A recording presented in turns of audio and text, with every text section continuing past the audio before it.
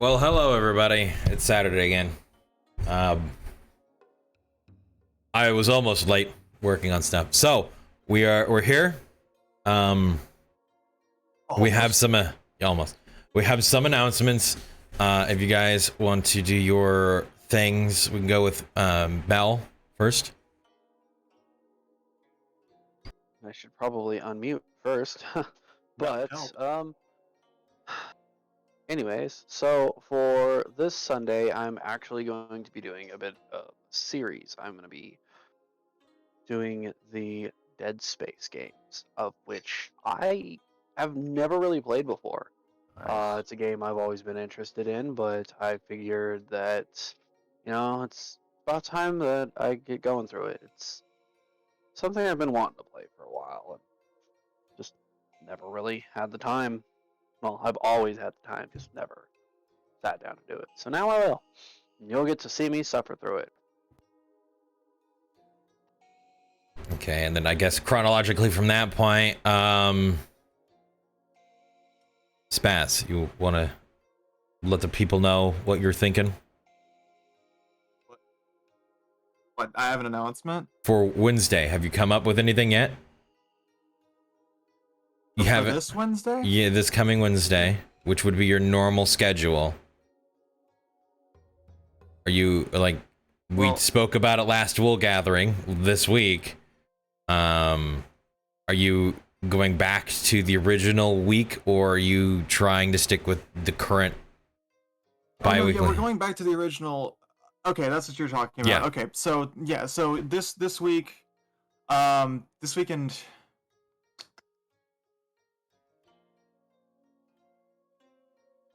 Hold on, I'm having to think of this in my brain. You fucked me up here for a minute.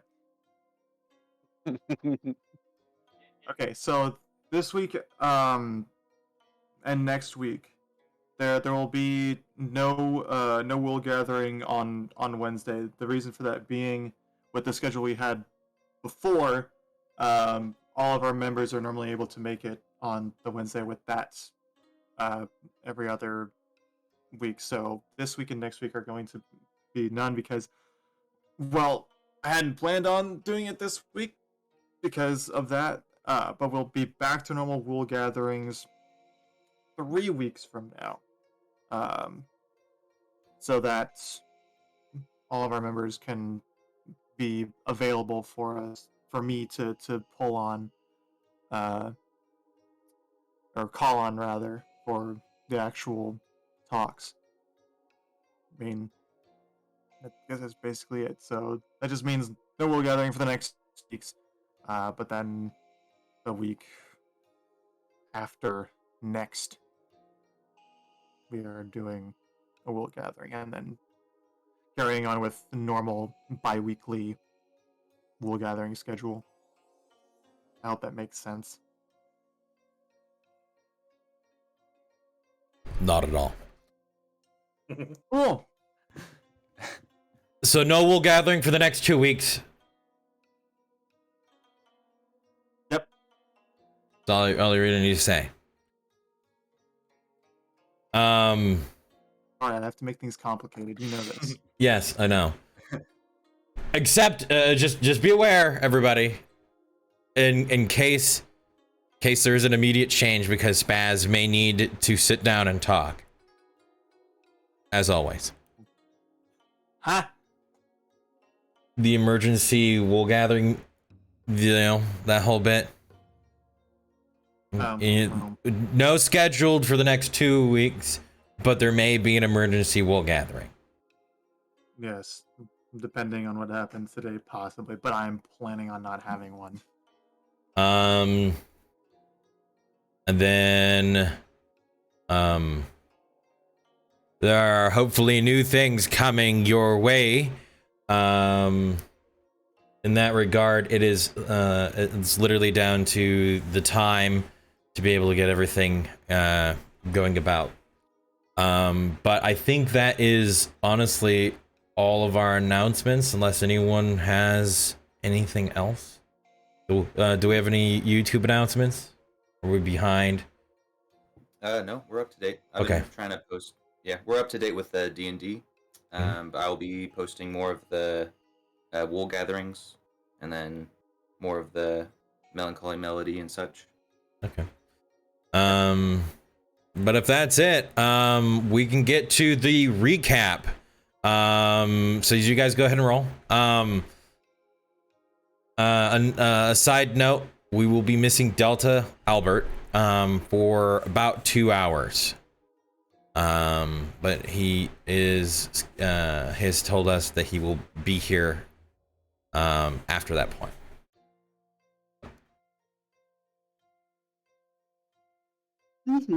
I will say I cannot see shit. The map is entirely. Oh wait, nope. There we are. I was gonna say you are on the map. You are on the map, yeah? The way my Roll20 spawned in, it was like you're gonna be all the way in this corner of just shadow. To the corner. Yes, to the corner. You are benched to the corner. All right. Let me Got put into timeout corner. put this curry away.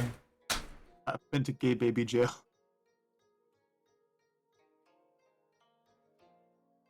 Somebody put baby in the corner. Is that what it is? You not know what gay baby jail is? Uh, Okay, you of all people cannot tell me you've never heard of gay baby jail. 1 second.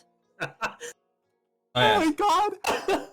Also, reminder You're the that only person here who knows what that is. No, No, Sully I do. obviously knows what it is. I can I tell do by the too. fucking yeah. See, I'm not the only one. we will not be commenting on your ridiculousness this Saturday. All right? What? But I need the attention. I can't live without stealing the spotlight. You every get week. 1 day a week or 1 day every 2 weeks. So you shut up. Bruh. This says the one He who does have a point. Yeah. I mean, Wait, hold on a second. This just came to me. Why did you say me of all people? What the fuck? listen, we don't gotta talk about that. All right. I mean, I mean, he also has a point. What Listen. do you mean? you know, Hydrate. you know the internet just as well as I do, or at least I should hope so. All right, I so we got mean, I would everybody's guess, rolls. Oh, I don't know. Also, I think we have a hydrate. Yes, we do have a hydrate. Do we? So, you know Cool. what? Let me just drink I'm a this drinker very, with very gamer stuff. hydrating lemonade. Yeah. Oh, this is gonna be a wonderful day. You're just missing I'm a drink Fel's my roll. guacamole gamer part. Yes. Yes. I ordered some. Honestly, a good flavor. Honestly, it sounds horrible, but it's so fucking good. And then just so you, honestly, a good flavor. It really is. It I really don't- is. They said it was Blue so bad. raspberry. Very. By the by, Uh-huh. this is gonna be a great day. My first roll for today is a critical. So whoever's the highest. Oh, boy. Is that me? Loria. Ah, there you go. Here's your attention. Yes. Yeah. Okay. I actually wanted to do it this week. Well, I mean, if you're volunteering, I will not No, stop go ahead. you. Okay. So But the dice roll. we're about to go through an LSD trip here, boys. Let's go. Let's No, I'm kidding. freaking go. So last time, we started off last week's session with Shadow getting beamed into the Matrix. Rather, no, that's right. I called it God's Dimension, or it could also be known as Gay Baby Jail. So Shadow got sent to Gay Baby Jail. Talked with the White Dragon. Apparently, the White Dragon, the one that came before all others, the one dragon to rule them all. And then after he was done talking with him, getting told that, hey, the other shards of this sword you found, yeah, they're in another sword that has been given to this vampire dude that is also Arya's brother, and the other one is in a Tarask. So basically, you're screwed, mate. Have fun, is what Shadow was told. So after after Scotty beams him out of Gay Baby Jail along with Zarala, he apparently starts speaking primal for some reason. We don't know why that is yet. And we probably will never know, considering that this is Arch we're talking about. But he's trying to say shit about like the Shattered God and some other crap, but I don't exactly remember. All I remember was Shattered God, and he drew a circle with a jagged line in it instead of being able to actually write out Shattered God. So, long story short, Shadow's possessed. But moving on, after that, both. Well, yeah. So myself, Shadow, and Stolen kind of stood around and talked to Klazdak about his knowledge of dragons for a bit, and if he recognized the sword we gave him, which, or rather, recognized the hilt of the sword, which, surprise, surprise, he did recognize it. So he told us about it and who its previous wielder was. And apparently this previous wielder, while he was at the Battle of Whitewater, he disappeared along with King Whitewater himself, so he's nowhere to be found, but he has a daughter in Whitewater, so alongside other two objectives we have going to Whitewater, we now have a third, finding and speaking to this daughter about this fucking sword. After that, we, well, I say we, but Shadow and Stolen went fishing for a bit, and I forget all else that happened in the time between, but eventually, Aloria, Arya, and Shadow pulled aside Nimtan and Klezdak later on to have a discussion with them about what happened to the Scaled Nations during the War of Whitewater, and told us about this this demon sporting lots of chains. Then Aloria revealed that she saw the silhouette of a demon when she struck Eric with lightning back during our battle on the docks. And how the whole shebang with Auditore and Oda and the fucking Black King is probably all more intertwined and orchestrated than we realize.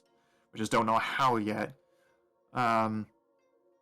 But after that, fucking Stolen and Shadow proceeded to initiate the most ridiculous fucking fishing session I think I've ever seen in my entire life. Because they caught an eel, then used that eel as bait to catch a 20-foot something or other? I forget what the fish was called. It was like a sturgeon or something. Not a sturgeon. Yeah, it was a sturgeon. A 20-foot sturgeon, which is stupid big. And it broke the rod when they tried to catch it. So Stolen just dove into the water to go after that little bitch. Fel proceeded to do the same, followed by myself, of which I turned into a shark. Became Fel's mount, and we basically wrangled this 20-foot fish with the aid of the fucking crew of the ship, because Fel made a jig to put on a different fishing pole and caught it again, and then jumped in after it. It was a whole mess. But long story short, we all got pulled out of the water by the giant red lizard folk, and took a bit of a tumble onto the ship. The whole ordeal caused Aloria to bust out in laughter, a thing that she has never done before, and it concerned, frightened, and completely and utterly traumatized some of the people who saw it. Primarily speaking of Fel, he's probably gonna have a new nightmare about that. Then after that, Fel went to go prepare the fish as food after shanking it in the head twice. Aloria proceeded to, after laughing, proceeded to walk away and have a mental breakdown in the sleeping quarters. And she was bothered 3 times, once by Albert, once by Elenan, and then a third time by Zarala, who decided to put Aloria's hair into a braid, and kind of revealed to her what she sees, what Zarala sees around each of her party members, uh, which is quite interesting. And proceeds to also kind of have some profound statements uh, regarding Aloria's mind state, despite being of a childlike demeanor. But that is where we left off, with Zorala finishing the braid and holding up a mirror, Aloria looking into it and seeing starlight in Zorala's eyes. I think I got just about everything. Unless anybody else has something to add. Anything to add at all, Wolf?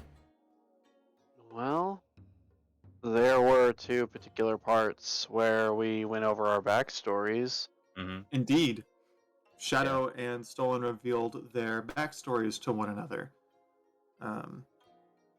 Where Stolen revealed that his mother was murdered by his father after his father planned to sabotage Whitewater from the inside, and mistakenly revealed that information to Stolen's mother. Therefore, he chose to kill her, and Stolen went on a hunt for him for several years.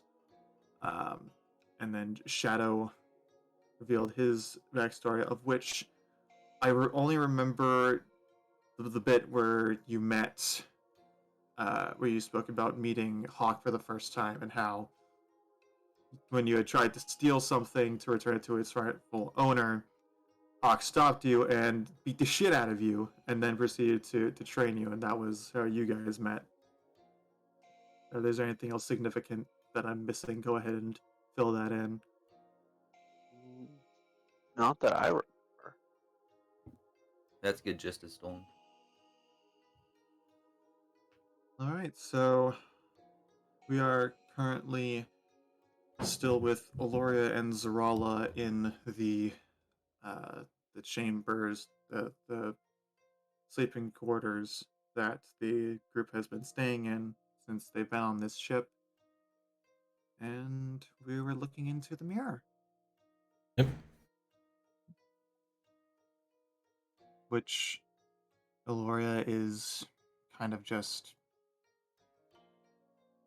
almost staring half intently into the mirror at herself, but also kind of blankly. Just kind of wheels turning in her head, but speaking no words. You like it? It's lovely.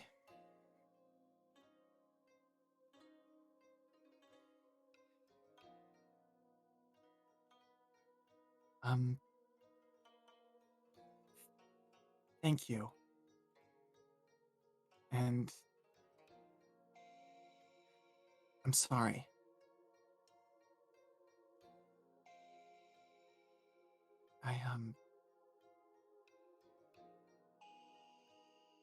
When first I spoke to you, I kind of, well, referred to you disrespectfully as a thing rather than a person, so I apologize.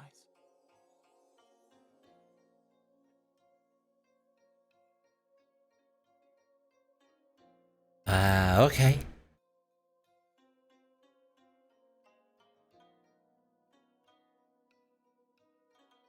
They are making food. Yeah. I don't think I don't think they'll want to see me.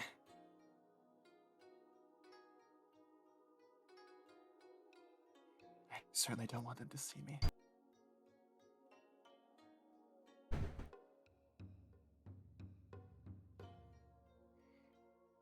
Do you want me to sneak you food?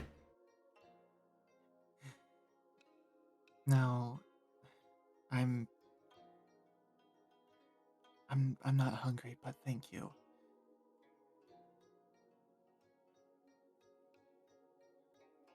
You know, you are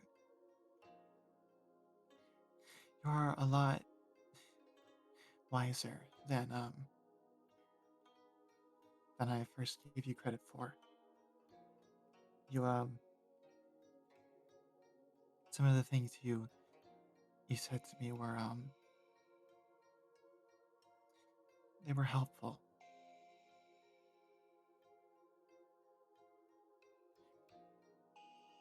I don't know if it's just because of the way you see the world or because of something else, but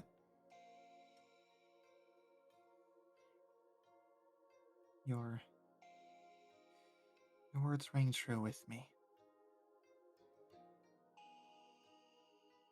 Sometimes it's good to get a second perspective.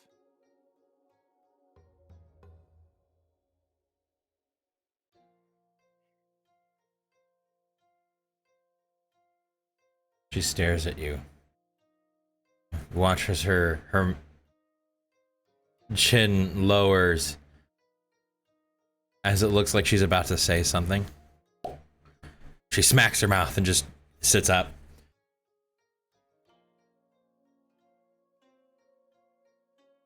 I'm gonna get food. All right.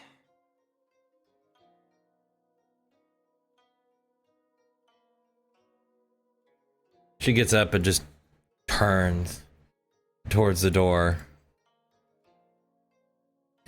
and just begins to walk out, slightly skipping on the way.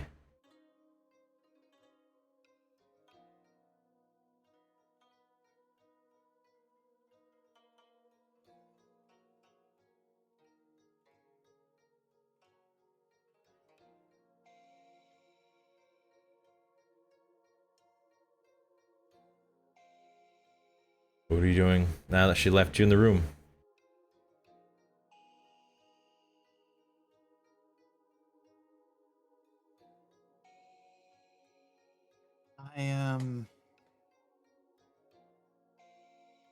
I'm just gonna sit there and use Druidcraft to just make make a wreath of flowers. Just and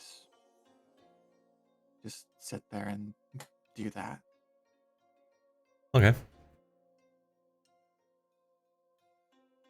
Vowel, you were being aided by Albert in making food. I do recall a roll, and it was good. It was a good roll. The food, as you're finishing up the food, there is a bit of motion amongst some of the individuals down where you are. Most of them just kind of leaning and staring over at what you're preparing, not really cooking, but you as well begin to hear the clopping of hooves across the wooden deck as you're finishing up.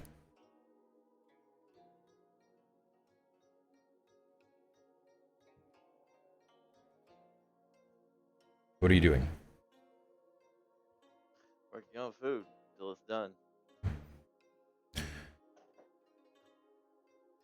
You do finish.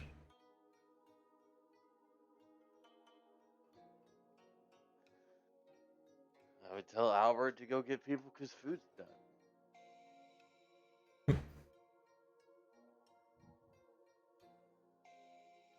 He'll walk off and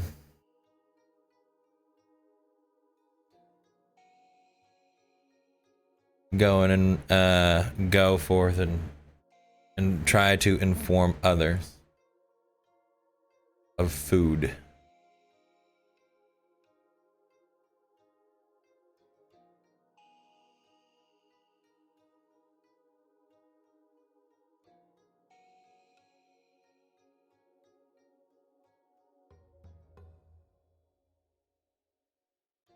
Ellen, and you would be approached by Albert.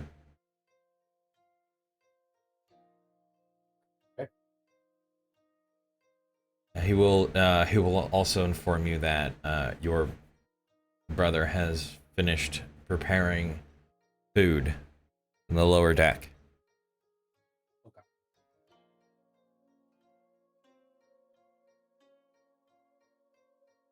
I presume that you can hear this. Oh yeah, I'm paying attention enough. Okay. Albert will kind of wave to you slightly, seeing you. Yep, she'll stand up and then walk on over.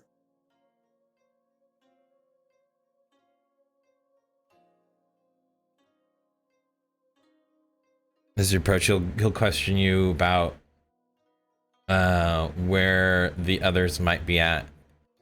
He's aware of where Aloria is. I know Stolen's in the boat in the back. If you want, I can go get him. And Shadow. Oh, and Shadow's back there as well. No, he asked, and I don't Shadow. know. Oh, sorry. Did I see where you went? No, I didn't. She just shrugs. I don't know. Well, you go that way. He points to the aft of the rear of the ship, and I'll go that way. I'll point to the front. Sounds good.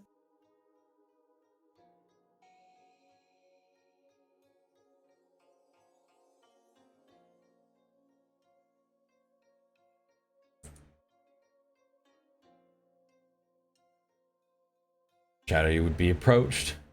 Not stealthily, but not intending to be loud either, just calm. As he would be approaching, he would see a sort of blindfold on Shadow, as Shadow has both of his weapons drawn and is, for lack of a better term, shadow boxing, fighting. Just cutting the air. Essentially defending himself, ducking, dodging, weaving, and fighting almost this invisible entity that is there.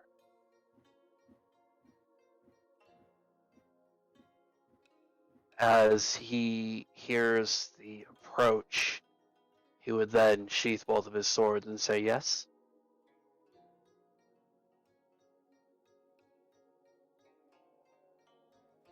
One second.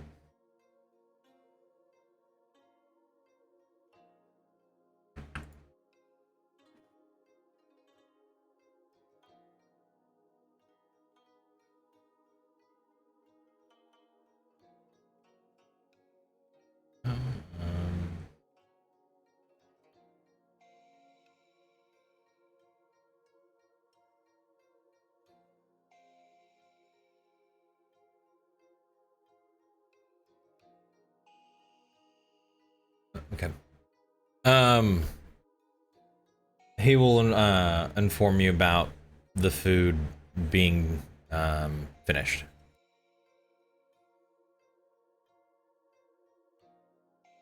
And that it's in the lower deck. Okay. Once I'm done honing my senses, I will be on my way down. Okay. He would then step back, draw his blades, and continue.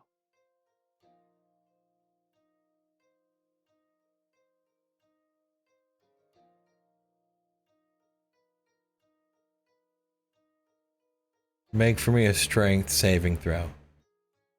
Strength saving throw. Yeah.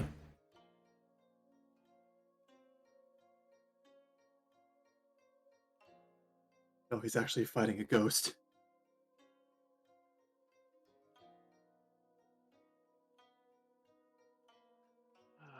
Oh, strength, you say? Yeah. Whoa. There's a sudden gust of wind.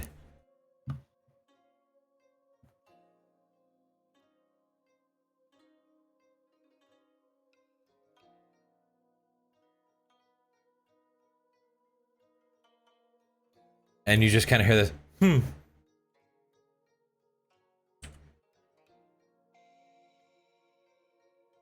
as you hear walking away. Sudden gust of wind. Wow. Interesting. Did I hear any chanting? Any words being phrased? No. No? Okay. Control. I will continue doing what I am doing for a moment. Honing his skills, you know.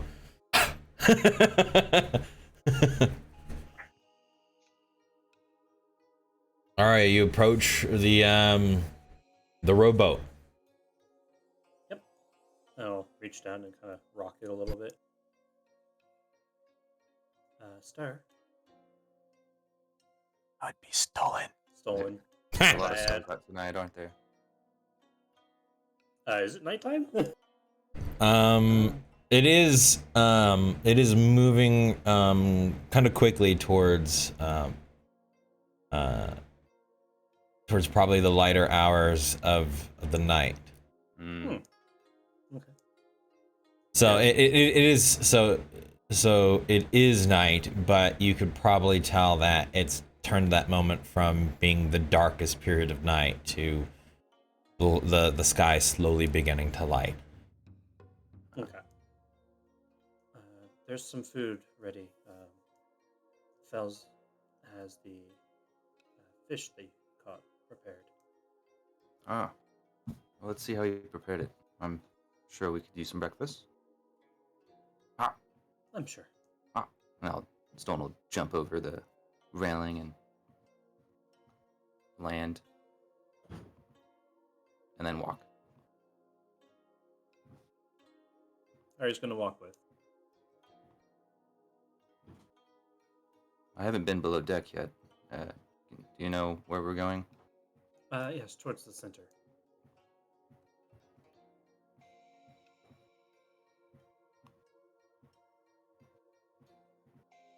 Right here.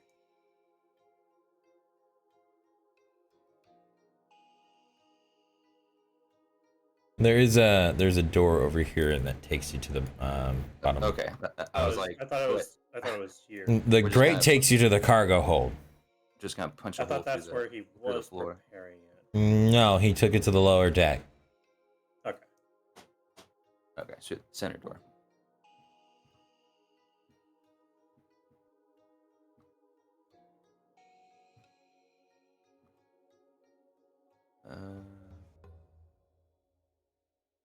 Thank you.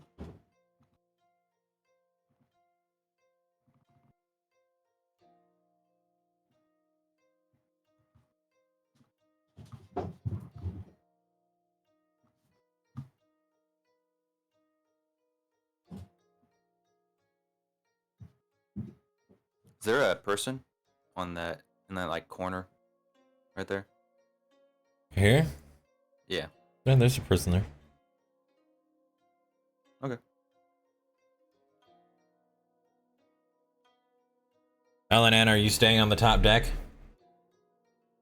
No. Do you need me to take you down to the bottom deck?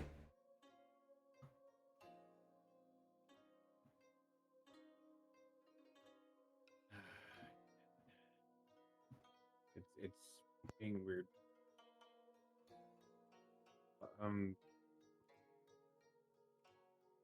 Yeah, I'm just gonna go get food. Okay. That didn't answer my question. Do you need me to take you down there? Yes. Okay.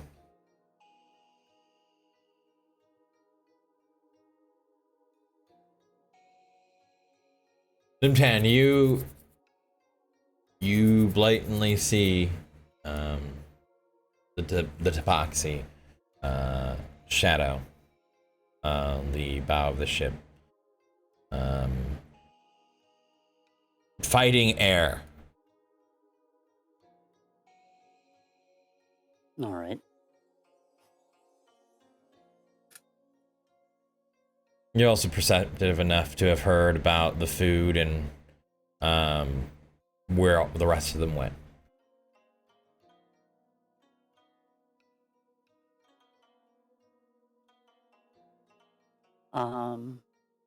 I guess I'll walk over to where Shadow is and sort of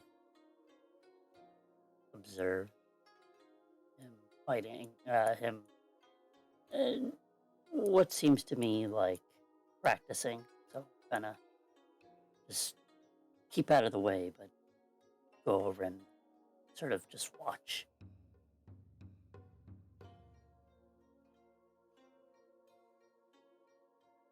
All right.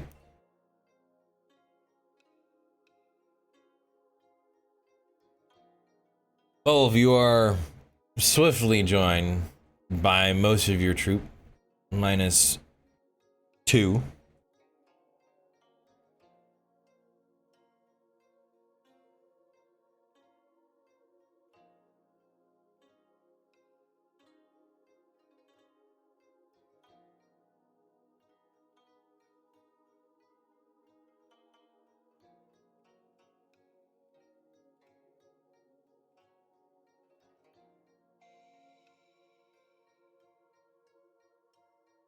I presume that you begin to dish out plates or Yes. portions. All right.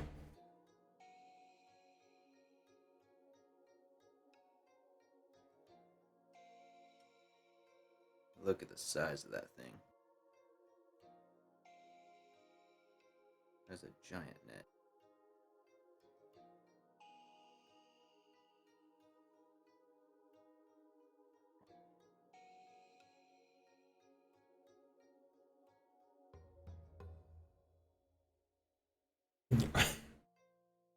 So as each of you are given a portion, you just kind of begin to dig in.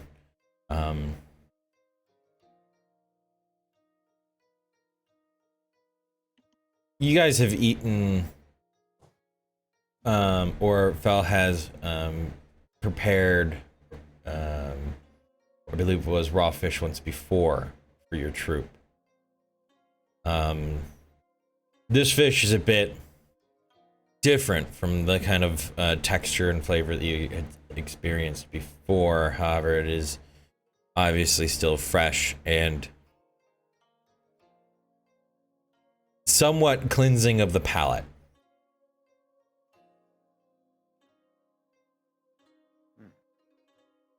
Unfortunately, there is no dipping sauce or anything. Just the fresh cuts of this large sturgeon.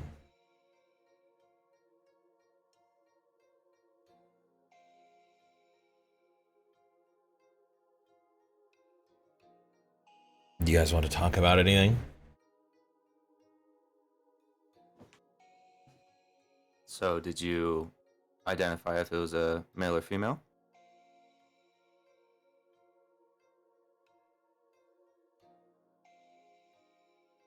So, I'm gonna walk over to the fish carcass.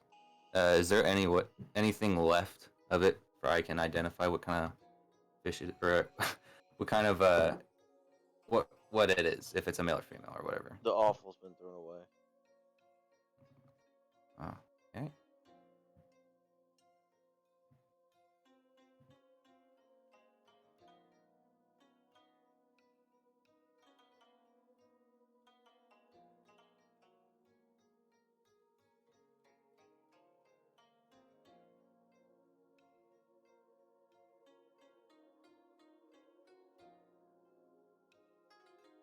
What does remain are the large skull, the spine, and seems to be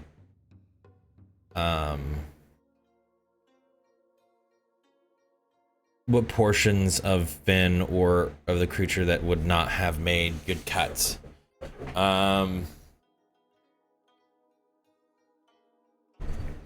Overall, I would probably say with the roll that you had last week, about 80% of this has been used for food or descaled and deboned, and the rest kind of put aside into an open crate of some kind for discard.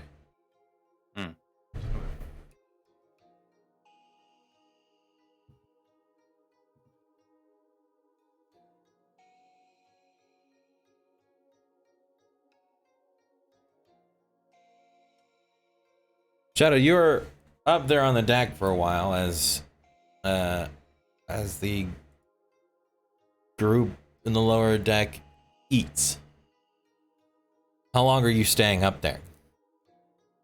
Enough to hone and once again be comfortable with this newfound ability.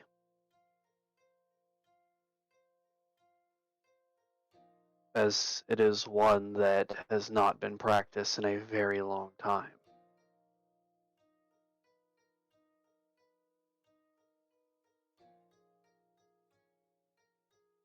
As I would feel like I have the hang of it, I would then head down to the lower deck.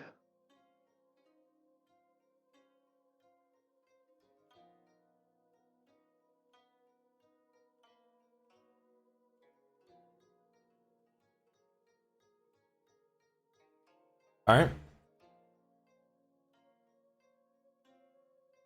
Do you need me to take you to the lower deck? If you would, please. All right.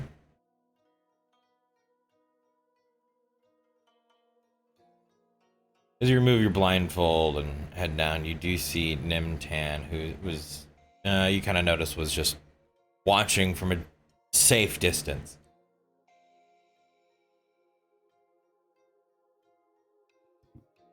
I would smile and nod.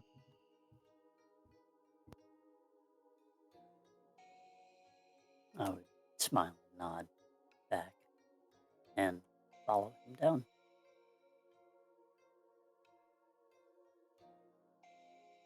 Oh shoot, did I go the wrong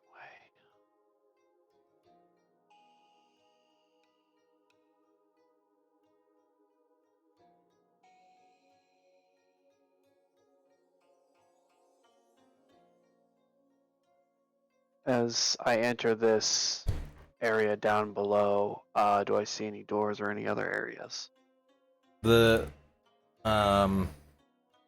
These are just bars that go across. Oh, bars. Yeah, that these go are just across.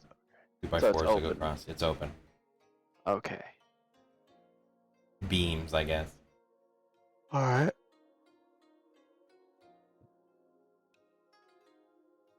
Then I would head this way.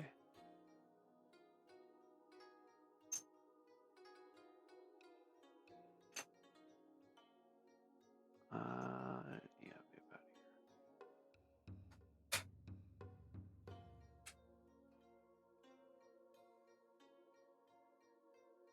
Right.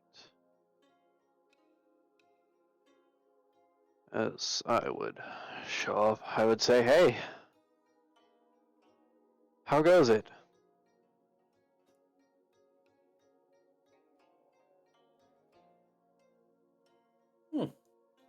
Fish is different, but good.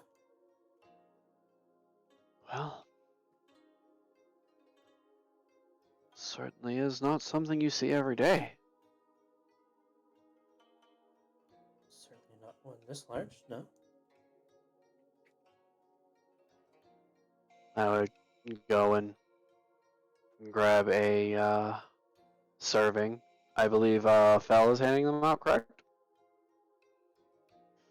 Yep. Alright.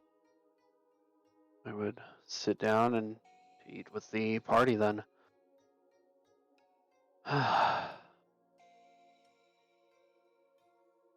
So,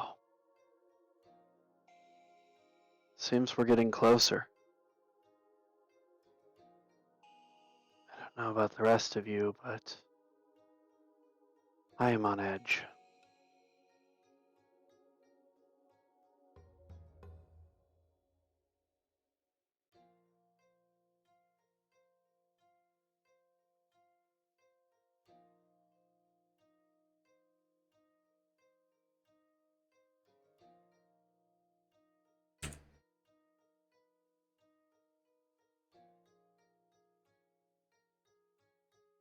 I see.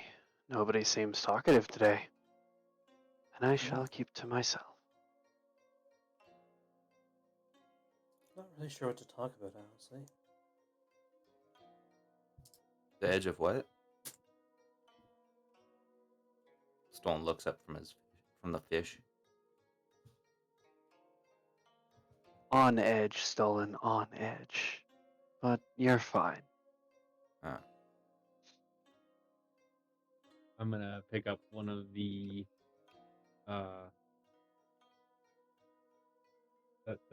fins. Okay. They still fish slap. Smack across the face with it.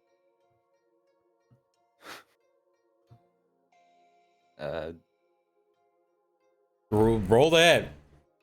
Roll the advantage. It's a surprise round. There you go. Surprise. See if you dodge. You did say, hey, stolen, so. Wasn't expecting a fish slap though. True. Nobody expects Have you ever had anybody? Have you ever had anybody just walk up like when you're not looking, go, "Hey, catch!" and throw something at you? Yeah, no, it's not. Caught it every time. I doubt it. 14. And you right to that do was so. not with damage. There we go. 24.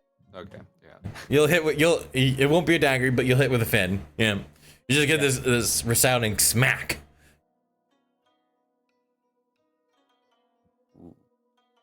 Surprise. Stone will retaliate with a half-eaten fish throw. Sure, throw. I'll just You can use your net. All right, yeah. Yeah, throw your net. Ooh. Miss the fish. Let's see if Albert's hit by as Ellen dodges.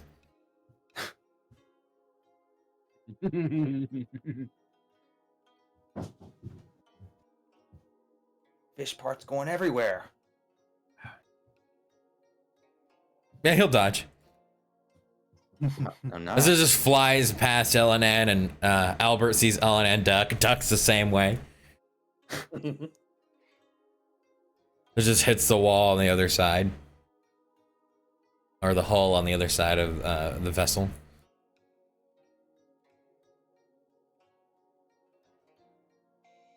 Is there any other fishy parts near me?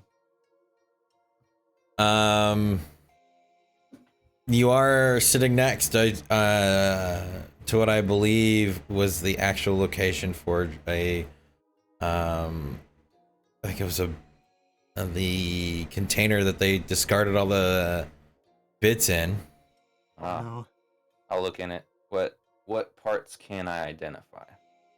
There are bones. There's I believe a bladder. I think fishes have bladders and Like whatnot. An air bladder, yeah. Yeah.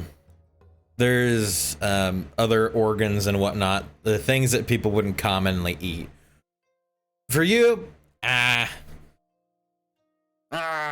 If it's cooked right, you wouldn't mind it. I'd eat about anything, yeah. He ate shit, for God's sake. I mean, Very true, yeah.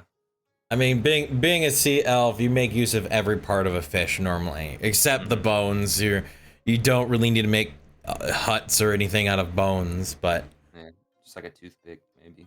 maybe fancy silverware. Yeah. Boneware. I'll take a bone. Okay, I'm looking for a bone probably about like a foot long. easy to find. Yeah, since it's a pretty big fish. All right. And is there any like cloths nearby I can clean it off with? Yeah, you see some like rags or what would be like kind of cotton tarps. All right. I will use one of those cotton tarp things to clean off the bone. And then I will throw the rag at Elenin. Make another throw. Yeah, it doesn't actually go really anywhere. It catches air, it flips around, and it drops to the ground. Ah, it's a rag. Yeah. I will pick the rag back up and put it on the barrel to my right, and then just that Start sidestepping. yeah. Elenan, Stolen starts like doing the sidestep. What are you doing? How big is the fin that I picked up?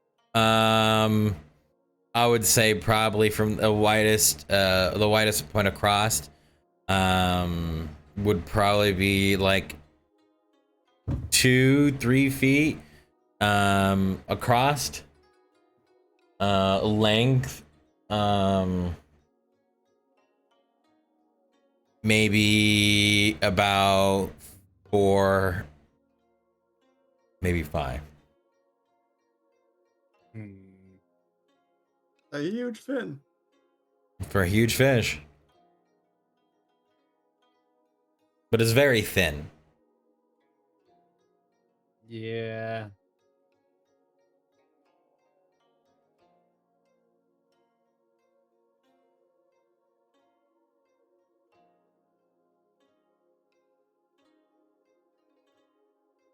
What are you doing with it? Uh-oh. I don't like that. I don't like that giggle. That only spells doom. No. Finicky. Oh my god. Shut up.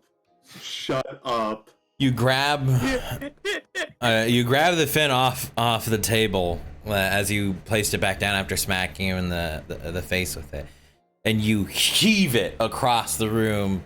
In this in the way that you throw it, at first it seems like it begins to go straight across as it pivots, almost reaching all the way there. It drops down and goes to be like this fin wall and just smacks him across the entirety of his body. Just this. God. Gosh, you guys are just bullying me. Jeez. I'm gonna go over to him, and I will pick the fin up off of him, and then pick him up. I'll grab his hand and let him help me up. That's when you trip him. Punch him in the ball. Oh, okay. Punch him in the balls.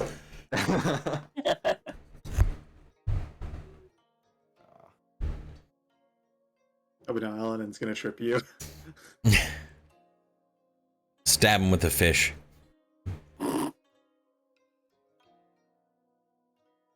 So you help him up off the ground, and both of you are standing up. Stolen, you're kind of pulling fish scales off you.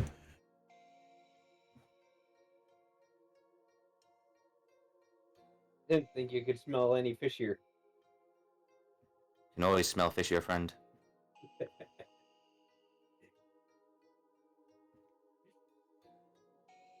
Stolen will... I don't know. Stolen's just like, is there any more fish? I'm hungry. Yeah, there's definitely more fish that you can see. All right, Stolen's gonna grab some more fish. Gonna eat some more.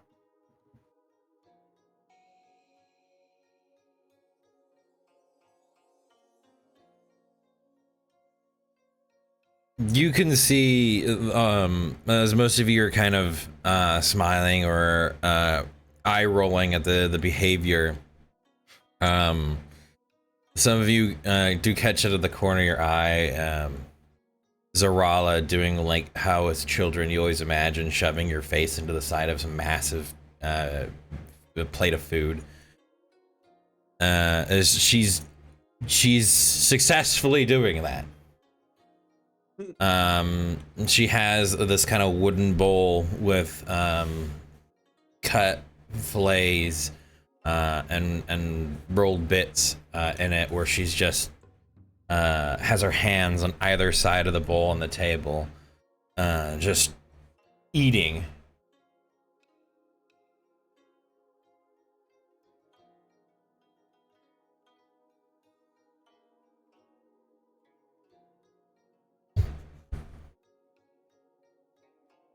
You'll notice that as she pulls up for a breath, there's like maybe a scale or piece of meat stuck to a cheek in places. That shit then just goes back down.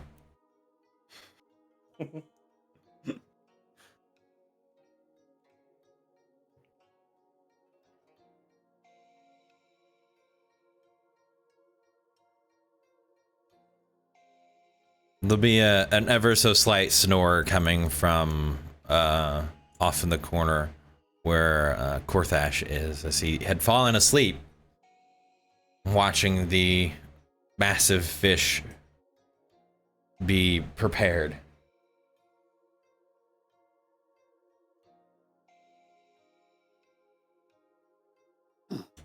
Is there anything left?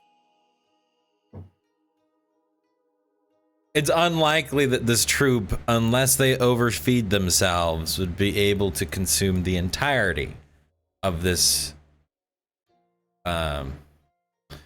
catch. Okay, so I will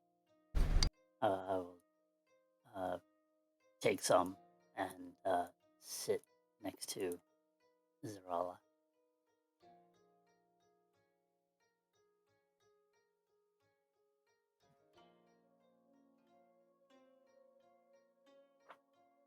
And begin to eat. With a smile on my face and sort of kind of like a giggling as there's just fish parts everywhere.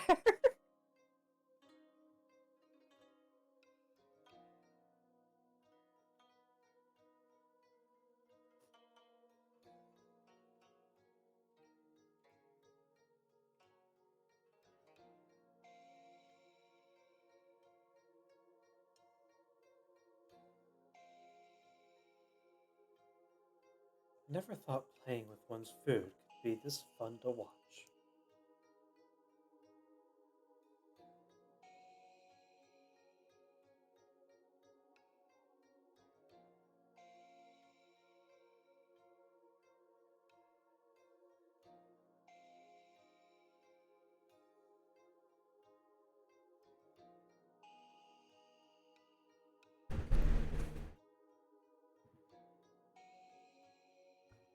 A little while passes. Moments of the occasional fish bit being tossed between Stolen and Elenan. Until eventually each one of you gets to the point where either you know that you're full or you can't eat another bite.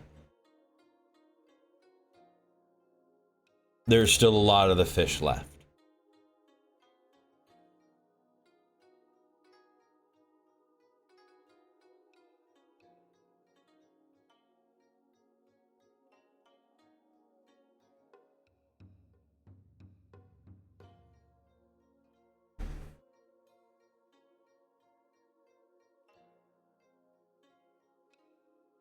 we'll just have to pack this up and try and preserve it. Did the crew eat as well?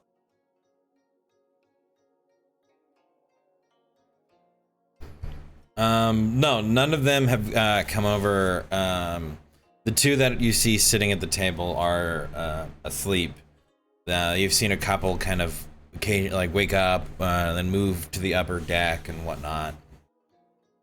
But most of them are resting in shifts. Shifts.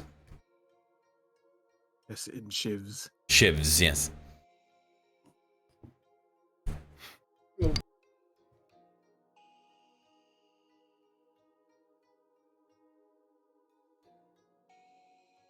Is there anything that was like in the fish that's maybe still like on the ground somewhere? Like, Do you believe that there were some things pulled from it? mm-hmm. A couple of items that no one was able to really identify, I think. Nope, I don't think anybody was. Anybody that checked it? I could always check it for you guys.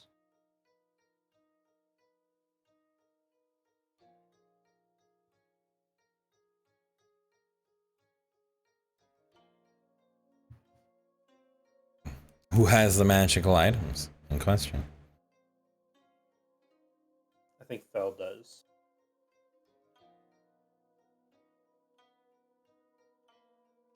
Or did Albert have it maybe?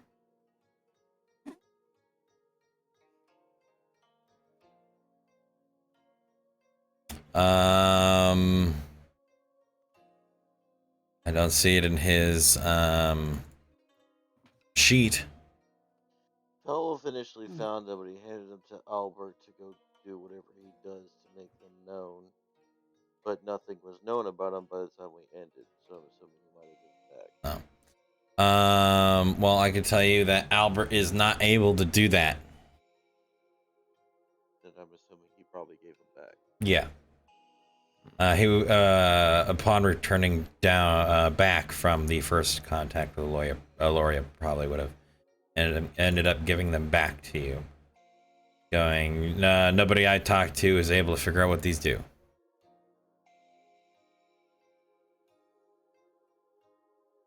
And what exactly was there? There was a I do believe like a breastplate, kind of like this cuirass. There was and a finned helmet. Mm.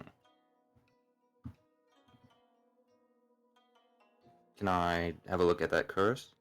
And the coins, of course. Different types of coins. So there's like a body. Is it like just still like on the ground somewhere? Did they end up disposing of it? I do believe it was discarded. The bones were extremely pitted, and there is like no nothing else other than the cuirass and the helmet that was tangible, other than some coins. The coins themselves seem worn, but were still, I believe I said they were still usable. They just didn't look great. What I have here is I have 1 blackened coin and 6 damaged gold coin. Yep. They're still passable if you mix them into a bag of coins, probably. It's like, here you go. Disarmable Cretan, yeah. Putting all the gross pennies Money in a is bowl. money. If they'll accept it, it has its worth. That's the stuff you would get your hands chopped off for. The It shaving depends of on gold coins? Are you kidding me? depends on if they can sell them for a lower price. Maybe they'll just be like, that's not worth an entire gold piece. I'll make that worth a silver or something. Or 5 silver, whatever. I'm just saying, generally, in any country that I can remember in history, if you shave gold coins, something very bad happens to it. You get thrown in a dark cell, never to see the light of day again, because that is a crime against the king. Or maybe You're, thrown in the you're ocean. modifying currency. Yeah, it's pretty bad. But this is not intentional. Well, I'm not saying it's intentional. What I'm saying is it's dangerous to have it. My equivalent, my way of describing and how its appearance may be to the eye, it'd be like finding, treasure lost at sea. It's like, yeah, it's a pretty gnarly looking. But it's not like you can see that someone was altering it. Yeah, It's not. Oh, someone was. it's shaving damaged it. in appearance. Let me rephrase it. Appearance means nothing. Yeah. You can't use it. Period. Yeah, you would have Because to. it probably has sell it been for the metal. altered, whether or not purposefully or unpurposefully, it has been altered past the original weight of its own worth. You could probably sell it for the original material, though. At that point, you might as well just melt it down. Yeah. That's what I mean, more so than So- anything. Yeah. Yeah, what we would do is we would find somewhere where we could sell it for them to melt it down, recast it,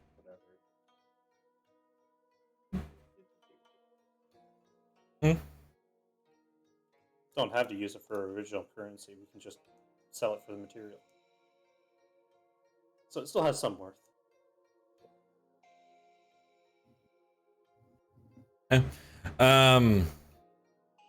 But I do believe there was a question asked about the cuirass. That was from you, Yeah. Stolen, right? Yeah. Could I look at it? It's in my bag. You're just gonna hold on to it? For now until we figure out who can look at it. Okay.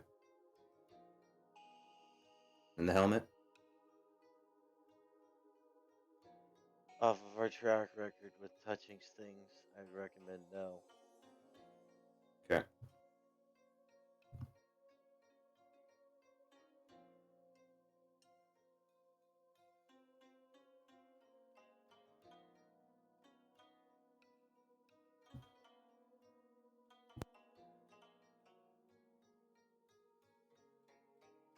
Edo, finished with his meal, will dispose of the refuge and head back up. I will attempt to move if I can. And hold, Oh, there we go.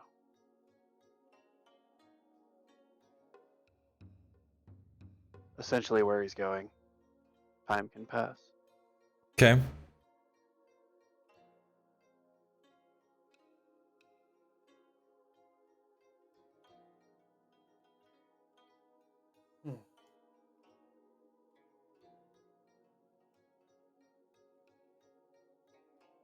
Are there any cannonballs down here?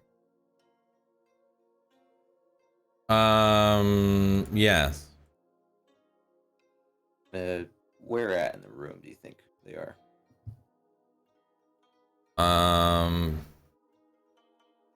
You can see a couple rolling around near the, I do believe,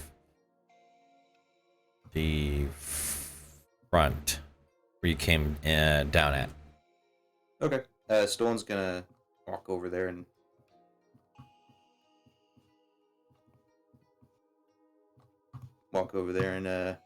pick one up in each hand. About how heavy are they actually? Am I able to- They're about, I do believe, they're 10 pounds a piece, or about 9. Oh, okay. And Stone will just start doing bicep curls with cannonballs. Just work out. Okay.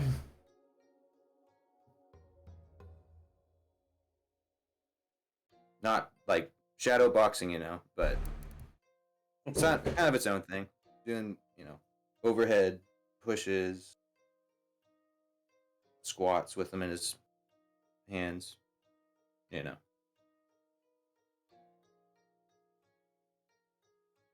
right.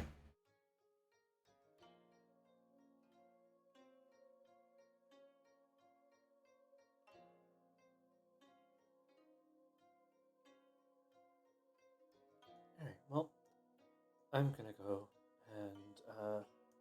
eventually turn in for the night. But I will see you all later. And I'm gonna grab a plate of food and head on upstairs. Zeral will look at you and go, "Good morning," and she'll be waving by. Arya will wave and say, "Good morning."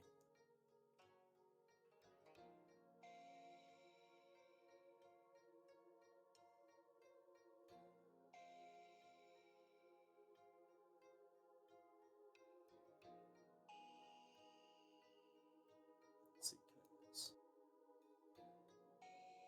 8. Not bad.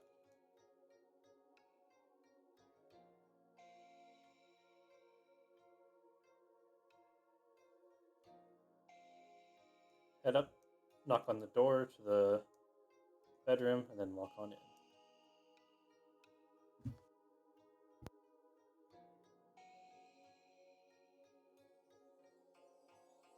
And I'll walk over I to. see. Oh, go ahead. What Arya, what you see when you walk in is you're going to see Aloria there, and sitting on the edge of the bed in her lap. She's holding a completed flower wreath, primarily woven with roses. And she's just kind of sitting there and holding it. I just gonna smile and walk on over.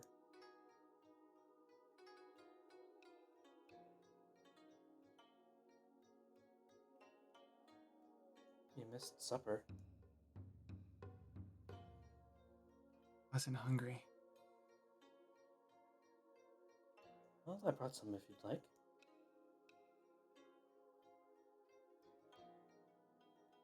Thank you. She'll set it down on the nightstand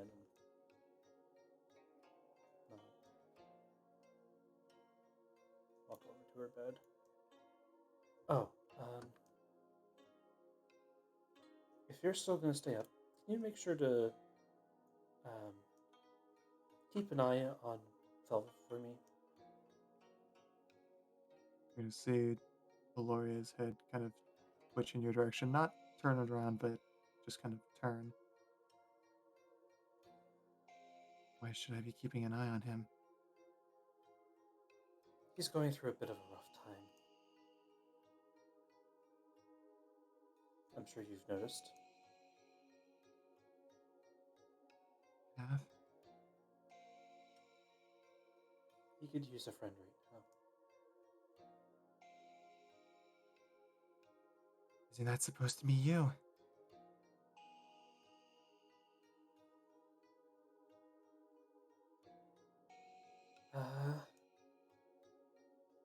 Sorry, that was... I'm not sure at the moment. I don't think he wants to see me.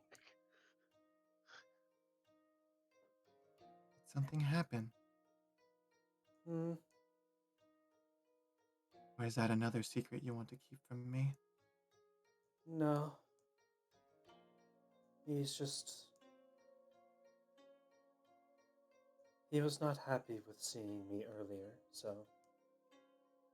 I don't wish to step on any tails, so to speak. The only person who would have a tail lost theirs, so... Manner of speaking.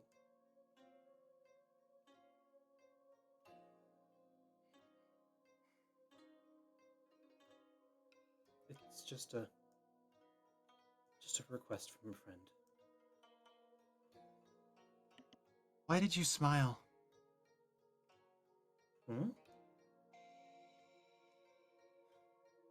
Earlier, I saw you smiling at me. Because you were having fun.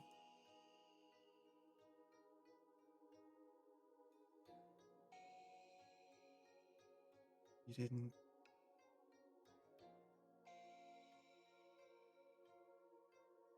You might be the only one who didn't think I was a freak. fell, You need some recoiled. practice with laughing. Hmm. But I mean, other than that, you were having fun. I mean, it was quite silly to watch them. I was You're enjoying part of it, myself no as well. less.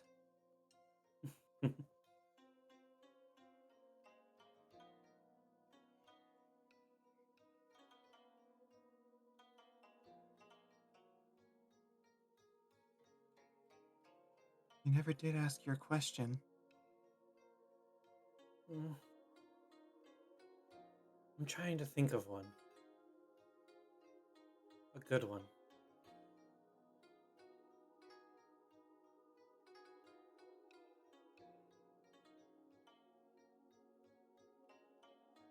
When I do, I'll let you know.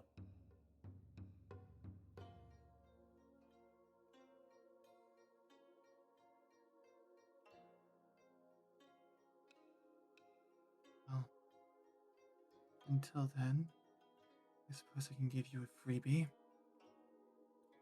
He's going to hold up the wreath. My mom and I, we would make these occasionally together.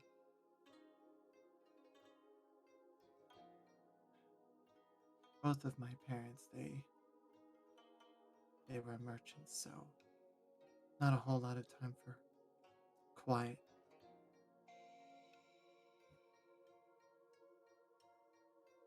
Whenever we made these, it was one of the few times we actually did get some peace.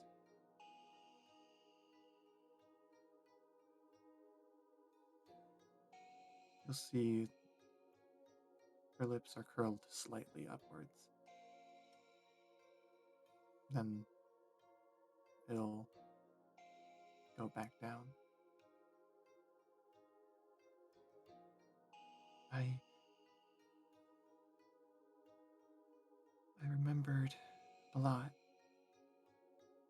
seeing the others, being a part of that ridiculous whatever that was. It was like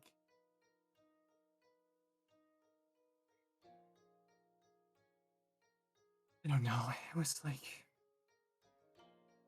Being part of a family?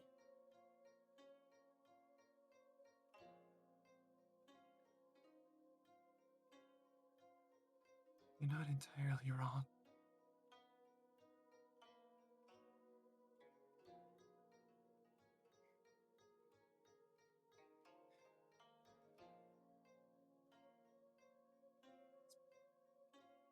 It's been 6 years, Long since time.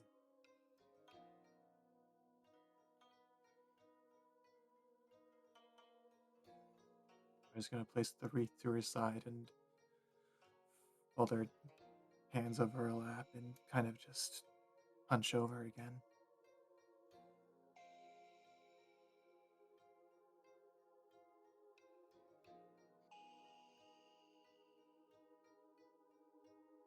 Zarala spoke to me.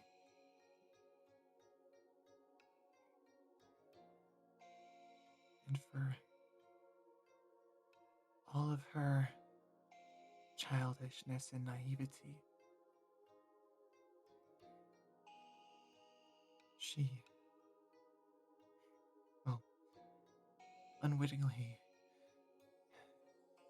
made me see something that was, well, quite obvious, but it was something I cast out a long time ago.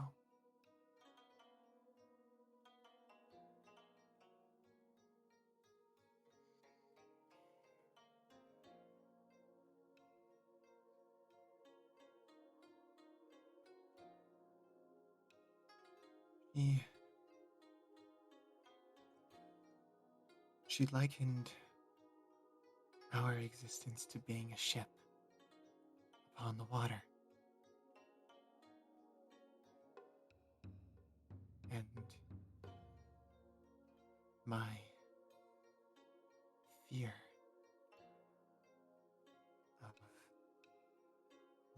joy as a rock in my path.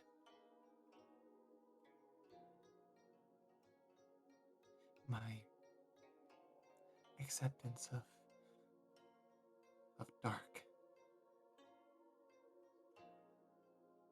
That I would sink if I hit that rock.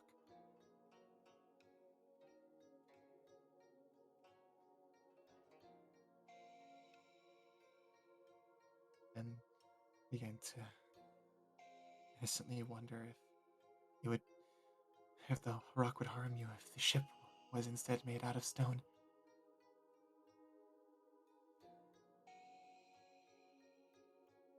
The ship would just sink if it was.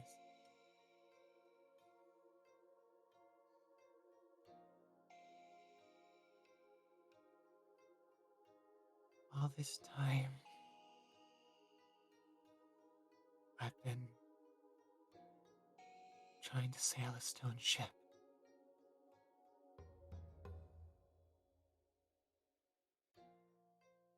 Sinking day after day, month after month, year by year.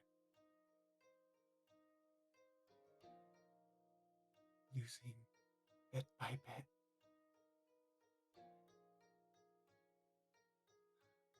All that made me who I was.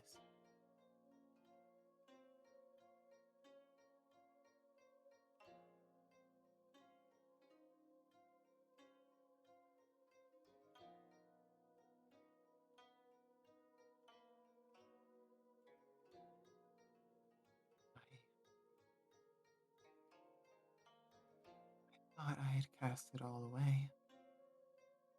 But ironically,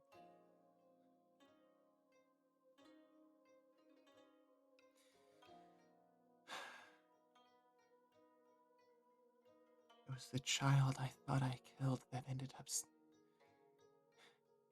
being the thing to survive.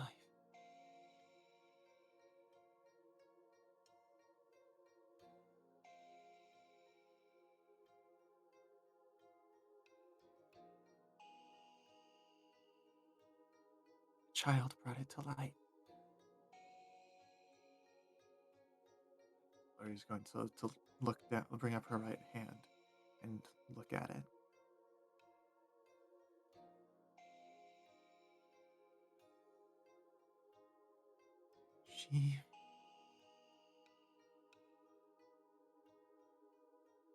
She sees what haunts me.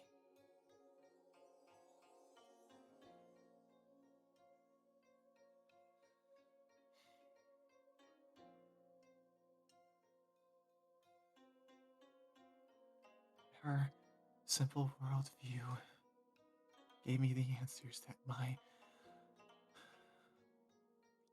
muddled one couldn't.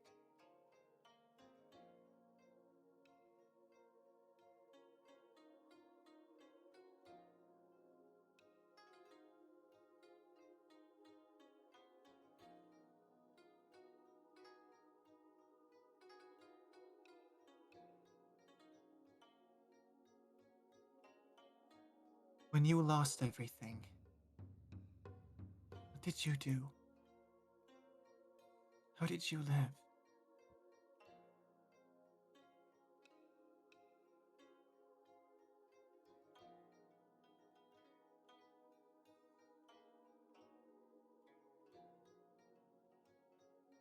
How?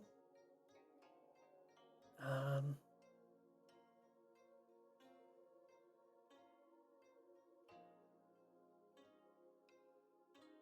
How did you see the world?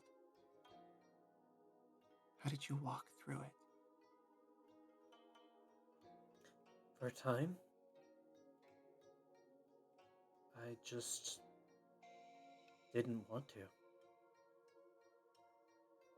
I would eat, I would drink, I would sleep, but I wouldn't live.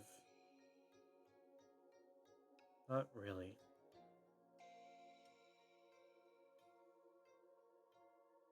I'd go through the motions of day-to-day life, and that would be it.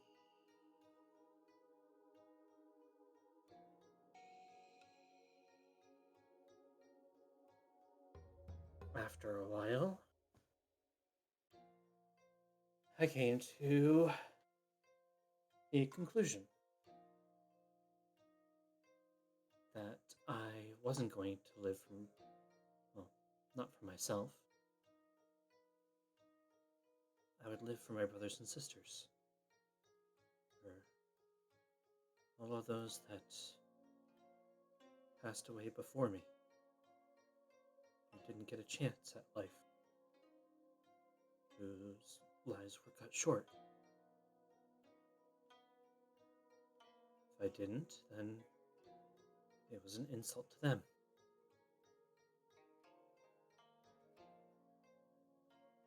So I started to take steps forward. Got a job, found the priests, met Felwolf.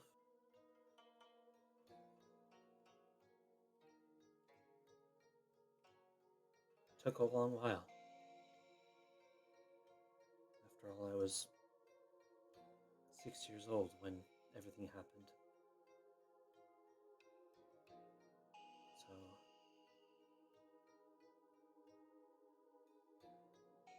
it took time.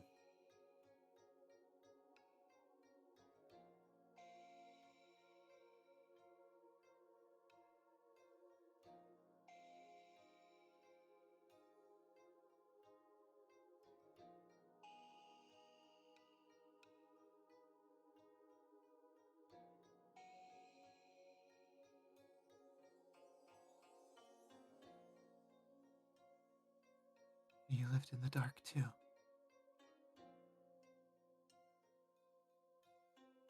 It never really leaves you.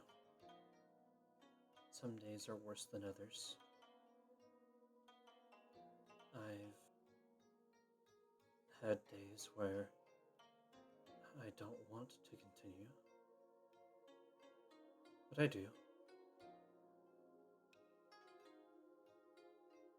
When I met Dragonhawk and the others, I was starting to learn that myself, and well, kind of pushed myself to do that.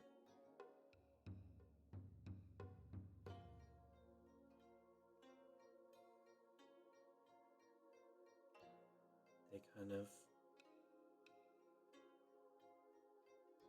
I don't know, showed me one possible path I could take.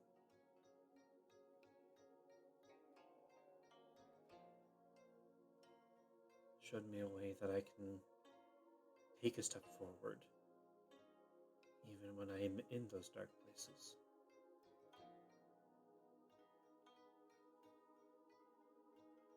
A way that I can make sure that others don't have to go through it. At least not alone.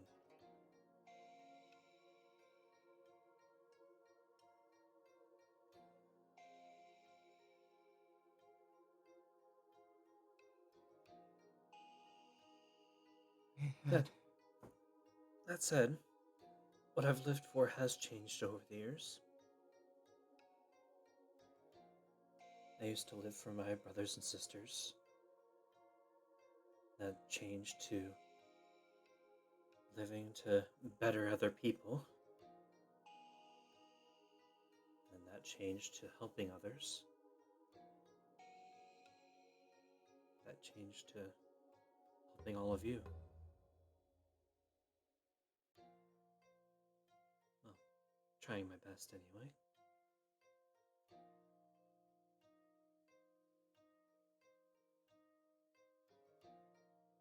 And it's not as though as I forgot them. Every day I remember their names, faces.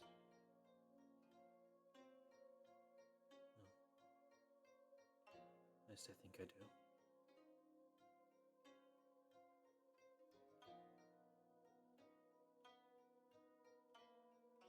And I still live because of them.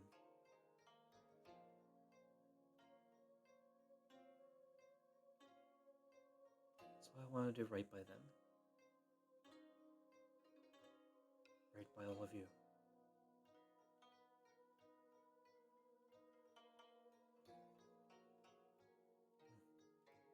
The only light that I ever had was my family, my parents.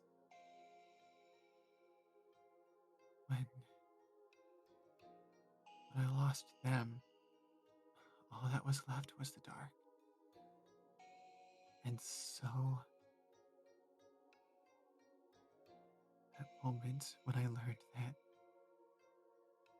darkness was the true nature of everything, I didn't fight it. I accepted what it was and what it would make me. I didn't have anything else. And for the years since then, I've been alone. Maybe not physically, I traveled with my circle, but I was alone. And for a time, all I could think about was that dark.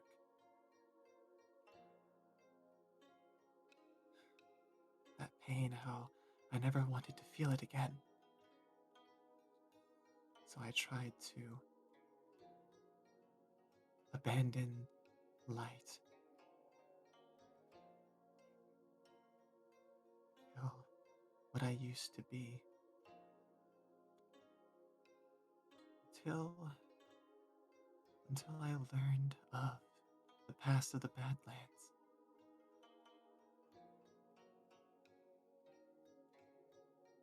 And what it used to be.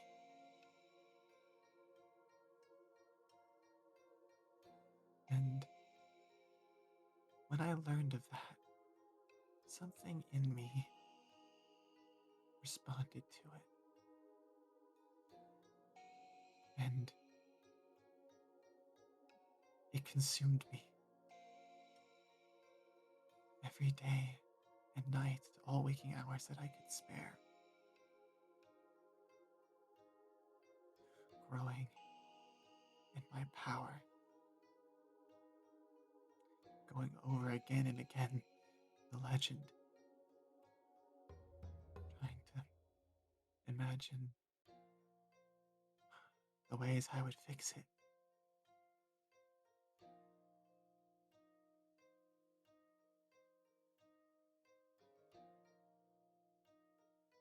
As that mission, the restoration of that desert,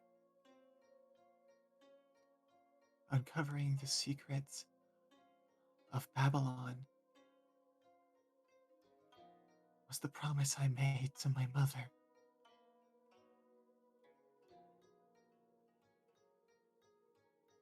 To grow for her the grandest garden that this world would ever see.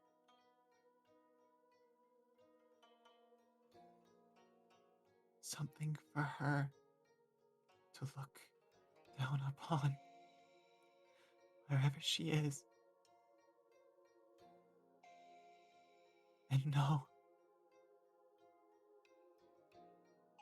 that it was me.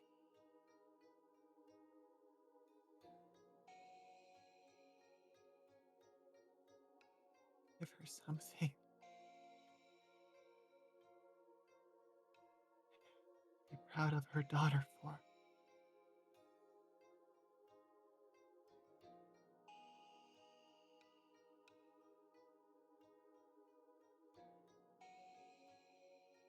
It's why. It's why that mission means everything to me. It was a promise.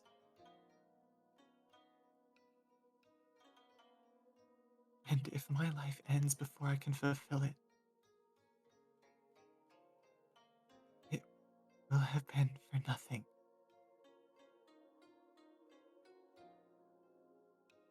All I will have ever been was a destroyer. And she'll turn to you, and tears well up in her eyes.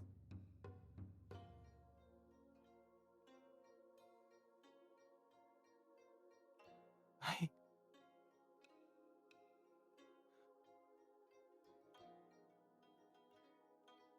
don't.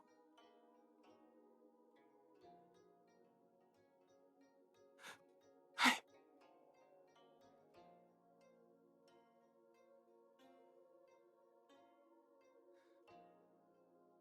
I'm so. I'm so afraid.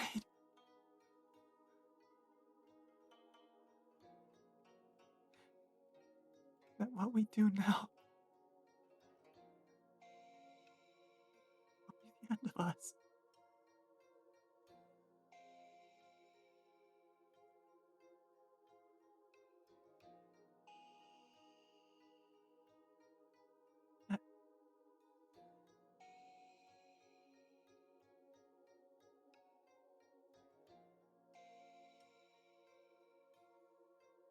Arya reaches out and grabs Gloria and pulls her into a hug.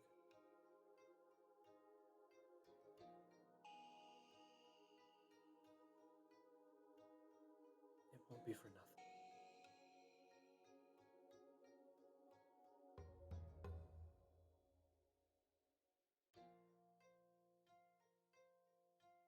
We'll come out of this alive.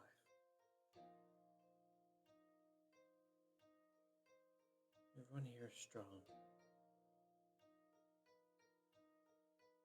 Everyone here is able to carry on that dream.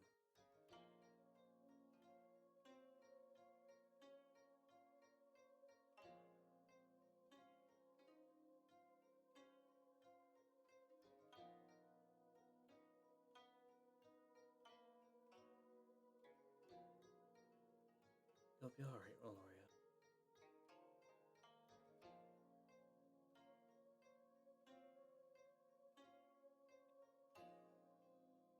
Promise isn't going to be broken.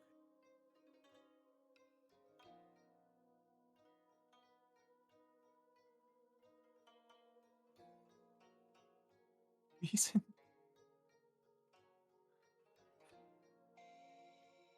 Reason why. I never wanted to allow myself to care for you all was because you all resembled a light that threatened to pull me away. That I was afraid would make me forget.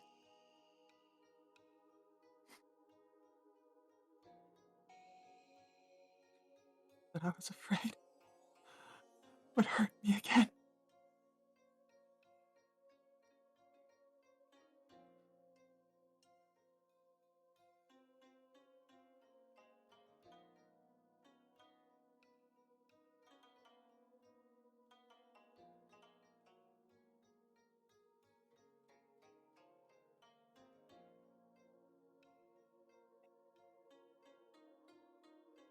If there's one thing that I've learned after traveling with everybody,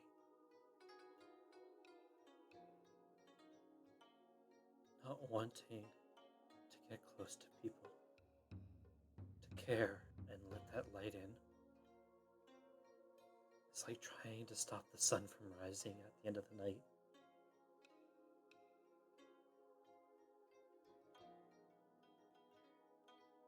much as you wish for it to stay night, another day will always come.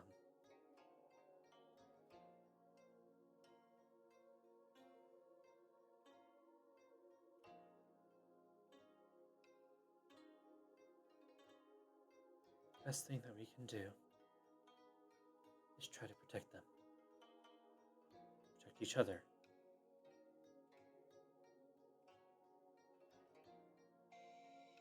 Make sure that the darkness that we went through doesn't happen again.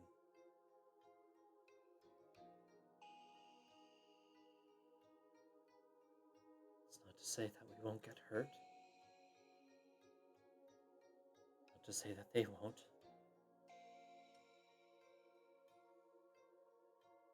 We will do our best.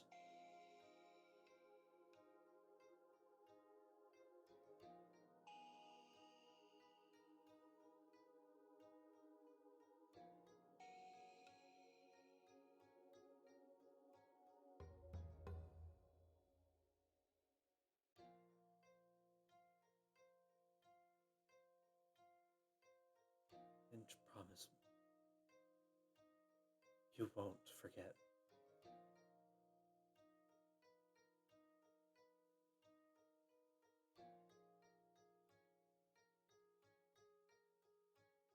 Gloria is going to slowly wrap her arms around you and just squeeze.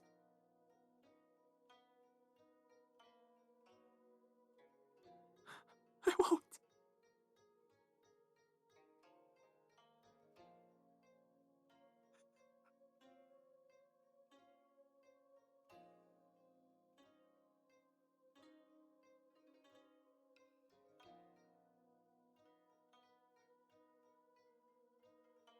Can't.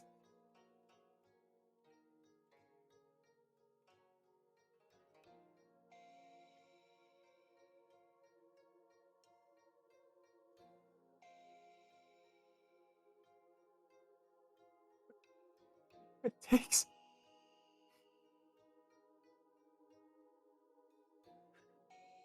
I'll see this through.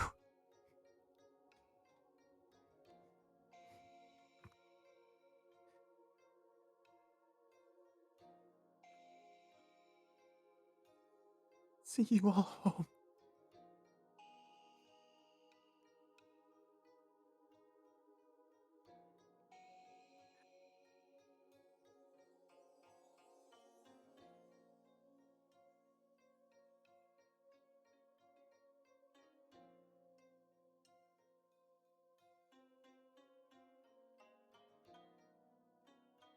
Can't run anymore.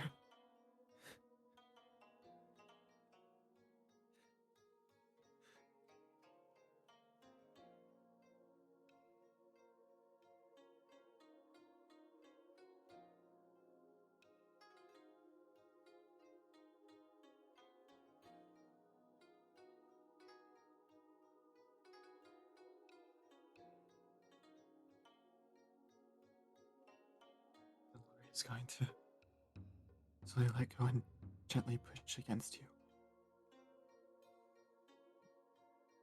I will let go and slowly lean back. And tears and tear stains are just all over her face.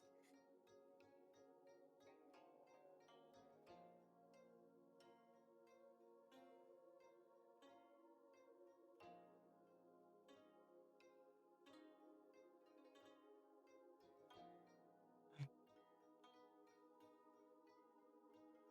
kept on trying to drag you all down with me.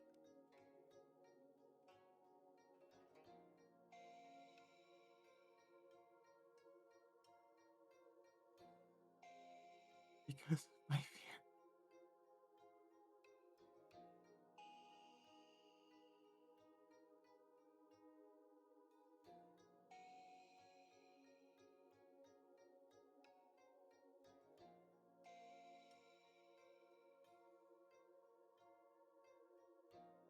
Maria gets at her water skin and a cloth, wets it, and starts cleaning up Gloria's face. It's okay. You'd have to do a lot more than that in order to drag us down.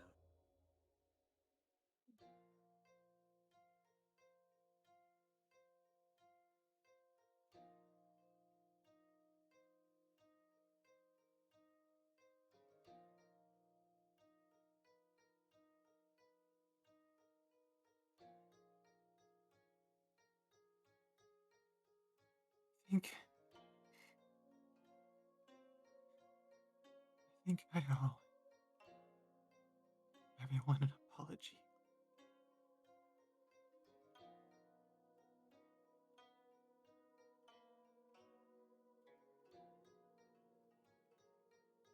Well, most of all,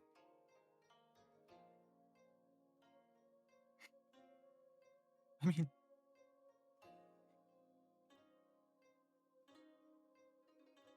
you never did us wrong.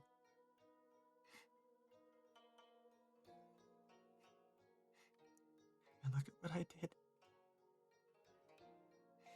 I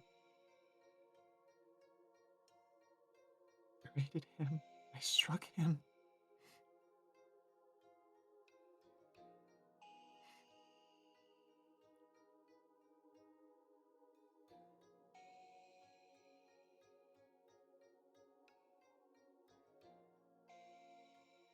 All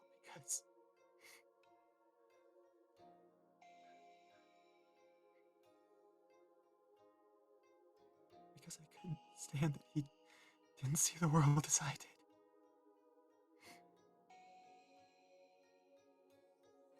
I thought he was naive and foolish, and now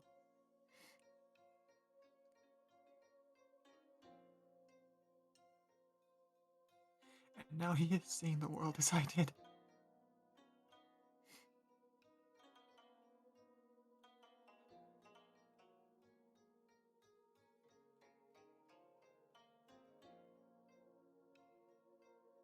And made me realize it was a mistake.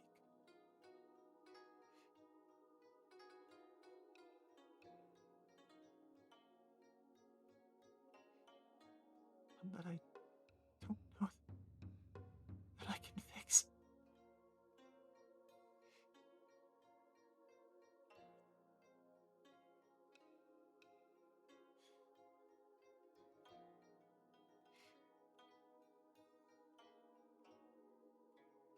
You can fix it. I know you can.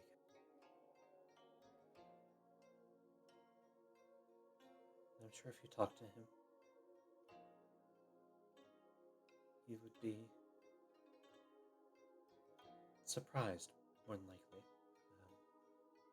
to see you have this turnabout on him.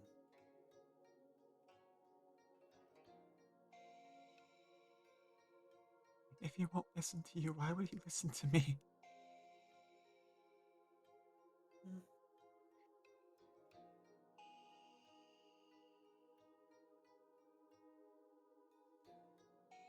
So you have a chance to be his light when he is in a dark place.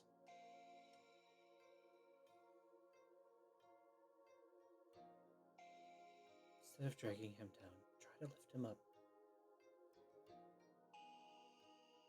You yourself know how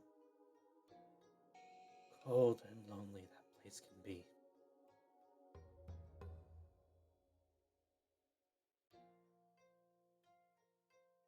More than anybody else.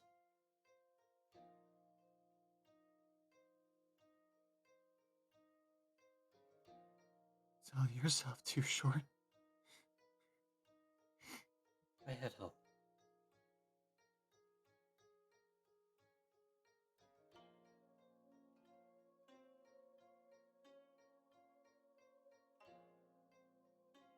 You should help him.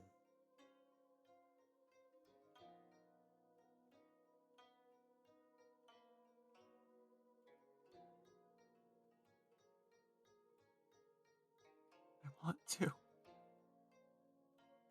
just don't know how.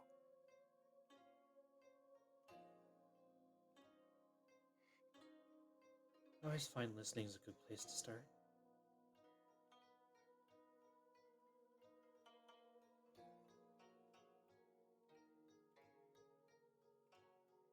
But that I didn't want to share. You'll share in time. You would always wait for us to share. Maybe talk about yourself. Might get him to open up a bit.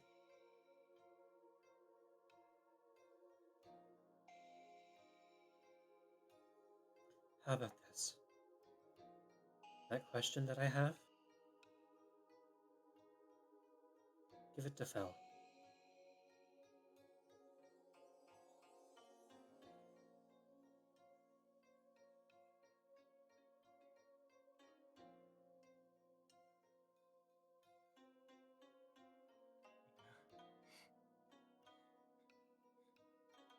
Is there not something you wanted to ask? It'll wait for another time.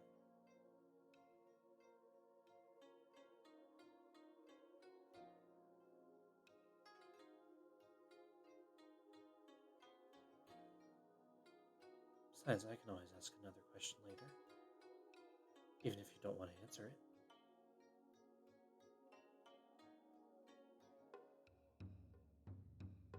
Well, I suppose. Oh, after seeing my laugh, he probably thinks I'm a maniac. You saw how he looked at me. I'm sure he was surprised. Again, not very well practiced. But I don't think he thinks of you any differently.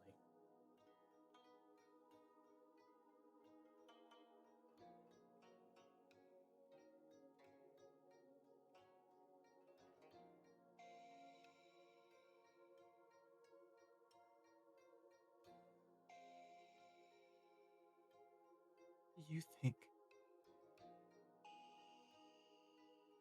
of me? What do I think?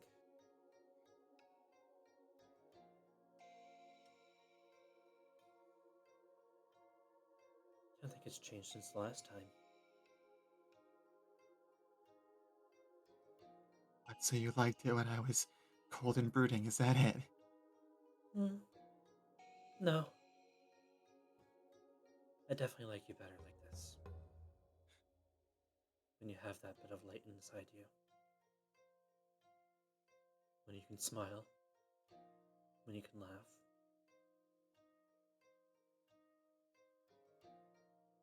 I don't think my opinion of you has changed, though.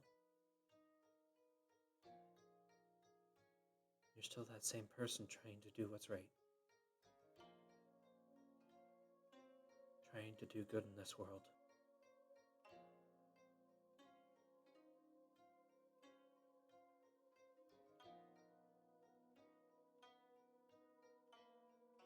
Even if you are a little more dark than others. That's fine.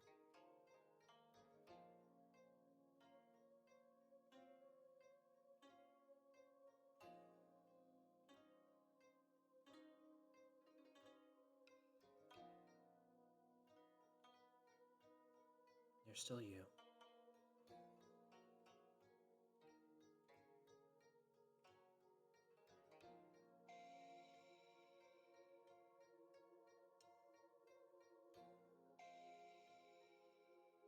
Still terrified.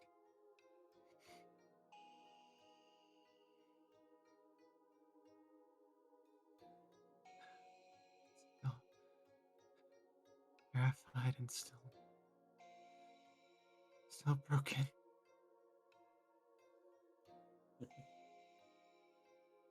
We all are a little bit. We're all scared of something. You future is very uncertain.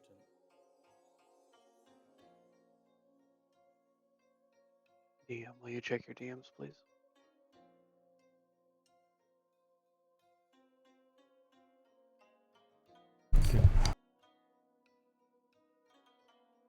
Probably won't reach that future if we stay in here all day. Well, night.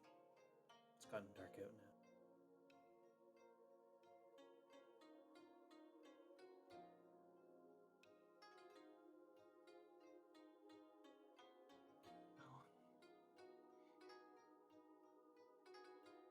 Bill told me something the first time I spoke to him. He said, don't view the people around you as lights needing to be snuffed out. See them as the light that guides you to the grove.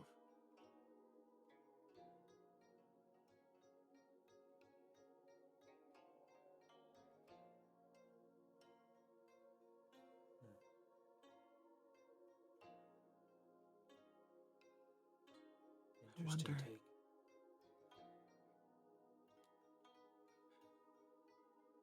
I just wonder if he meant that.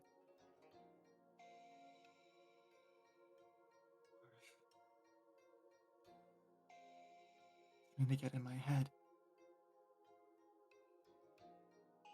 But nevertheless, it wasn't entirely wrong.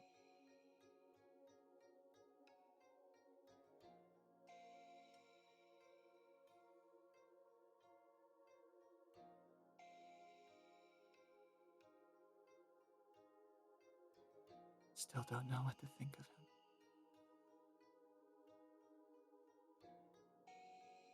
But if there's one thing I can say for certain, and the lawyer's gonna look you dead in the eyes.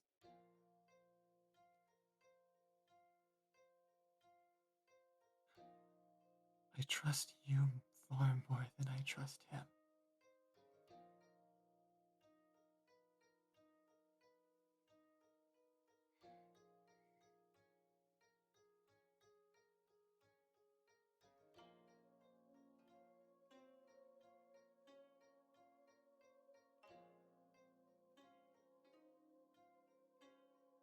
But I'd say that trusting someone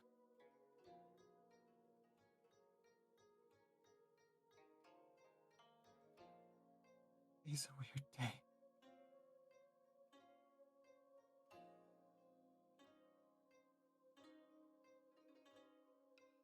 Lawyer's gonna look back down at the floor.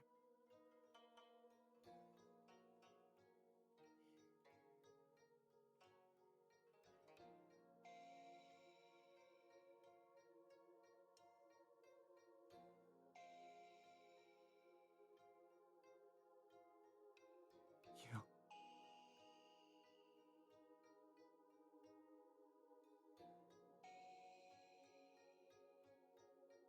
Thank you for being by my side.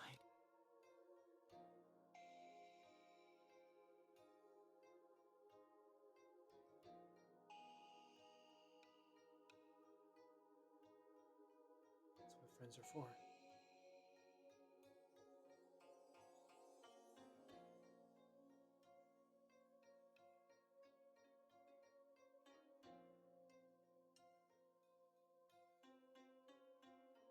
So I'm told. And the lawyer's gonna look back at you with a half smile.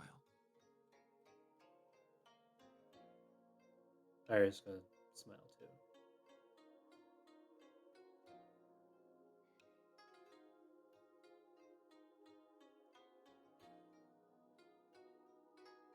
So I'm told.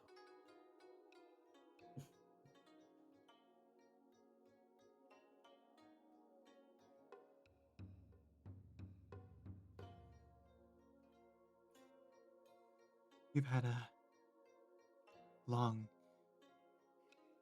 12 hours assume you came in here to get some rest. Actually, I came in here to deliver the food. Oh. Thanks. Anytime. I was just gonna head out back on deck, actually. Watch the night sky for a little bit.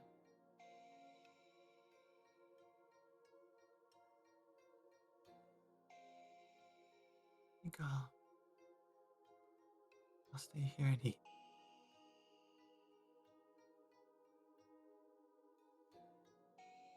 Okay. Don't stay too long.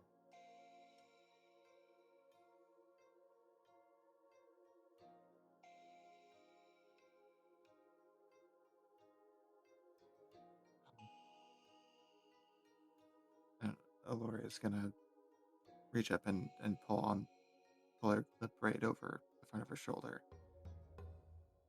Zerola did this. It's nice.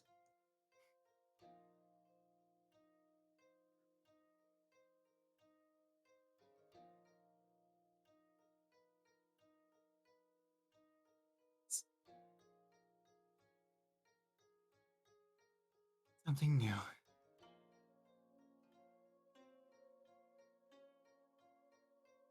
Well, don't let me keep you. Okay. Enjoy your food. And then Mari's gonna stand up from the bed.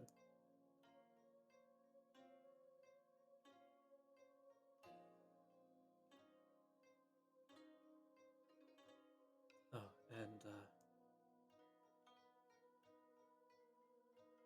I will let you know about that vision. But I think I'll tell everybody.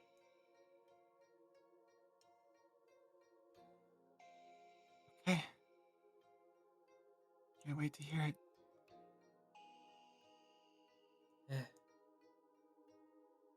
I don't think it's gonna be much, but we'll see. See.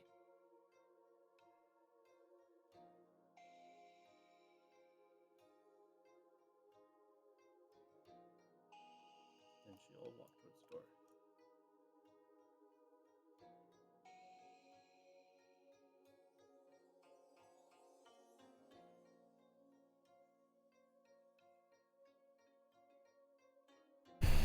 All right. Gloria will begin eating.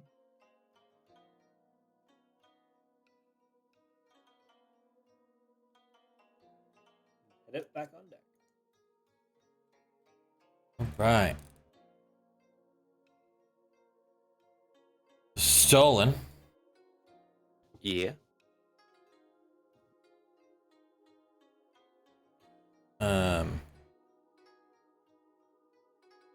What are you doing? So Stolen was whittling the bone that he had, Mm-hmm. and he whittled just like about an inch on one side of it into a little fish whistle. Okay. And yeah, he's gonna blow into it to see if it works. I see. I think there's an I don't think there is an artisan tool for that. I would say go ahead and give me a. This wouldn't be a disadvantage. Go ahead and this would be normal. Go ahead and give me a just a flat wisdom check. All right. Just click where it says wisdom and roll that.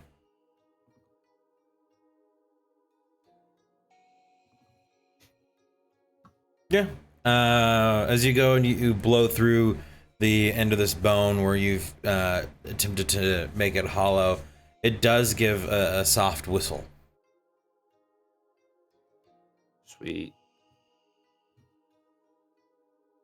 And I'll just keep working on it, making Okay. sure making it look nicer and more detailed.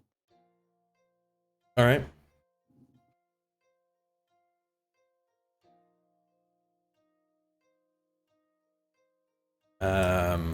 Velwolf, LNN, what are you two doing?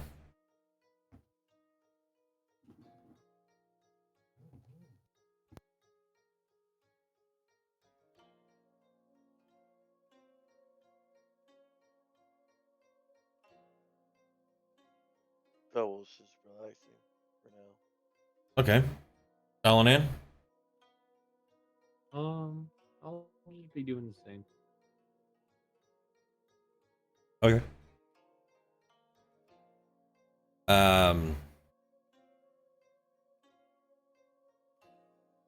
Albert will probably finish eating and then quietly look at both of you two and just give a nod as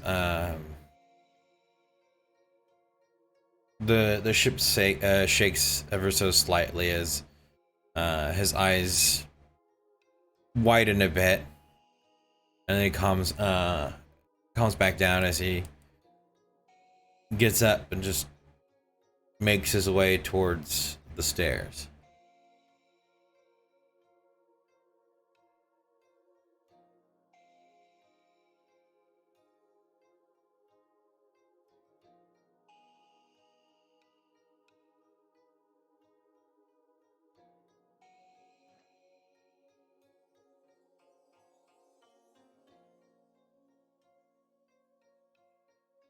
I was gonna pull out his scroll case.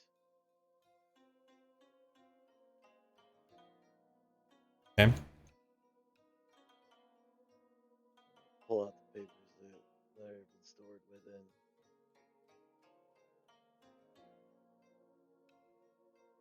All right. What papers are you looking for exactly? He has 3 currently stored in there. The picture being one, the letter from Mao, and the letter from Hawk. Okay.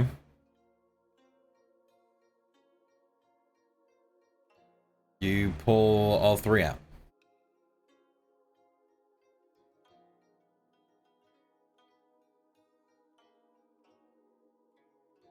He's gonna read. Okay.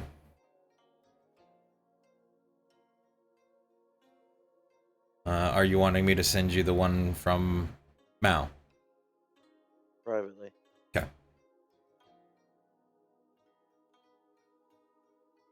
That's right. I have to put this in a file format that you can open.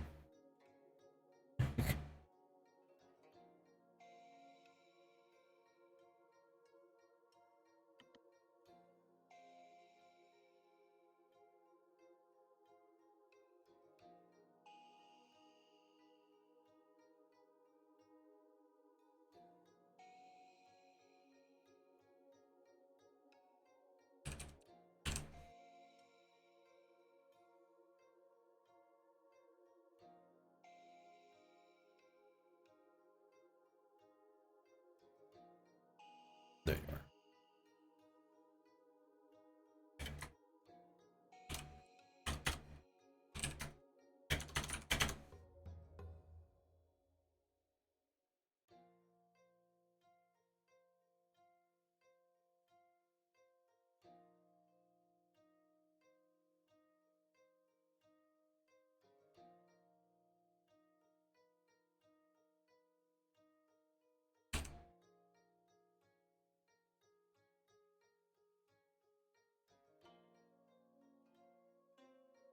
Yeah.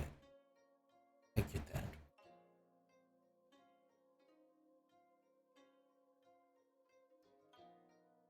Sorry. There it is. Go.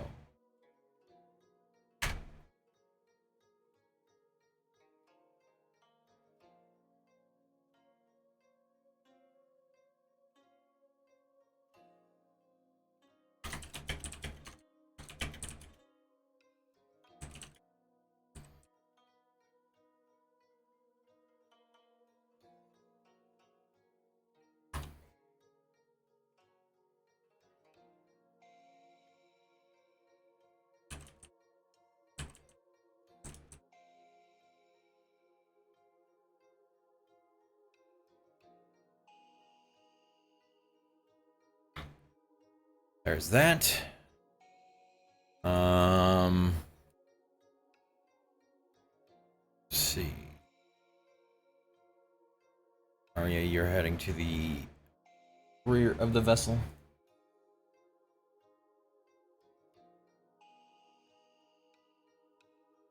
Okay. After a little bit, Zarala will also begin to head up the upper deck.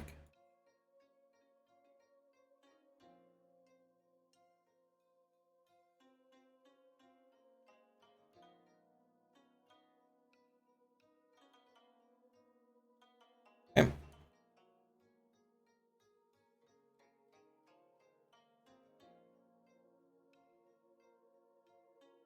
M10, what are you wishing to do?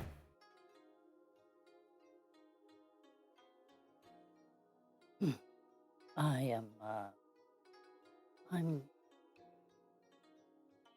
still eating. Kind of just ate rather slow.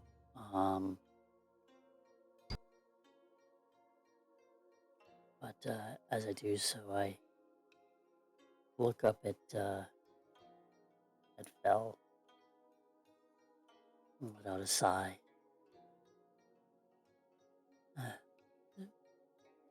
Kind of this very not sad, but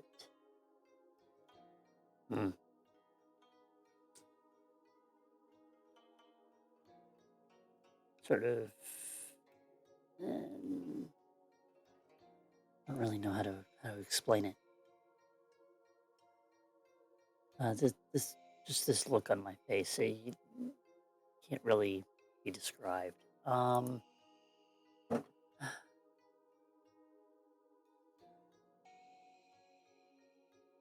Well, was it?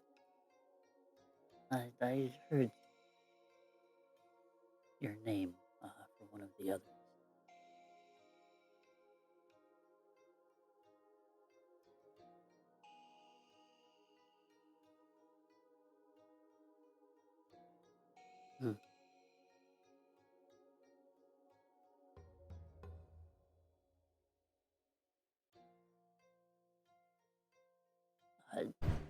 Anyway,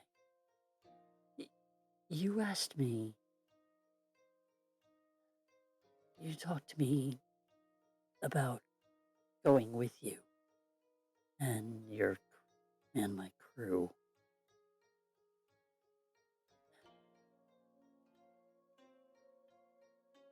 Oh, not me in particular, but they talked to me about it. I think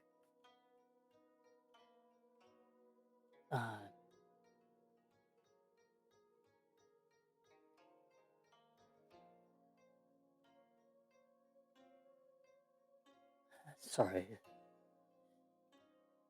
Rather tired. Names are eluding me at this point.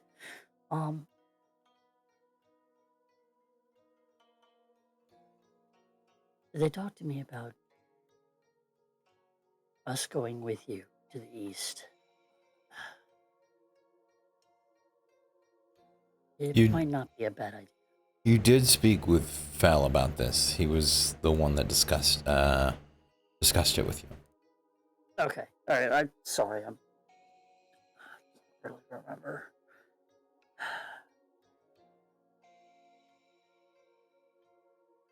Sorry, Phil. All right.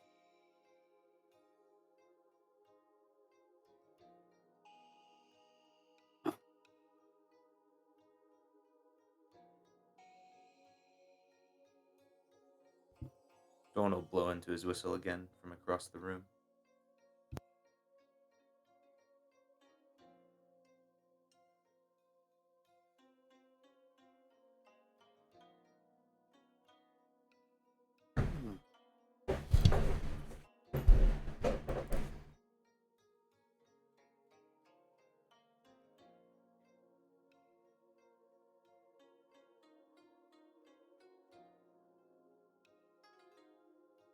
Sort of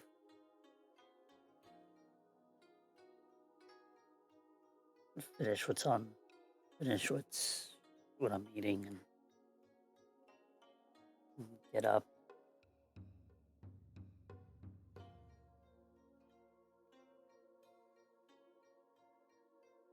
Hmm. This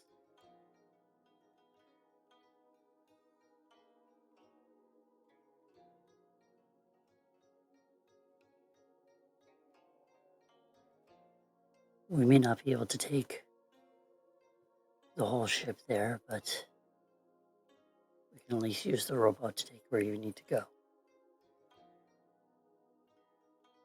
If that works for you.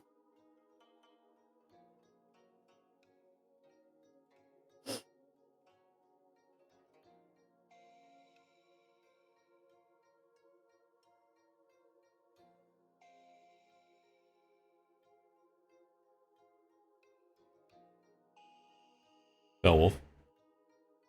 You muted, or are you just not saying anything? I think the player is in-depthly reading.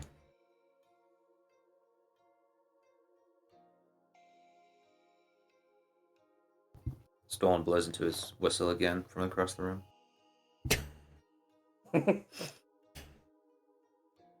It's that awkward side noise. God, my tinnitus is kicking in. I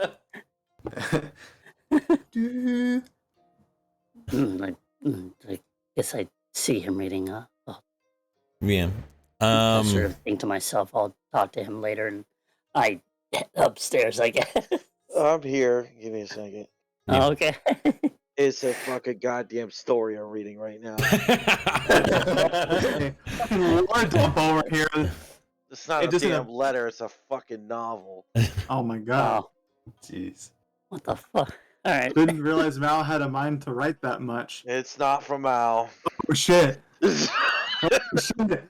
Shit. you know Jesus. why I'm concentrating. Yeah, because it's Alright, not sorry. just it's not from It's not from Mal. So we'll get to Oh. that. We'll get to that conversation in a moment. M10. Arya, what are you doing at the rear of the vessel? Mostly just sitting down, looking at the stars. I'm assuming it's a clear night, or is it It's clear. overcast? Okay. Kind of glance at Klestak every now and then. He's just over there standing next to the wheel and occasionally turns it, then holds it, then just lets it drift. Then he turns it. And it begins to turn the other way. And turn it back. Kind of this haphazardly steering, like,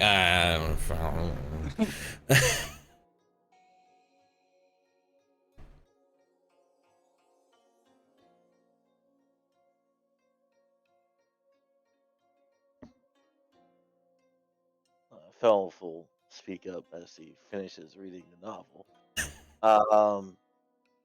Who's next to him at the moment? Your brother and Nimtan. He will apologize to Nantan as he was lost in thought. Hello then. No worries.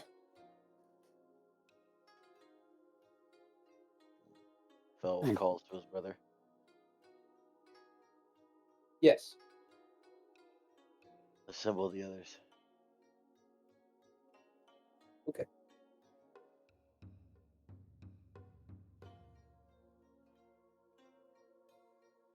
What was your question? More of a statement. We discussed how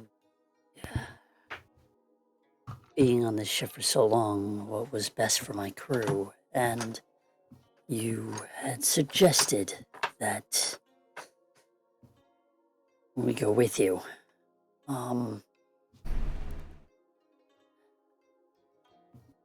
They have all given they have all given me their thoughts on this, and there's just one conclusion. Jeez. They all agree. I'll agree to go with you. To go with you and your crew.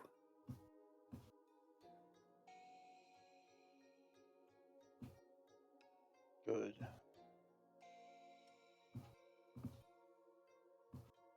Whenever you are to drop us off at whatever location we are to be docked at,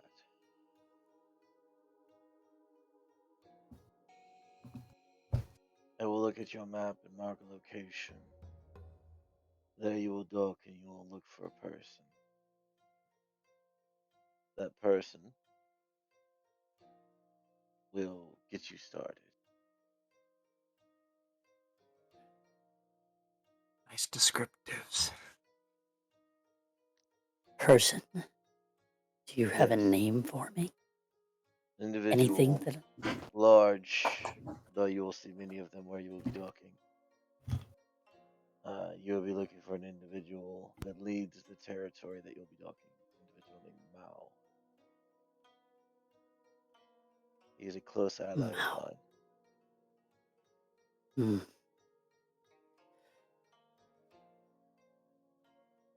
All right. And that's not it. Um,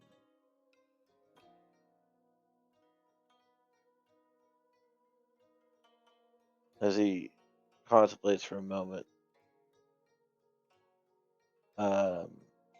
he's gonna, from his sash, pull out a small, what looks to be sheathed dagger. This is very Eastern in design.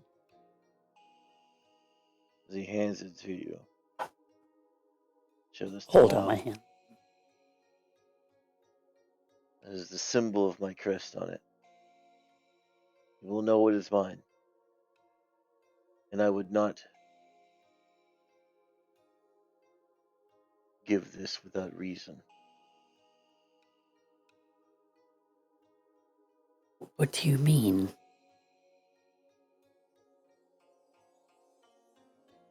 You will need proof that you are telling the truth. Mao, like myself, is a warrior. However, he tends to use a little bit less of a thought process, more of his might. Show him this, and he will know you're telling the truth.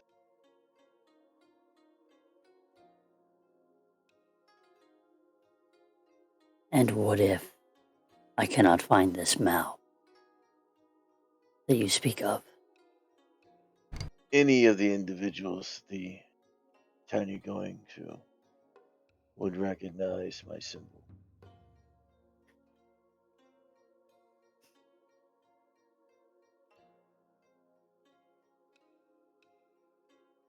My family is one of the dominant families of the jurisdiction.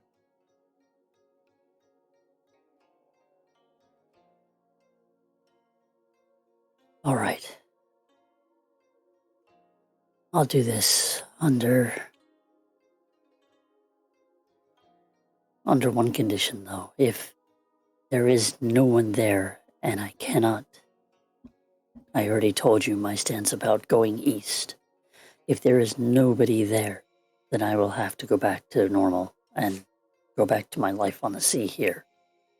The best I can do is give you my rowboat for you all to take. But if there is no one there by that name, I will give you back this dagger and go back.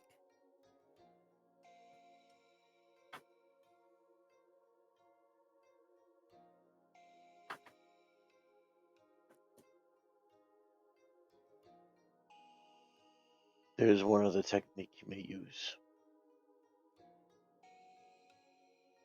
Though I must stress there is danger in this. Follow my word to a T, and there will be no danger for you or your crew, should you need to enact this plan. There is a territory along the shore. You'll see thick forests. have one of your crew stand along the shoreline. Do not enter the forest. Have this dagger in hand. Raise it high with the emblem facing out towards the forest. They will see this.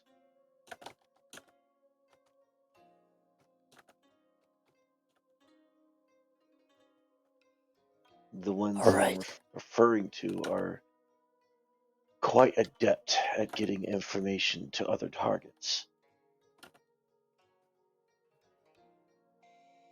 So if you do not find him in the initial place, do this.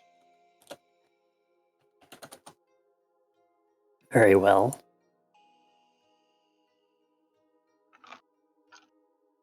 And I have a question for you. Which one of my crew do you think it would be suitable for this? One that would be fast on their feet, from what I can see, would probably be your monk friend. I was thinking the same.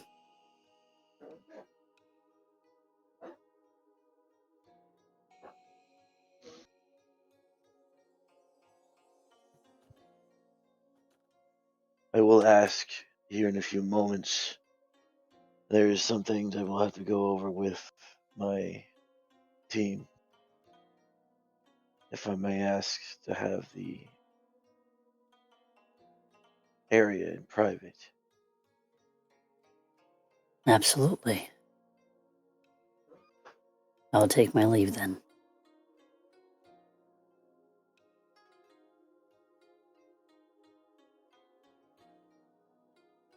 And I walk out.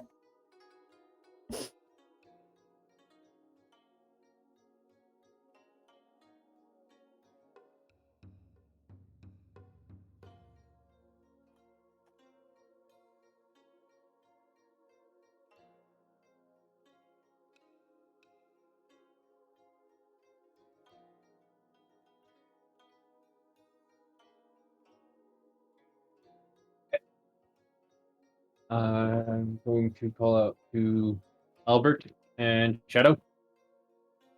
The two up here.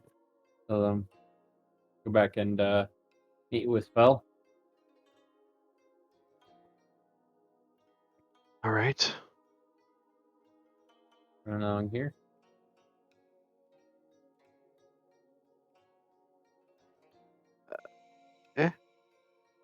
Ah, Arya, Yes. you need to go back and meet with Fel. Private talk? Yes. Why not the bedroom?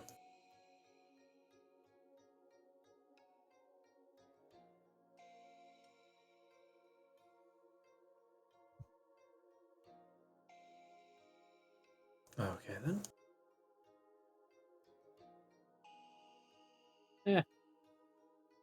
Gloria.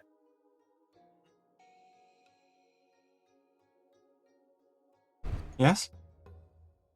We need to talk quickly. You and I? No, everybody. Oh. I'll. Where? Come on. Okay.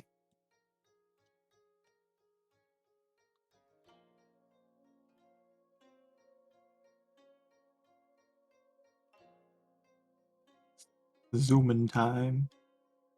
Zoom. Zoom. And, of course, as Loria walks in, you'll notice immediately her hair is back in the braid with the feathers tailing at the end.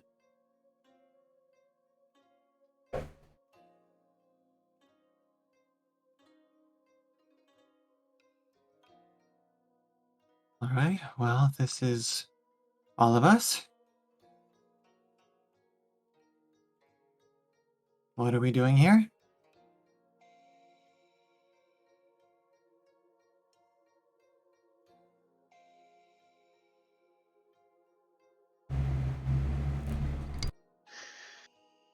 Felwolf looks around.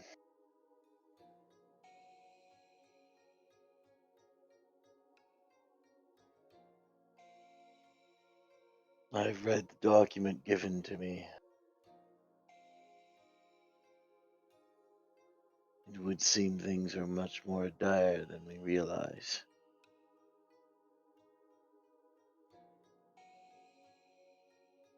It's always something, isn't it? I will read it word for word. Arch. DMs.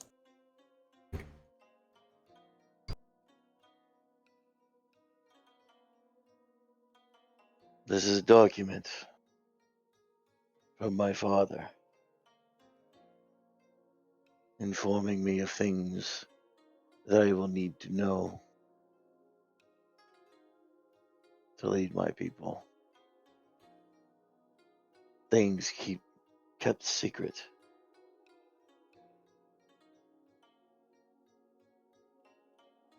It starts. Ragefang held the pass against the Black King a very long time ago. During their time, no one passed through. The stories are a bit blurry, but there was a fight. What is known is Ragefang lost, and the Emperor just said if they stick to tradition and guard the pass, so let it be. Your ancestors were brought here by the Black King in a bygone era, and after he tried to go east and lost your clan, stayed near the pass, and then went to join them because they held off the only power your clan knew. They met tired warriors that tried to kill you on sight, but your clan was fresh and won. Began to learn and try to keep those powerful warriors. The members that fled later became the Ragefang. The Dragon Clan came to reinforce the pass against the Black King, but the army was repelled. Instead of killing your ancient clan, they offered an olive branch. They taught them their language and left them so that the clan may train and fill the void. Later, the Emperor declared them to be the Wolf Clan. The Shogun is the Cherry Blossom Samurai. The position, in all truth, is a curse, in my opinion, son. To go through the process of becoming the Shogun, you must die. You must give your life to the clans. I did not want to become the Shogun, not because I feared death. It is because it can twist a person's soul. The Shogun is immortal until replaced. They are cursed to walk and serve until one is selected to replace them. It is because the body that is chosen becomes the Cherry Blossom Samurai. I didn't want you, my son, to see my spirit lose to another. Time and time again, Mao and I have spoken. We don't want this to continue. The Dragon Clan must always keep tradition, it seems, and they keep the secret from even the Emperor. though the Emperor keeps things from all of us. The leader of the Snake Clan was supposed to be looking into this, for there is a battle going on between the Emperor and the Shogun. I am unaware why or even how, but there is something wrong with both of them. I worry you might get dragged into it. Mao carries this letter, not knowing its contents, but I am sure he would be the only person you can truly trust in the East. Take your journey west. As long as you live, the clan will be safe from other clans. Mao has promised me that when you leave, he will watch over the clan for you to make sure they stay safe from the Shogun and from the Emperor. Your brothers and sisters are going to be strong without you being there. There are still trustworthy orcs in the desert. You just need to find them. Take our influence out to the desert if you return home. Draw in our people. Bring them to an honorable place. Don't let them become influenced. I had found that those I trusted fell victim to the influence of others, and I am sorry. There are so many more things that I want to say to you, but I do not have much time to write this letter. We are about to fight someone that lives without honor, someone that views everything beneath them. The Platinum Katana. I hope that one day I can kill him and ensure that our people and our home can stay safe. I will see you when I return home. I know what you must do, but I know I trained you right. But now you must go and have the world train and teach you. The things that I still learn today, I cannot wait to pass down and watch you change the world like your forefathers so wished to do. In peace and prosperity. The Wolf Clan head, Star Strider Dragonhawk, the White Wolf of Whitewater, the Honored Blade, the Sword of Emerald Legends, son, father, student, and teacher.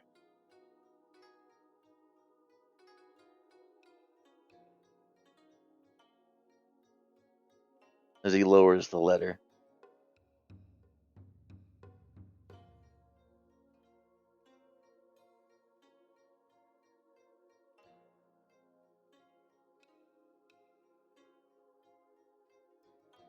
So she played us.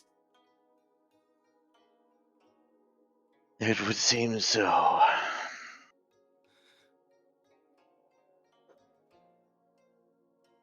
Entire damn country. This war is not a simple one, it seems. There seems to be multiple. I fear that this foreign influence may only be a small annoyance compared to what may lurk in the shadows. If something is truly twisting the Emperor and the Shogun, This is a matter that needs to be addressed. How? What mean? Where do It's you quite even simple. start? There is one clan that is keeping these secrets. One clan that is lying. One clan that is continuing this cursed path of pain.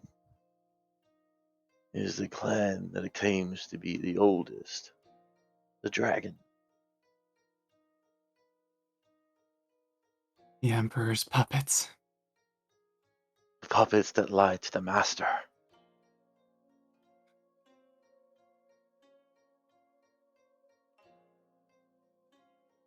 So, how do you suggest we part these clouds of lies and deceit then? In the East, it is best to deal with things in an Eastern way. That much is understood.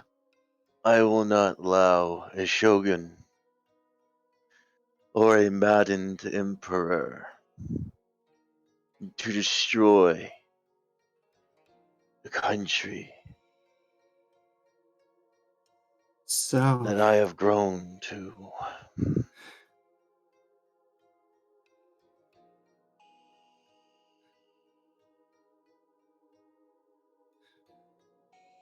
I was so, told once, in order to become a shogun, each of the clan's heads must agree upon it. I do not think this is a lie. I just believe it was not the full truth. In fact, merely a shot at the Dragon Clan's head. The Dragon Clan are the perpetuators of this curse. However, if they are removed, the snake, the ox, and wolf would be united under one, and it would not be a mad emperor. oh, what? We just put the Shogun and the Emperor to the sword then, is that it? I swore an oath to myself in private before we even left my home. There is one person that will taste my blade. It is that cherry blossom samurai. Now we have all the reason we need to make it legitimate. This is a matter for another day, but this is something that our group needed to be clear about. None of you have really any ties to the East except for one. And even then, it's dubious. At best, yes. I will not put this burden upon you. However, I've grown accustomed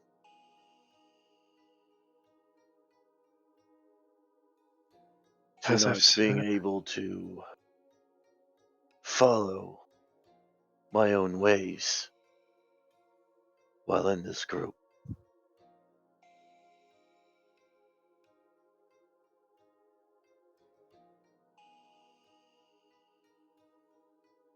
I will call upon Whitewater.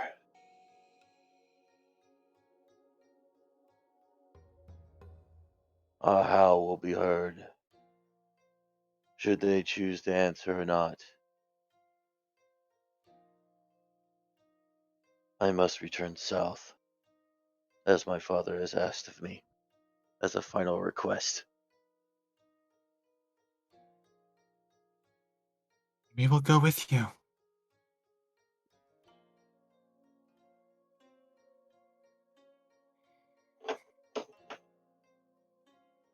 My father gave his life to ensure that we survive. He fought the Platinum Katana on an uneven field, through a plan laden with lies. A plan that could have been avoided should we have not been lied to. The Cherry Blossom Samurai will pay, but only I will slay her.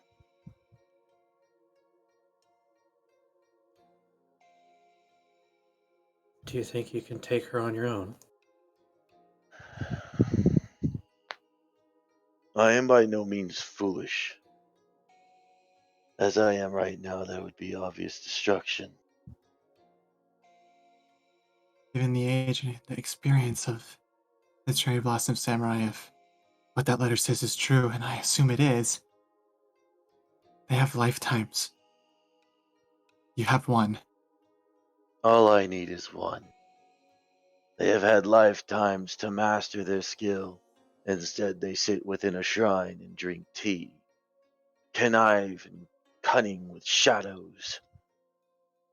Meanwhile, my father and I stand on open field, sword in hand. Let the Cherry Samurai have her immortality.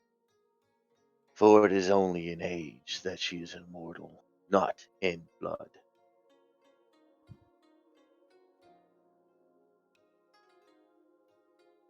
Be that as it may, none of us should do anything alone. I do not aim to do this alone. As I've said, I've grown accustomed to not being able to do things my way when it comes to Eastern traditions. I will relent on that matter. However, when times come, when I ask of it in the future, I must have these moments.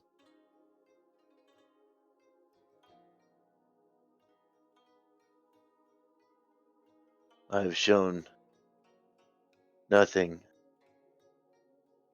but respect and admiration for the majority of you, excluding one, as he looks at Arya. You I have wronged,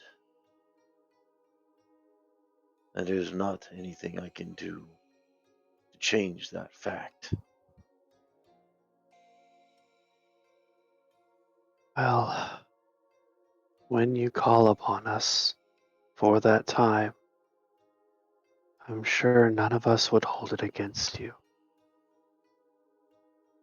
as you have shown your steadfast and sturdiness to all of us. You've earned our respect and admiration as well. You On know, that, oh, my apologies. Go ahead.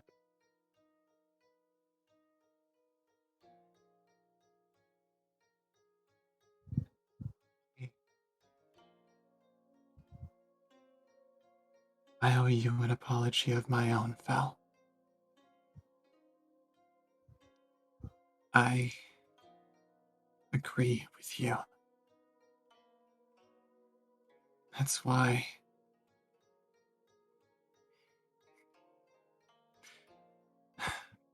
I apologize for my disrespect, my willful ignorance.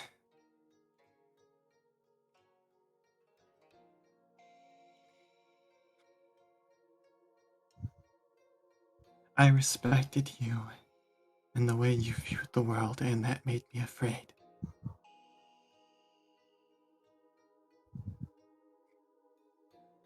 Afraid that,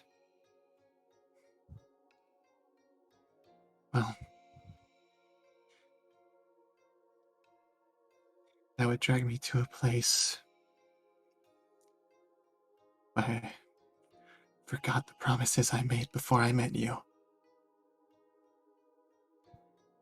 But it was wrong of me to look at it that way.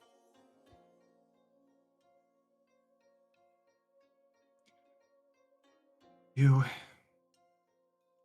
time and again, stand between us, and the blades that would cut our flesh.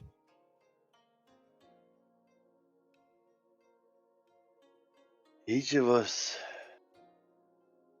play a pivotal role in this story. Of what the ending is, I will not know. However, I know that each of us will play our role to its part. As for individuals, each of us does not come without our own flaws. It is obvious. I have mine. You have yours. Recognition is an important thing. To understand another person and their lifestyle aids in a judgment on how to control the situation, how to act when conversing with another person. It's just simple politics, simple person to person behavior. I do not judge you and will not judge you for the life you have lived before, for the things you've done, as my clan offers a second chance. I like to extend that a little further when it deals with individuals. For example, he looks over to Arya. Some of us come from lineages that are predominantly dark and by shadow. That does not necessarily mean you are evil, corrupted, or a vile creature. Not once have I ever called you such thing. It is because you have my admiration, my respect, and my understanding. I do not make fun of your kin, as you do not make fun of mine. I do not assume things about you. You do not assume things about me. We have an understanding. We have come. That recognition, if you will. He looks at Aloria. One with a chaotic life. Balanced by nature, however tempered with fire, chaos. It is a paradox. However, you persist. Does not mean you will come out unscathed, as you have openly admitted. I will admit it was a frightening display, though that's because I am unaccustomed. It will not strike me again in such a way. You have my apologies. You will be not limited by that chaos. You have grown in your ways. And only further as we walk this path will you grow more and more resolute, with a fiery fervor to prevent that chaos from happening again. He looks over to Stolen Albert. I do not know what troubles have followed you. I will not ask, as I have made clear with the others. It is not my place to ask. However, You have shown me respect, and I will return that, as I have done so to this date. It does not mean I will not make fun of you for eating fruit with shit in it. That's plenty fair, friend. Ari will chuckle. My brother, of all of us, you've stayed by my side the longest. There are no words kept in secret between us. There's no actions we do that the other does not know. We live simple lives. We are simple men.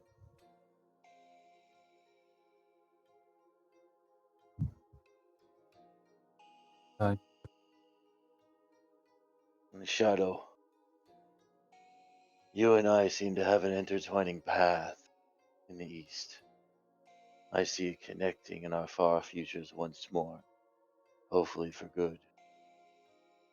Once again, should you progress with your tribulation with the snakes, me and mine will aid where we can, as I have done so far.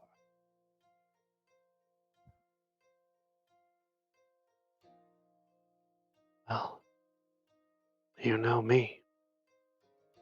As far as we've been together, if the day does come for us to part once more, just look to the shadows and know you'll have a friend. One last that I must say, as he turns back to Arya. I will do what you ask of me. I will redeem myself in a Western way. But I must stress, what I know what I did was wrong.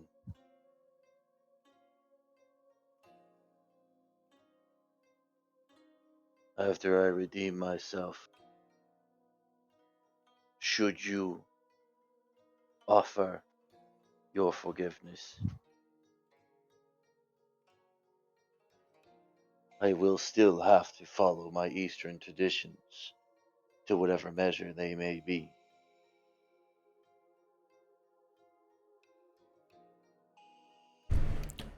Both. What? Make for me a history check. I'm gonna fail this one. On hot biscuits.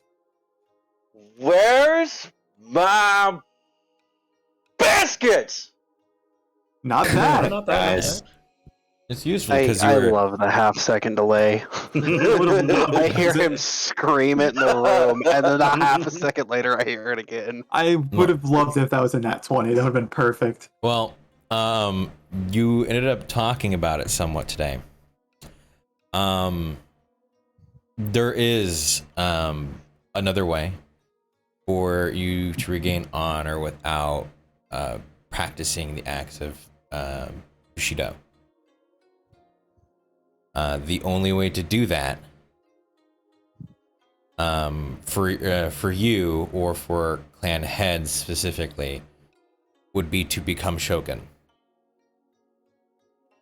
Like I said, whatever measure I need to do, it just needs to be respected. Is basically what he's saying.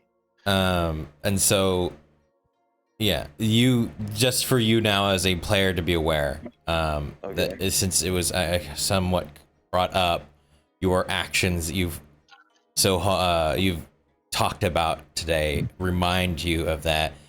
If there is a way for you that you are currently aware of that would venerate you or bring honor back to you, would be to be chosen amongst your peers regardless of your actions or anything, chosen to still be a leader. That is the highest form of that could be granted upon you in giving you still honor regardless of your transgressions. That is something that is still within the power that you can do. that your behavior, your outwardly projections are not entirely tarnished in the eyes of all those around you, that would still give you honor. So the only way that you can think of is if you are voted to be shogun by tradition, you would not have to follow the lines of Bushido.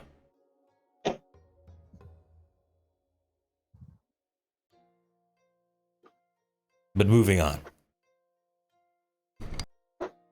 He folds the letter or rolls the letter back up as he puts the documents back into his scroll case, reseals it, places it back in his backpack. If I might,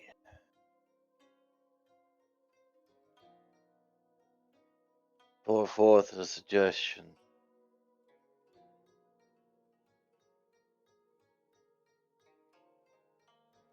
Or an offer, at the minimum. I know it is foolhardy. I know it is asinine.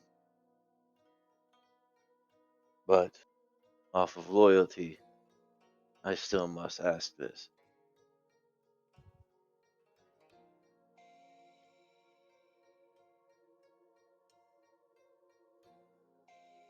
I would like to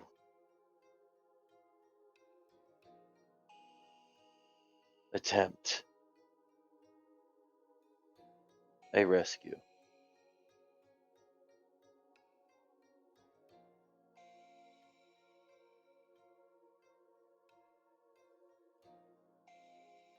All ears? You mean Mao's sister, correct? Spot on. Do not mistake me. Logic dictates she has probably already fallen. However, off of loyalty to Mao, and from my father's words, that he is the sole person that we are to trust, no one else, I would repay that trust with at least an attempt.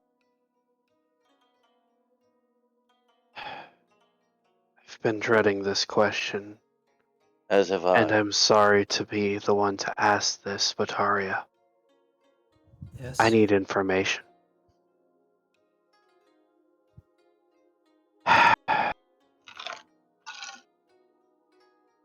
You know your family better than anyone else. What is the best way to put them down?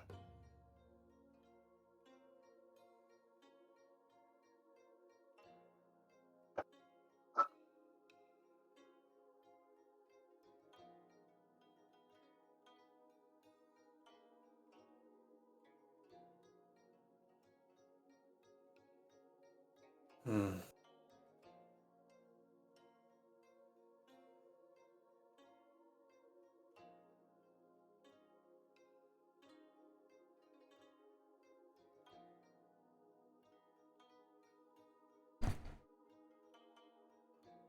Big for me.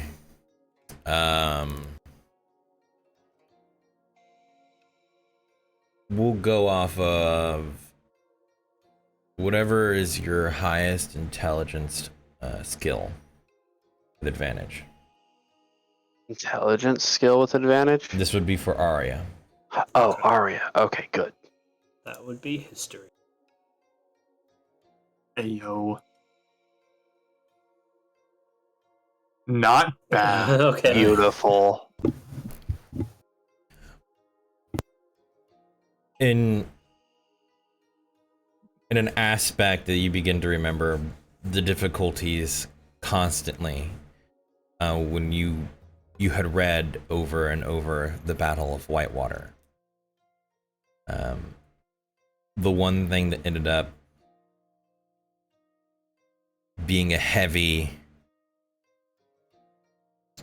boon for the forces of Whitewater was the rivers themselves, the constant flowing water. It wasn't the fact that your family couldn't move across it, is that moving across it weakened them. let alone that once when gates were broken through, the key factor that turned the tide was the use of holy water. Yep. And since then, you read priests go out daily blessing the river and doing small bits to give some sort of visual premise or comfort to the citizens of Whitewater by blessing the 3 rivers that surround Whitewater. Okay.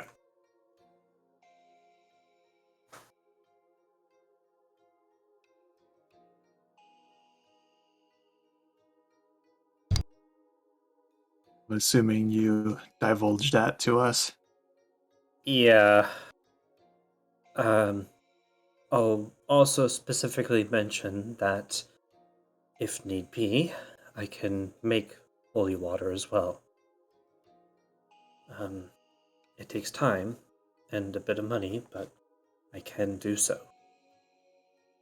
I do have to ask, I know you are different from the rest of your family. Do any of their weaknesses affect you as well, or are you different in every respect? I'm different from them in that I am not a pureblood.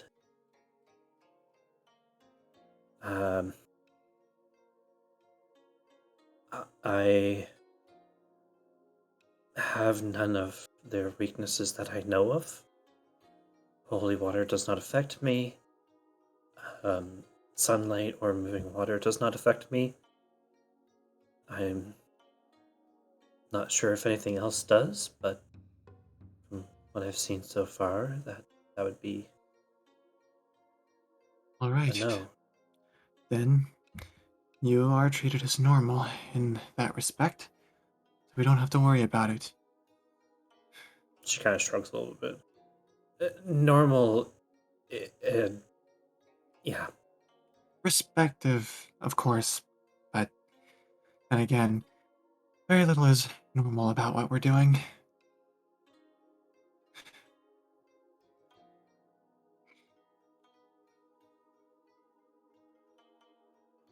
I would know that this is for you, Arch. I would know that sunlight affects them, correct? I would know that, or is that like a common thing that everybody knows? Sunlight affects vampires. Normally, it's common knowledge that undead creatures prefer to roam around during the evening, either by the fact that they can prowl better at night, or some of them, you can't name any specific ones, but some of them are more vulnerable or fearful of daylight. Thus, you'd know that as being a druid, that means daylight, not just bright light. Okay. Specifically, light that would come from the sun and similar manifestations of it. Yes. Okay. What about fire? You don't know of any particularly that that would apply to. Or at least you have not come across any undead creatures in your lifetime to attempt to try. What about fire, Arya? Is that particularly potent against them, or is it normal? I'm not very familiar with that myself. I would say it would be normal.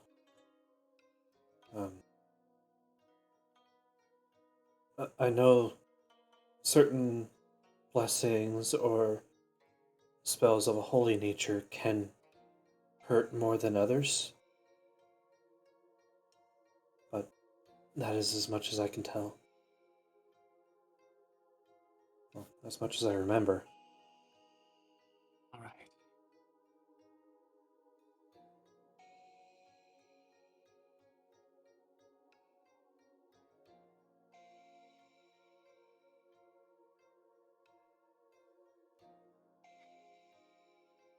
So, assuming that Mao's sister is still alive, where would we even go to look for her?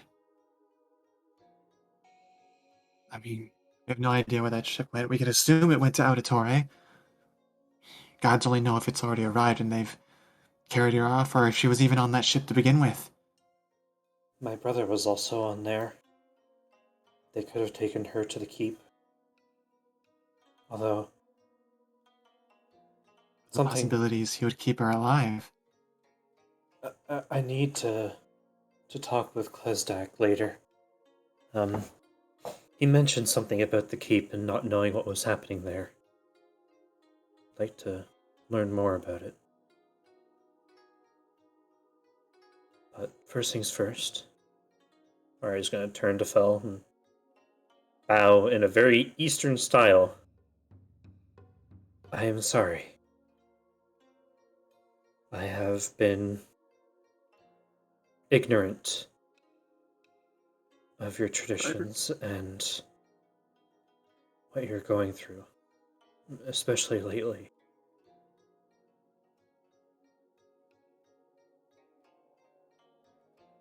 In the future, I will respect your traditions, the Eastern traditions.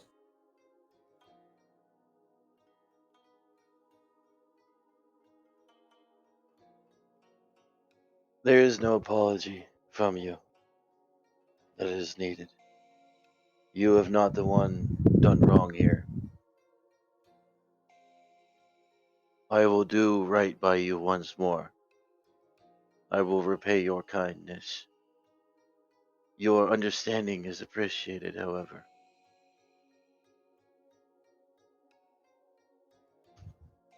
She stands back up again and nods. Thank you.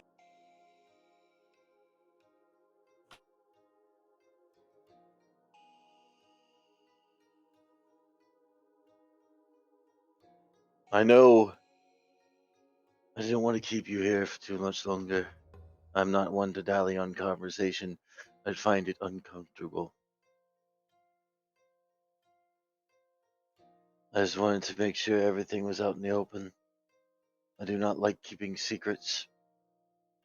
It makes me feel weird. Understand that feeling?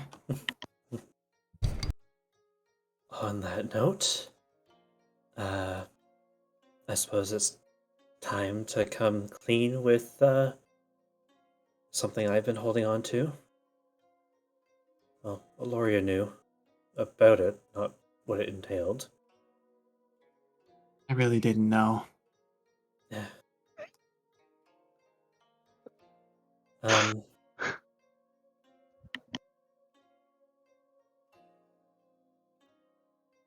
after we met, Gil, and the platinum katana was whisked away, I decided to pray to my goddess, and I received a vision. Although it's difficult to say what parts of it are true and what parts of it are symbolic.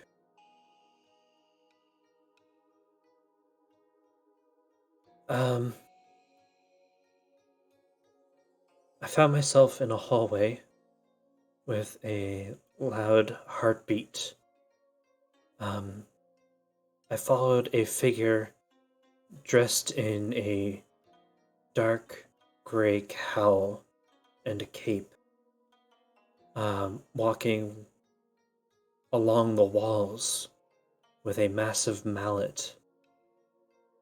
I followed them all the way down, and inside of a cave I saw Gil, the version that I saw, of course. Although the collars and tendrils that he had were pierced into the ground.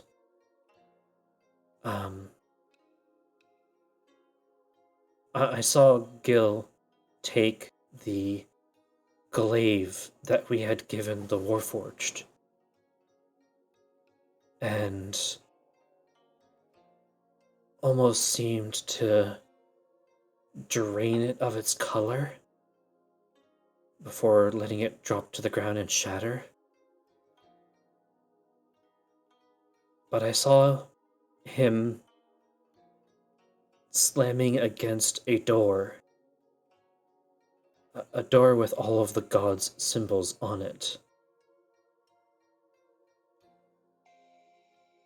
My view changed, and I was behind the door looking out at Gil, and I could feel a lot of fear and rage and disgust. I'm not sure what this vision means. I'm not even sure if any of it's true or if there's anything to it. But I figured that you should all know.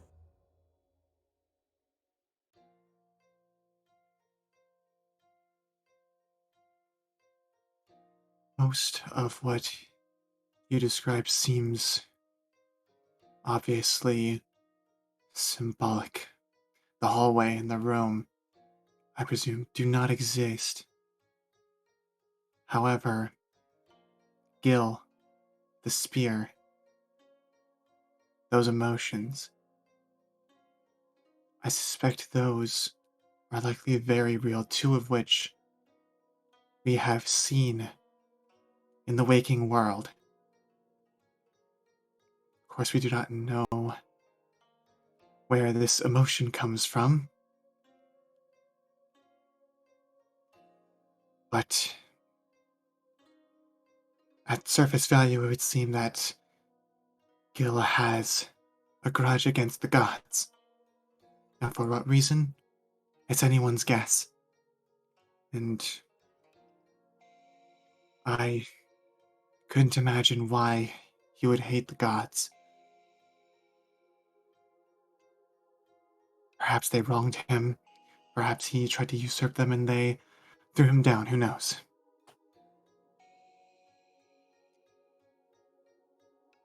But that spear concerns me. And it makes my assessment of their given names, well, let's just say that it gives me a little bit more to think about. I will say it was not the Warforged that gave the spear. It was this cloaked figure. Did not see his face? No, but definitely not them. It was something else. Perhaps it was taken from them.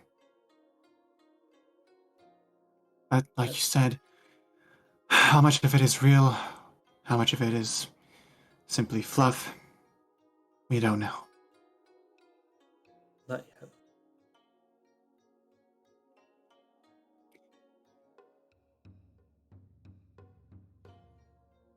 We'll think on it later. For now, we'd be better served preparing for this rescue operation. Um, But not we before would Go ahead. we would need to gather information once we reach ground. My brother and Shadow seem to be quite talented at gathering this information via their contacts. I would suggest we peruse that option. If that Indeed. bears fruit, I would like to have an egress path as well. So an ingress and egress. Are you familiar? If I'm not mistaken, ingress is forward, egress is backward, so a plan of getting okay. in and out, secret passageways, escape tunnels, etc., etc. So we need a way My to next- initiate it and a way to leave. My next idea is if I is speculation and history knowledge speaks truth. Is there a river or commune within Auditory that could potentially slow them down? Hey. Buying us more time. Arch. Given that my circle is nomadic and we travel through a lot of the nations, would I be able to think of anything geographically that You've never been to the capital of Auditory. There is a specific circle that functioned inside Auditory that managed all the wildlife. So that was not part of my circle's jurisdiction. When you left and you entered their circle when you first saw the wall. Yes. Yeah, that was territory of that druidic circle. Okay.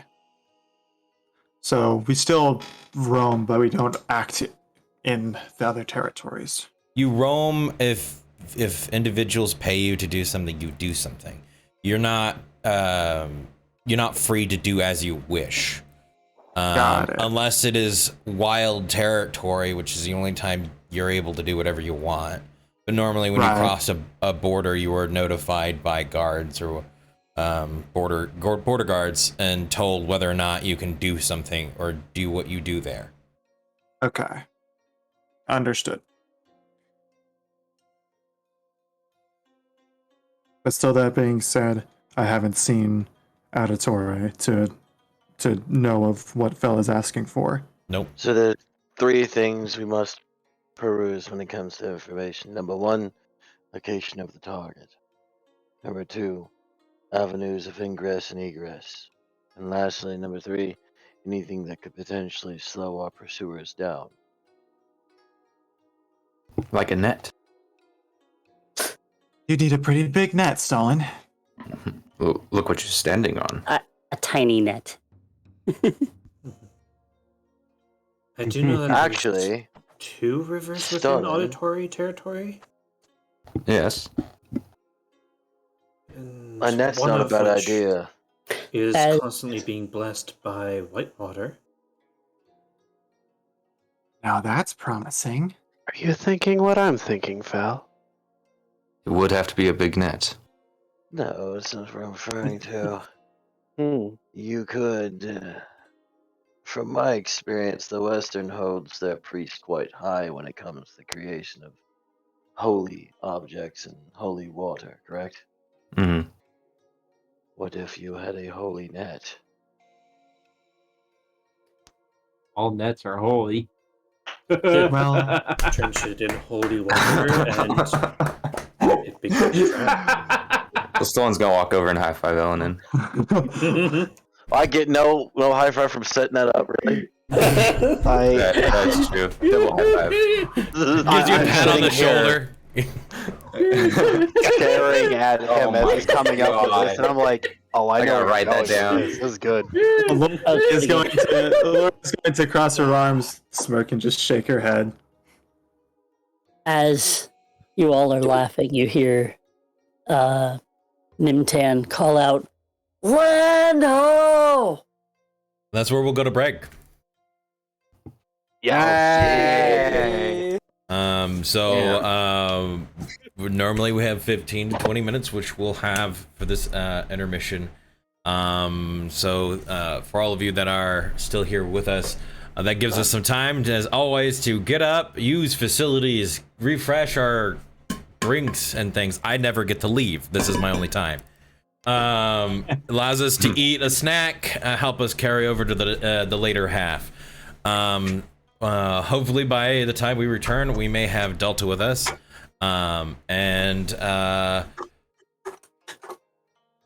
Yeah. We'll see you guys in 15 to 20 minutes. If they are all here and ready to go before then, we will hop right in. See you guys when we get back. All right. See you guys. It's good. See you in a bit.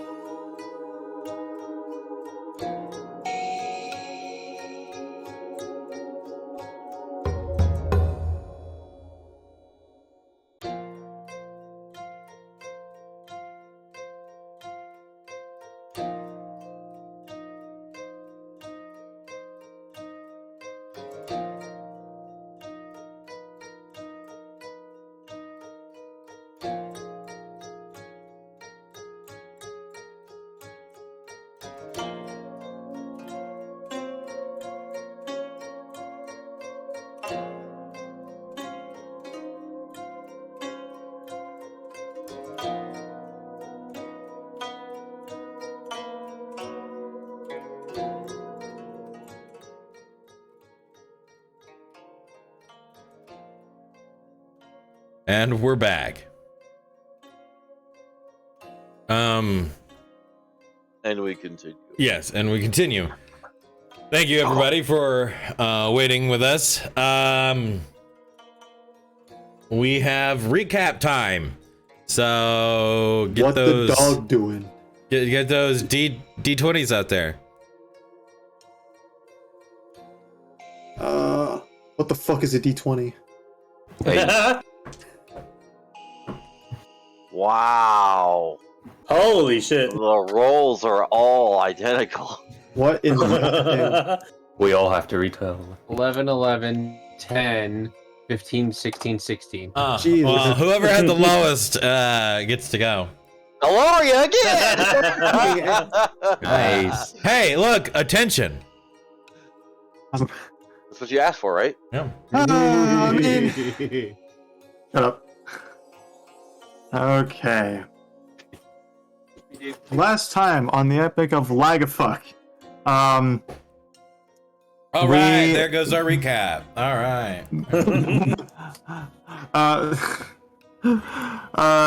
Freaking.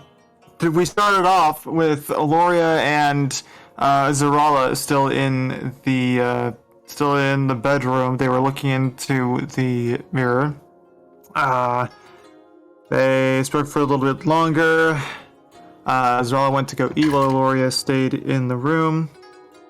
After that, the rest of the party was was collected and gathered down where Fel had prepared the Gigantosaurus fish, and they proceeded to eat with Alanan and Stolen deciding to have a food fight for 20 seconds and then forgetting about it. It happens.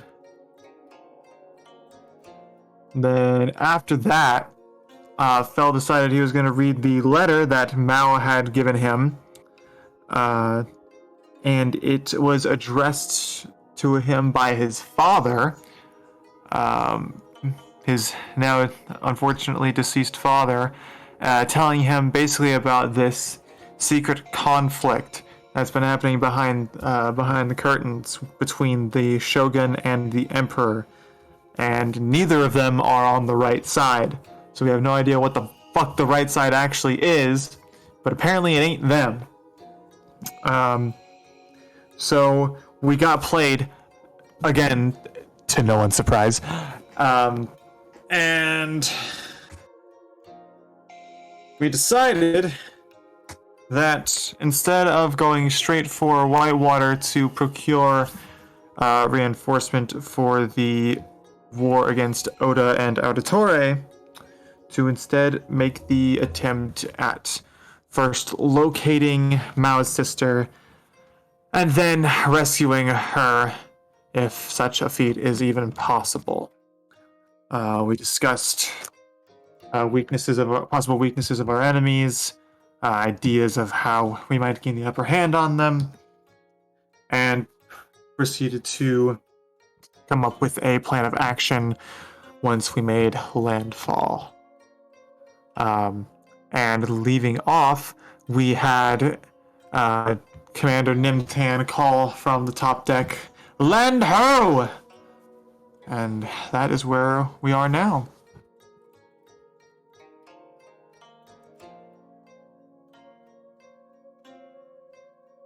Does anyone think anything is missing?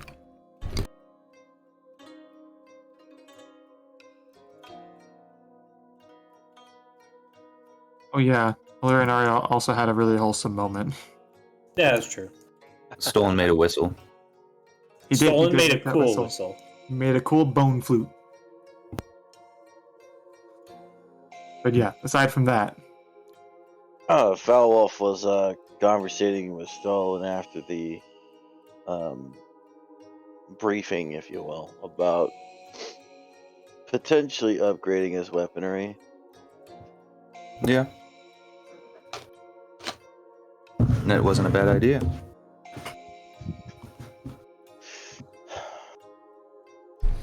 So you all hear Nimtan call out "Land ho" from above as you're chatting amongst yourselves in the lower deck. What be it that you do? Well, let's go take a look. time for another new land. Valyria's gonna begin walking away. Hopefully a good one. Zoom.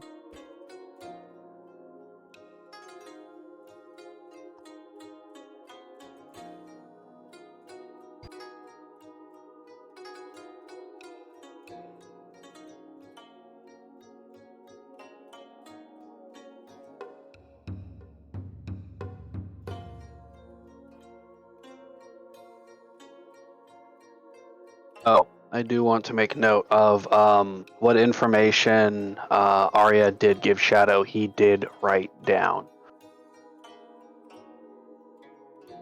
Valyria's got a little diary. He's just writing all this shit down. He does take notes. He actually hasn't taken a whole lot of notes, but the notes that he has taken are of relevance to him and his job, usually, or his fancies. Like the notes he took with the White Dragon that only he Yeah. knows about. Yeah. Which reminds me, so the notes you took while you were in that state, did they even translate to your actual notebook? Who knows? Nobody's fucking I wanna looked, take a so, look at you know, that. You mean you haven't looked? it hasn't looked. I mean, as far as I know, the notes are there. Which you haven't looked, so you don't know. Listen, I can metagame all I want, but as far as I know, it's there. As far as he knows, it's there.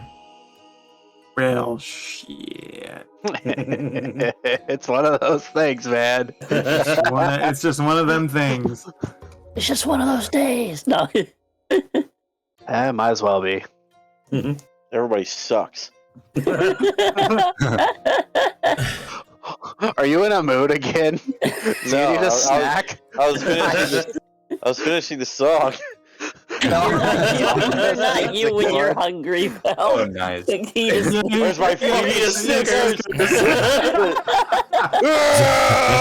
Not a Snickers, it's a pickle. Have a Where's Snickers. your pickle, pal? I just start throwing people off the boat until somebody gives me a Snickers. Dude. Val Wolf, Ellen, you upstairs. I mean, I'm following the crew, so. All right. Bam. There you go. I'm just talking with Stolen about ideas I had for his net. Ellen screams. Daylight, it burns. He's over here like, just hissing. As you come up to the upper deck, it is not daylight out. It is still in the throes of morning hours. So the sun is yet to be out. However, you can see off in the distance this luminous glow. You see what this mountain range come to an end, and at its very base, this extreme glow. You can see what looks to be masts of ships rocking back and forth in the ocean itself, off the shore. All of the sails have been hoisted up. They are all resting in place. You are still a good distance out, and as you are all staring at this, you're watching as the sails on the vessel that you are on are racing.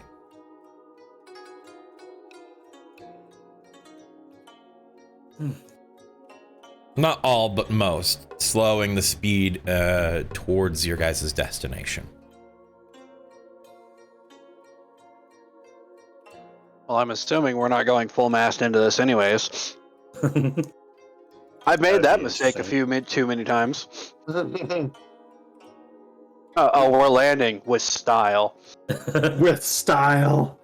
You assume that it's going to be a safe landing. Who said anything about safe? I said assault the beach. Yes, assault the beach. It's an assault craft. When your D&D group reenacts Normandy. Oh no! We're taking on water. Will take us to land. We can't take on sand. The orc pushes everybody away. I'll take on the water. And Stout takes the sword out. I'm a wizard. I don't like sand. It's coarse and rough and irritating. And it gets No! All right. Yes. This is why Spaz is not allowed to play a wizard. All right. Fuck you mean? He would be the space wizard. All right. You see this immense wall, portioned, and partial. It has gaps in it. You see what seems to be these mouths of rivers sticking through it too. However, more pressing to your eye is to the far right, or to the very more northern section of the shoreline, is this massive, almost dome-esque structure. You would probably say from one end to the other, a bit over a mile.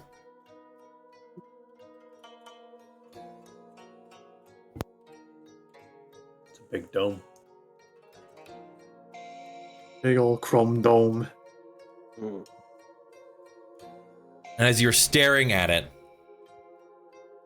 you feel warmth hit your back. As the rising sun behind you hits the top of this dome, it sparkles with this brilliant, blinding light.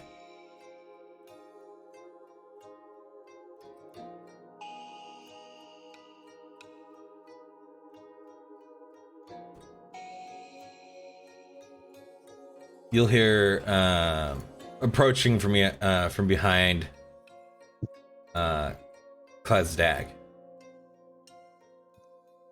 Oh, that's the Silver Dome. What exactly is it? An arena. An arena? Gladiatorial.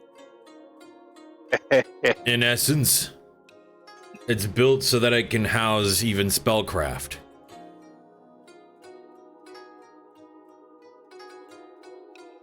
So, your people engage in blood sports? No, my friend. What you're looking at is Auditore. Oh. Why we got here a little bit early. We would have normally taken 2 days to get to our destination, but I figured since we're dropping you off, we can swing by. We're not allowed beyond a certain perimeter of the city. We have to stay outside of cannon range. So, why did you choose to change your course? This is where you all wanted to go, wasn't it? Well, yes. I just thought that you established we would be stopping at the Scaled Nations first. I'm surprised is all. Well, since we'll hopefully be joining your fight, the faster you're done here, the faster we re-kit ourselves, the sooner we can head back. Hopefully you can catch the same ride. Yeah? If Or do you all plan on goes walking according to back? plan, well, if all goes according to plan, but in our experience, plan usually never survives contact, so Well, if you end up not being here, we'll be stationed out here for after heading back up northward up the shore, restocking our final journey from the west. Stop here for maybe an evening and then leave. But I figure, I mean, some of you look like you're from the west already, so you found your way to the east once before, so I'm not too worried about that. we do have our ways. But we will try to make it back to you in time. If not, oh well. Commander Nimtan, Yes. which one did you say was supposed to look at the map?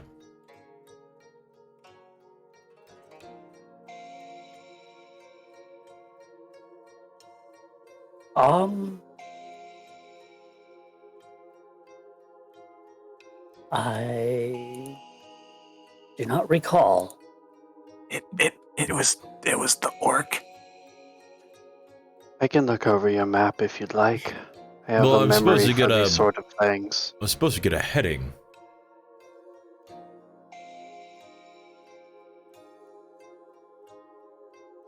I'll open up. It was sorry. I believe it was Fell. Was supposed to look at the map. The who? Are you heading to the east? Well, we're supposed to be going that way, I was informed. Ah, yes. Felwolf would be the one to talk to then. He's the samurai down there, and I'll kind of gesture my head towards Felwolf. Ah. Well, I'll get that. Which one of you are the mappy kind? That I'm would gonna- definitely be me. All right. You're going to need Mappy this. kind. He'll pull out a large rolled piece of paper and then hand it to you. All right. That's the city.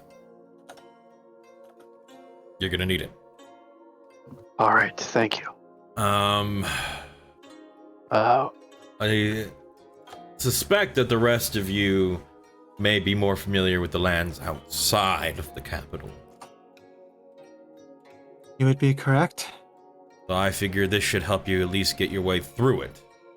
From the conversations I believe we've had before, your goal is to not make much of a disturbance through Auditore. That is the goal.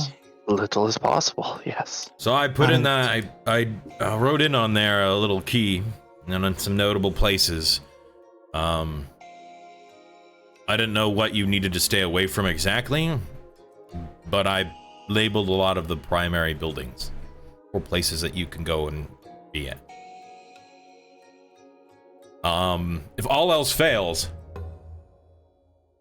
it is also widely known that Auditore is the capital of baths. Baths. Yeah, baths. They have a lot of bathhouses.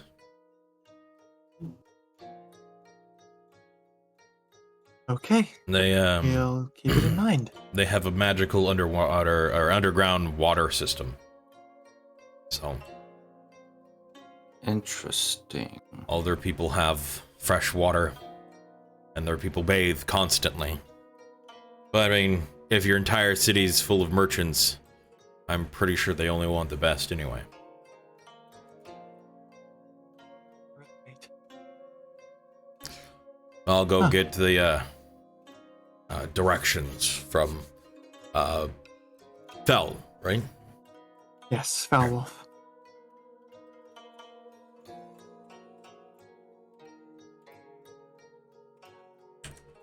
Magic water?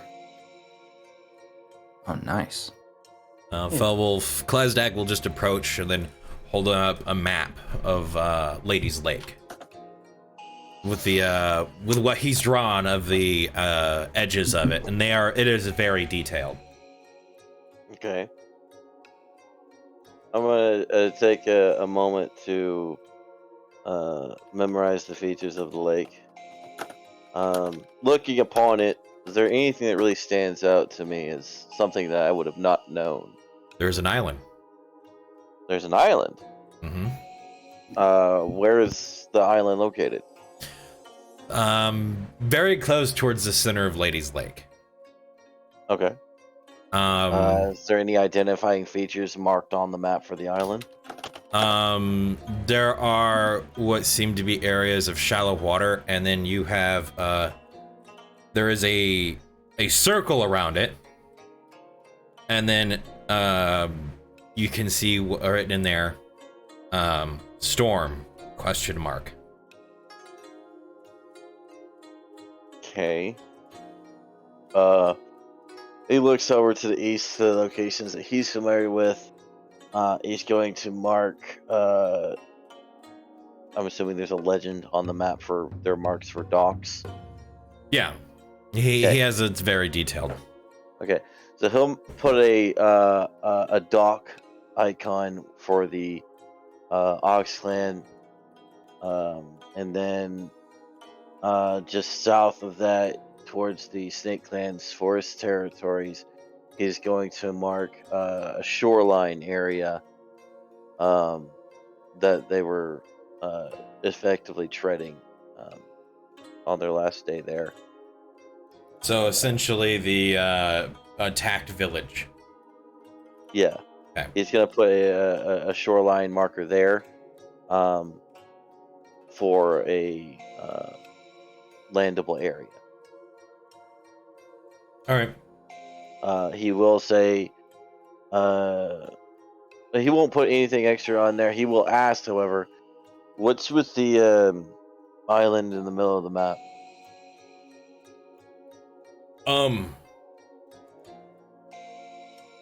So, I guess it wouldn't hurt to tell you since friends and all, but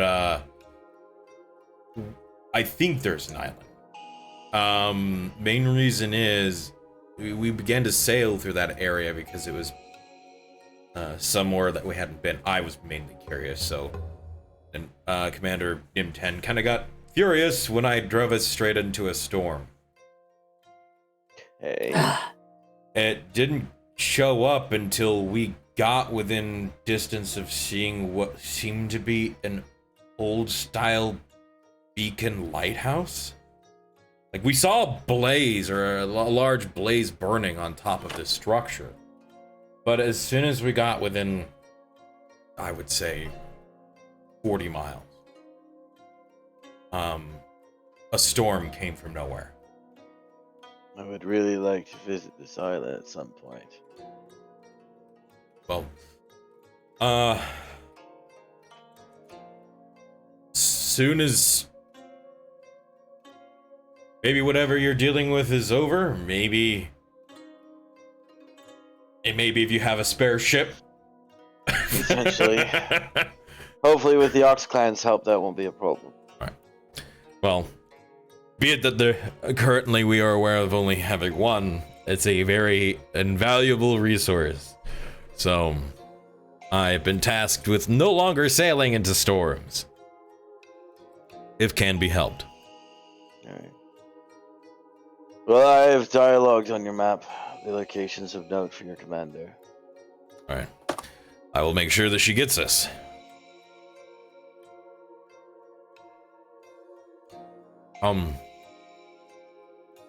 Uh-oh. He's dead again. That's two. Let's do it. Round two.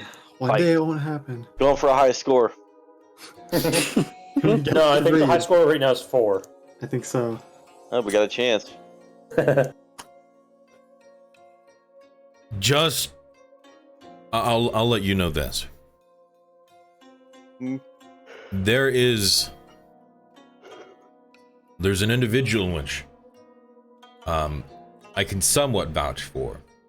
When I passed through Auditory, on my way to Whitewater, many a year ago, if he still owns the place,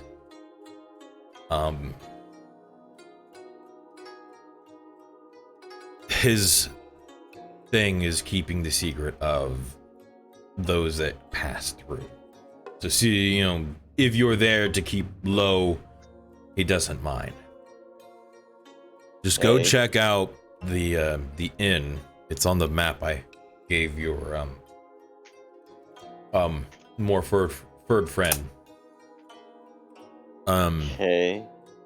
The building's name, if it's still the same, is the Owl's House. I hear Melody out there fucking laughing. Fucking kidding me? You did not. It's Owl's. Like, he owns it. Oh, okay. Dude. Okay. And who is the proprietor of this Owl's House? It's an owlkin. Okay, an owlkin by the name of. Beatrix. Just with an X. Okay. You gotta be fucking kidding me, dude. This is Ooh, this is a very This is thin content. line. This is This is definitely content. I'm sure half the people have no idea what we're going on. Don't worry about it. That I'm just gonna say, Don't worry Arch. about it. Arch, that's fucking sus. You will understand on why that name makes sense for the entire in the list of the contents when I present the map for viewing. Well, I mean, It's some sort of roost, I'm sure. No. God. Auditore is very avian themed. Yeah. Oh, Yes. Oh shit. It's not like their crest has a giant bird on it or anything. sorry, I don't think I fucking forgot. Fair enough. So What is their crest again? you'll say it. Hold on. That. Relax. Yeah, relax. Thank you for the Relax. information. Take it easy. Shush. Alright. I am so glad some of you know that one. Not a problem. But I It's will alright. prep the boat for your group. It's alright. Thank you. He'll kind of nod as he'll Oh just my kind of God, turn it's and walk away.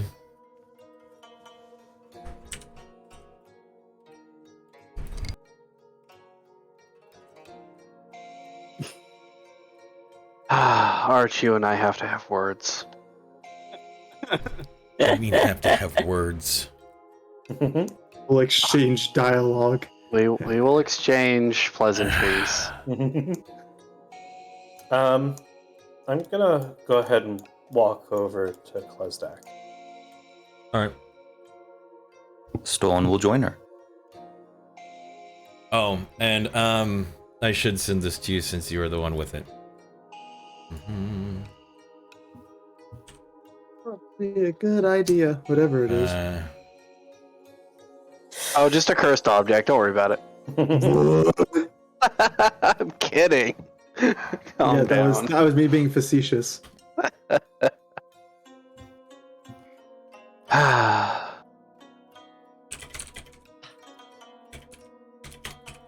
By the way, don't mind me moving around. I can't freaking see. The masks are all in the Nintendo just- way. Yeah, Nintendo Well, just I mean, fucking it's goes about full- your fucking vision. So yeah. I mean, fair enough, but you know, people that are talking that I'm like listening to are like gone. It's complete black. Yeah. I'm like here, and like the whole side of the ship is just black. I'm Dude, like, Sam, oh. I cannot see anything on the south side of the ship. Yeah, that's why I'm like up here, so like it's as minimal as possible. Mm-hmm. there you go. I am sending that to you right now, Mel. Cool. Ah, beautiful.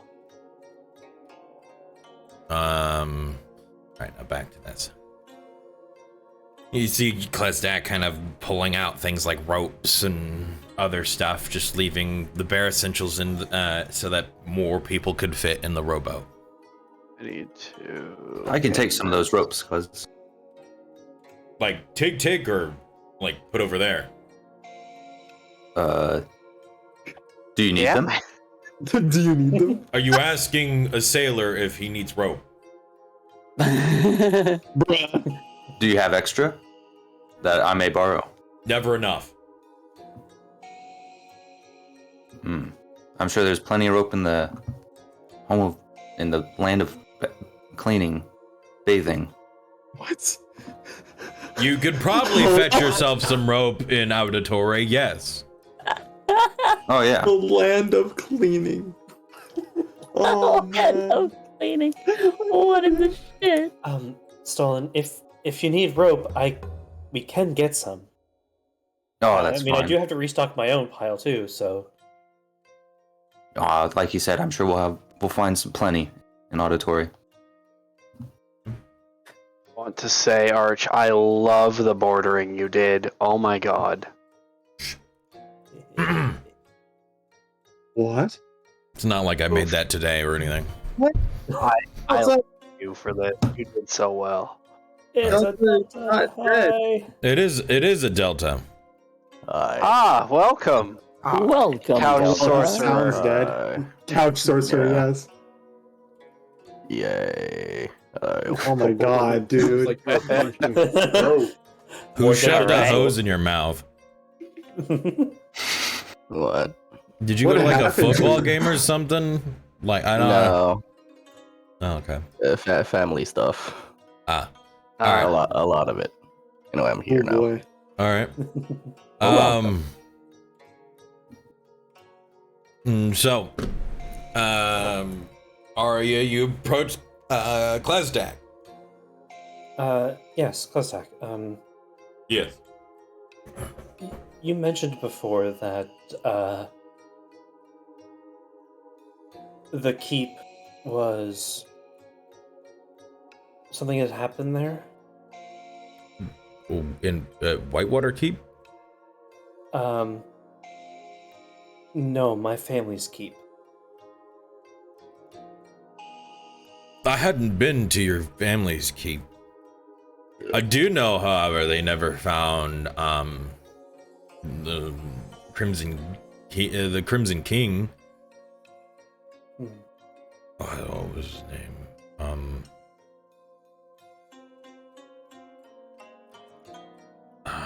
Oh my god, his name escapes me. Was it Lad? No, maybe. I don't know.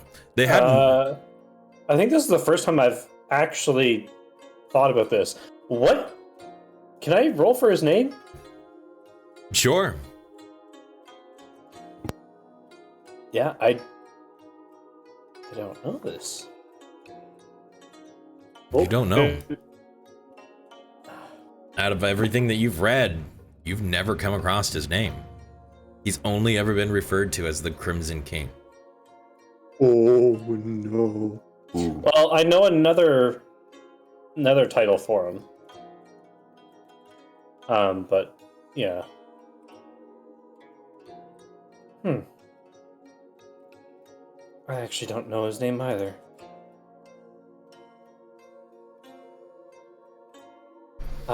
Anyway. I know one of my brothers is heading towards there. And you mentioned that was interesting. I'm trying to remember exactly why. Why he's heading to the Crimson Cliffs? No, why it's interesting. Oh, I know it's forbidden, but I can't remember. because there. there was a circle of druids that cast a. Well, to lightly put it, they blighted the land so that not even the dead can grow.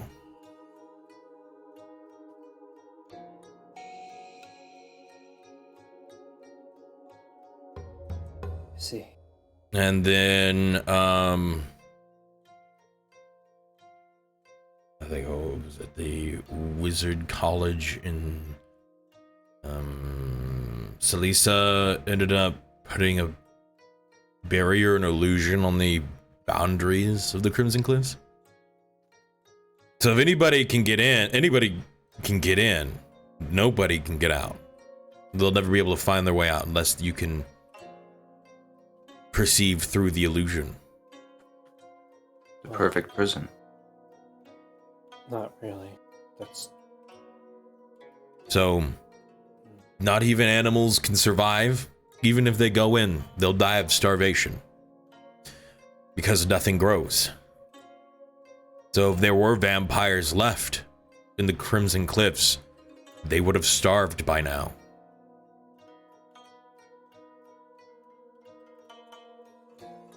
That's why I find it interesting.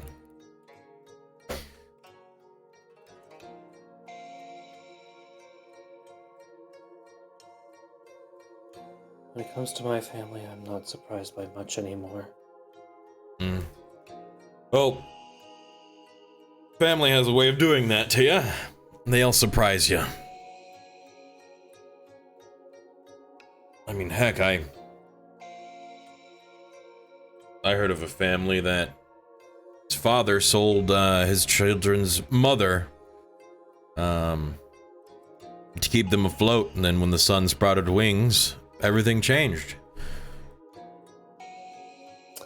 Ah, But that is certainly interesting. families can surprise you.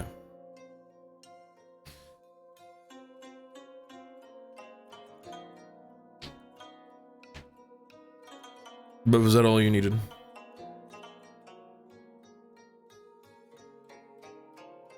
I think so. Thank you, Kostak. No problem. It's been a pleasure having you aboard. It's been a pleasure. Well, sailing. Hope to see you again. Hope we get to meet again as well.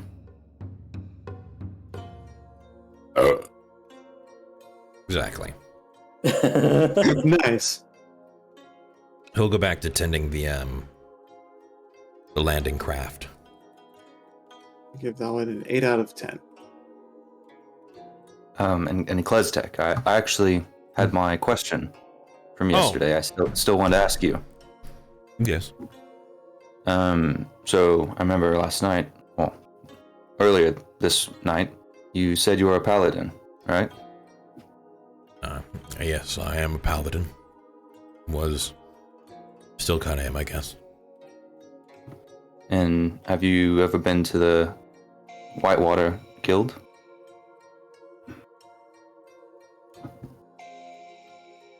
The paladins, you're speaking about,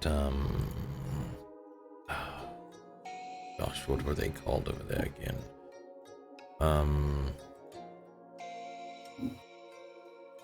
The Paladins of the Silver King?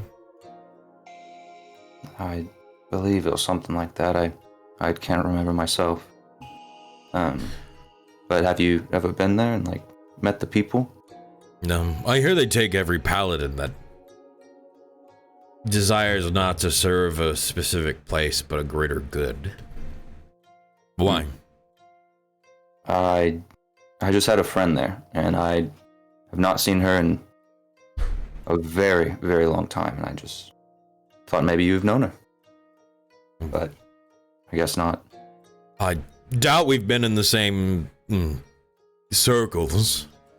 But if the track record for the Paladins of the Silver King hold any value, she'll probably either still be there or off doing good somewhere. Yes, she always was. Always in the woods. Anyway, that was my question. So, oh, actually, one more thing. Do you think you could maybe get me some of that dragon piss for the go? Sure. I'll fetch you a bottle. Thank you, friend. I appreciate that. No problem.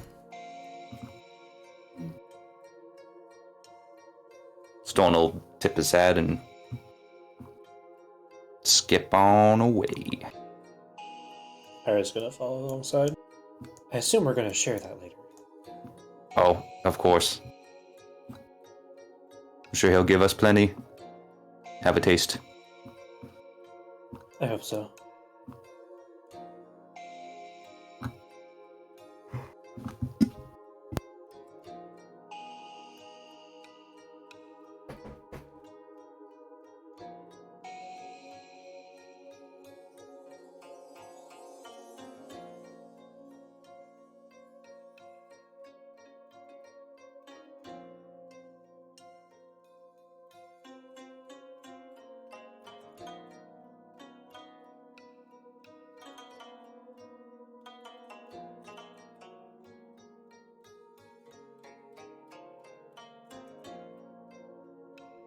Gloria is, while standing there next to Shadow, just going to break the silence. I do trust you, you know. What I said earlier,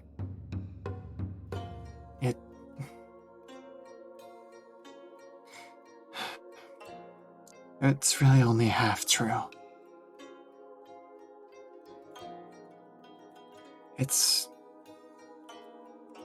not so much how much you know about someone, but what you do know about them that makes them trustworthy.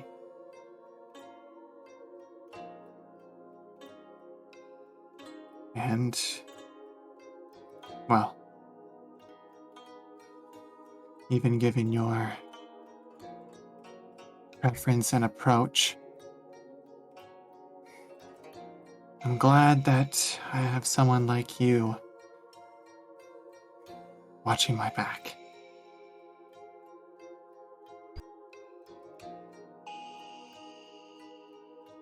Feeling is mutual. I'm glad to be around those who I can actually count on to not stab me in mine. Trust is a hard thing earned, and as much as I hate to admit it, your views are often right. Without earning someone's trust first, how much can you really know them?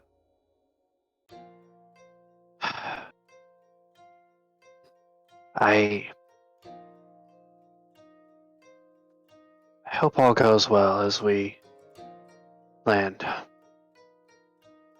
I have an idea, and I will see what I can do about procuring information. However, there is something else the rest of you should see about procuring. That would be More rope for one. always stolen. Transportation. I don't know about you, but walking is very tiresome for an adventurer. And if you wish to adventure for a long period of time, we may want to invest in possibly mounts. At least a thought, but one that has passed my mind. If we can even afford such a luxury. Between myself and Elenan, I'm sure we could probably come up with something. Coin doesn't seem to be much of an issue. Some of you might have to share. Oh, of course. As long as it's for the overall success of us, I wouldn't mind giving up my last gold piece. Oh, no, I didn't mean the gold, I meant sharing amount. Oh, that. Well, I mean, there's always mine, or Vel's. Sure, he wouldn't mind company. Gods know I wouldn't. It seems... You know, the more I look at Fel over the past couple of days, I swear it's like looking in a mirror in some ways. Oh, how so? Well, let's just say that his initial reaction to these people when they first dragged us out of the water, while I did stand there beside him and I was ready to fight,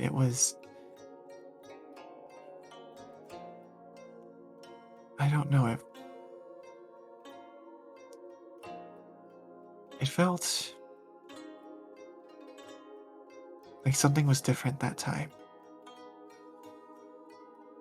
And then seeing him,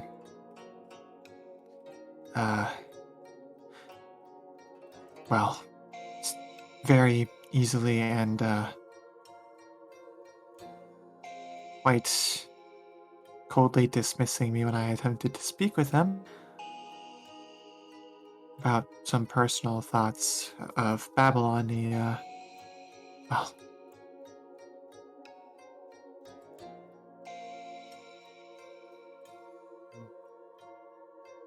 that mostly. So it was nice to hear what he said earlier. I just hope that,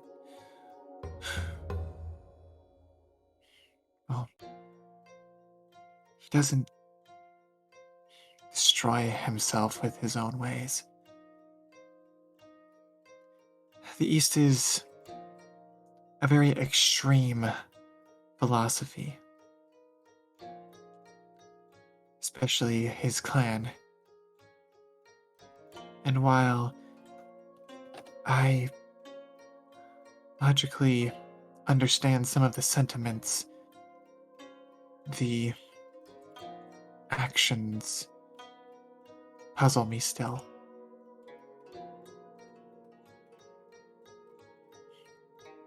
I think they base a lot of their thoughts on beliefs and morals.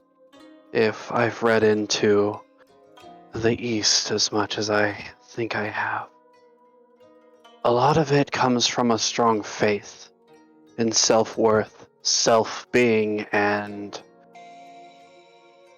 a moral compass, as it were. Without these strong passions, they falter.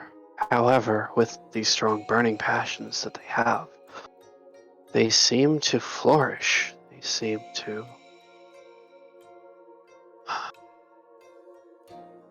for lack of better thought, seem to just live better lives than even some of the places I've lived in my life.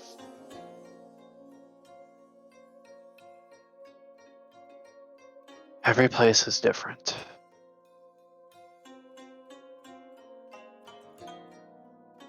And I find their ways interesting. Maybe one day when I return to ask my father these questions that I have, I will finally understand.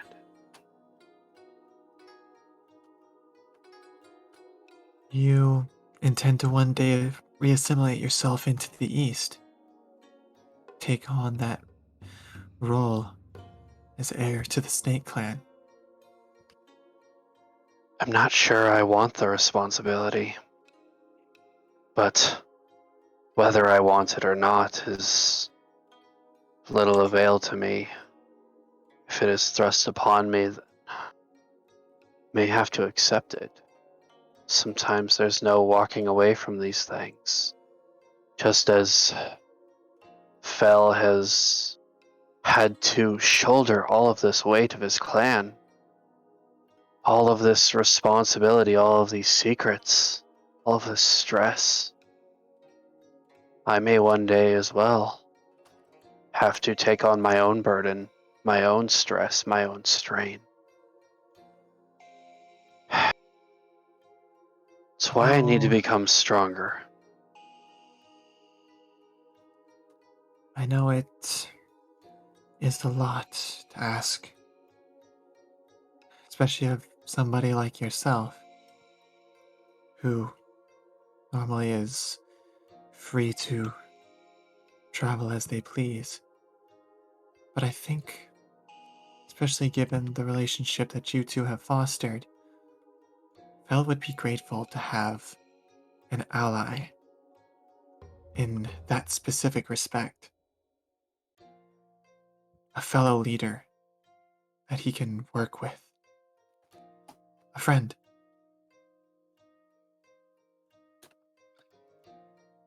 I know I would. Agreed.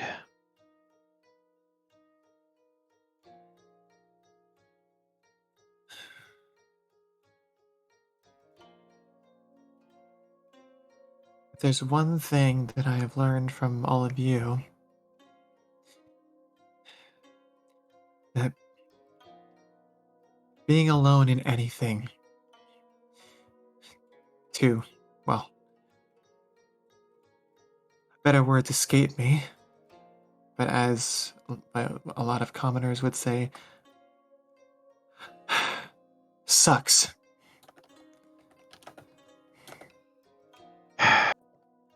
Yes.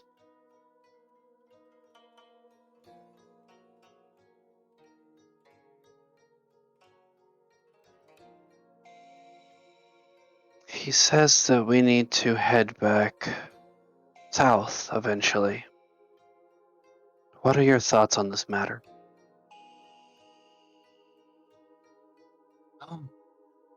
We've grown in strength since we've left, though a part of me is still concerned about returning, concerned that we'll fail again. But I've always intended to return to that desert, whether it be for Babylon or to confront the plague that is Oasis.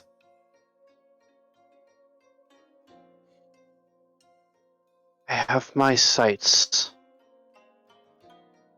set on the plague of Oasis currently. And I should have set them on it sooner.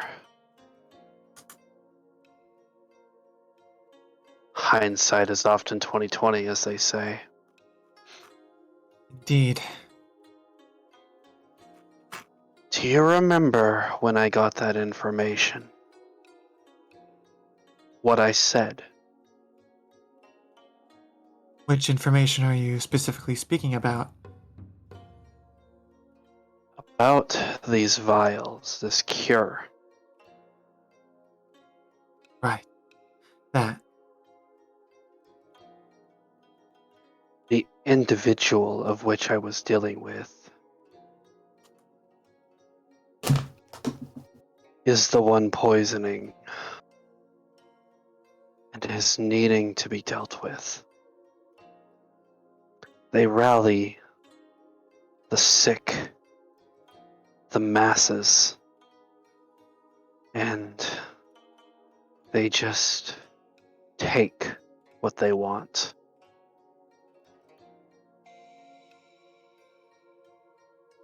That's why people like him need to burn. I need to get my priorities in order.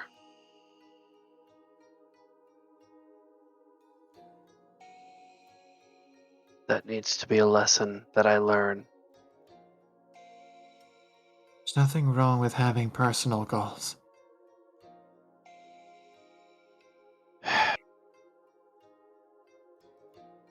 We do have a grander objective, yes. But that does not mean that the rest of the world will wait for us.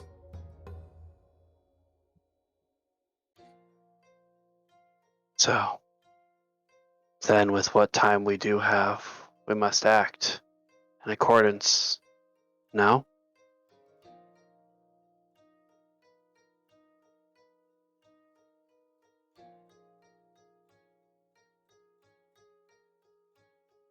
We will fix this world, light its darknesses, one at a time. Oasis, Babylon, the East, Auditore. I don't know if we can fix Babylon. I don't even know if we can fix Oasis. But I do know that we can at least make a difference. At the very least, we can most certainly try.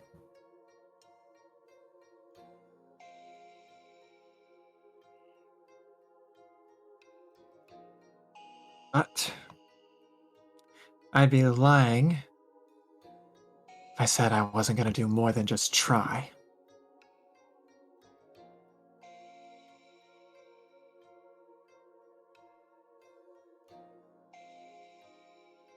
I will count on you from henceforth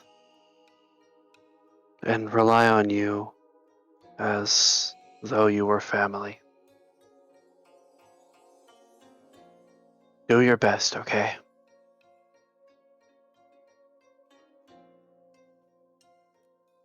I will. Puts his hand on your shoulder. We're in this together. Laura will place a hand over yours. I never thought that this day would come. And she'll just smile.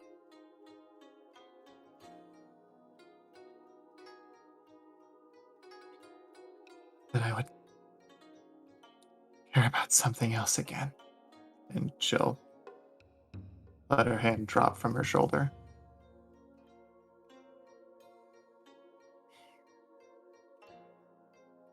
Keep your chin up. There's a fire in the sky, and it's rising.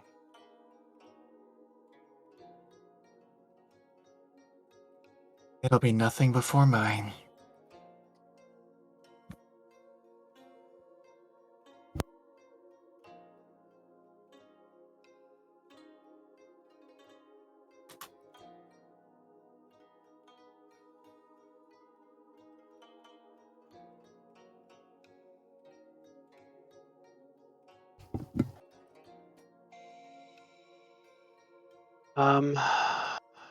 Okay.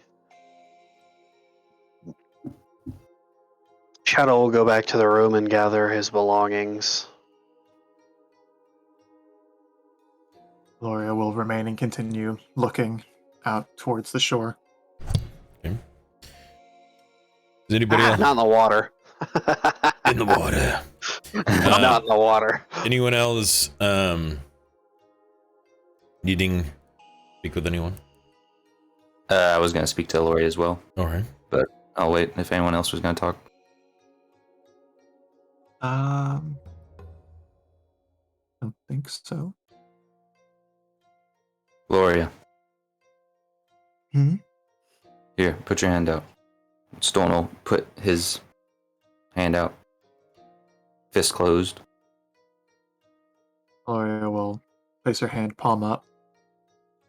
Stone will drop the bone fish whistle into your hand. I want you to hold on to that. Alright? I don't understand. What is... Blow into it. It's a whistle. Well, I can see that, but... Why? What you said yesterday about not knowing people, but... Or, sorry. What I meant was... What you said was about the more you know about someone, the more you can trust them. I wanted you to have that because my mother was the one who taught me how to make things like that. My mother was the one who taught me to do things that meant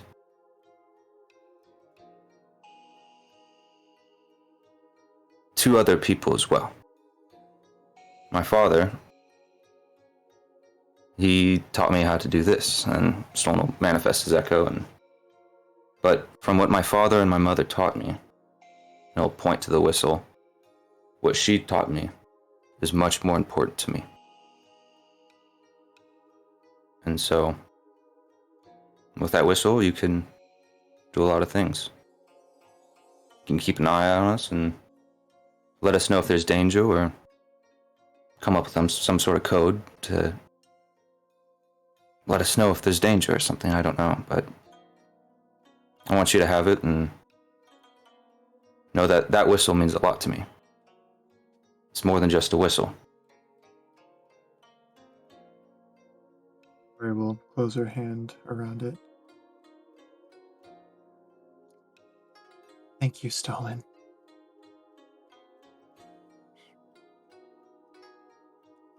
Stone will nod his head, and I plan to follow Shadow after all this is done.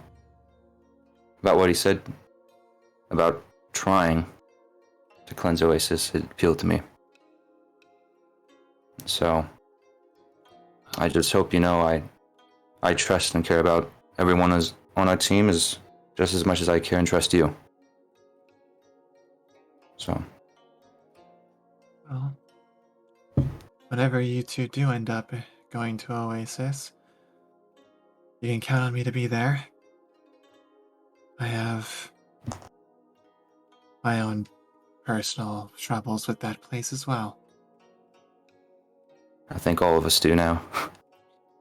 And maybe there'll be more One. watchtowers to burn. Perhaps. Anyway, I'm sure we'll be departing soon. So Yes. And I really do mean it when I say thank you. my pleasure. Storm will walk on off, skipping on off, whatever Stolen do.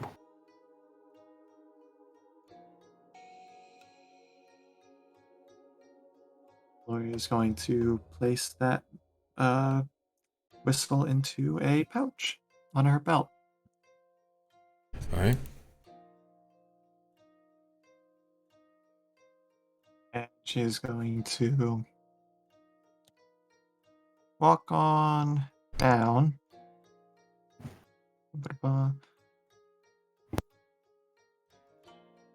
And gonna poke Belle on the shoulder.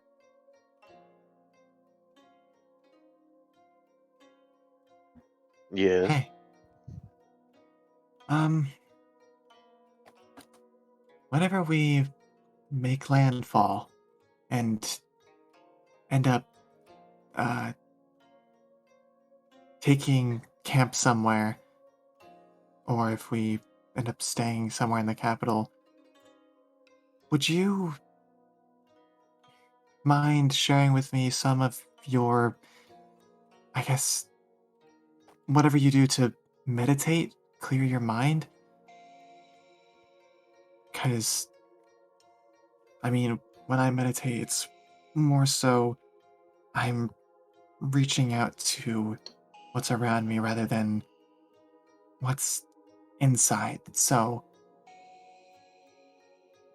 and I know that you and the Eastern philosophy is a lot about what's in yourself. So, well, it just got me thinking, is all. I think that might be a good thing for you to do. Sure, why not? Though I will say that I'll be using a different practice, but I will show you what I had learned from the shamans of the East. I appreciate that. And I hope my my laugh didn't freak you out too much. I am accustomed to your problems now. It shouldn't be a problem going forward.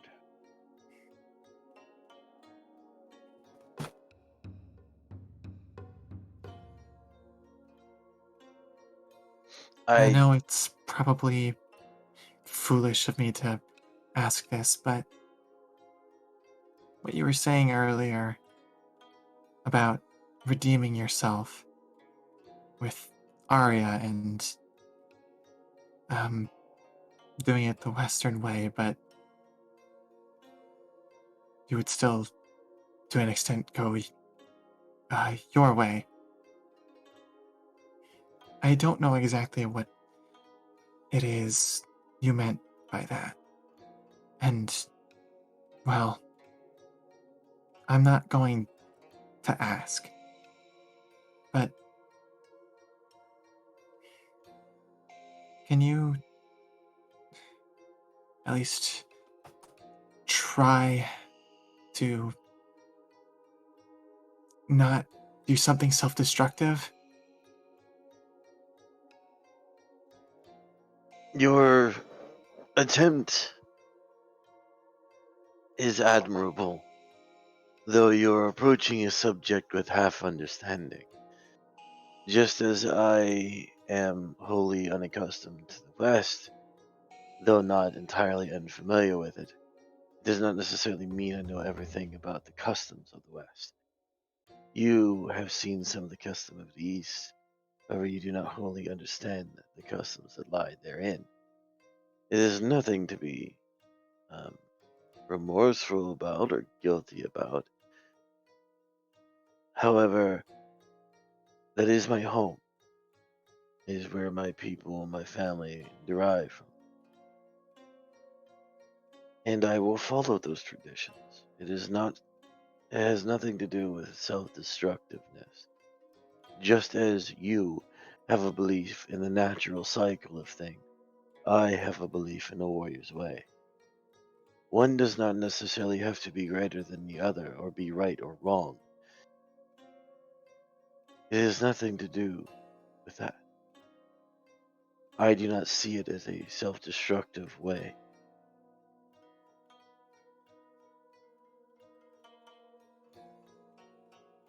Upon meditating, you could potentially learn something. To the West and East, we all bring unique things to the table. We each have our strong suits. The East it can be extreme to those who do not understand. But for those who are accustomed to it, it's not extreme at all. It's actually quite simple. A fact of life. Um, as common as a person breathing. Once again, it goes back to our previous conversations about the perspective, the way you view things. I don't entirely agree with the ways of the West. However, I will do things there the way they are done.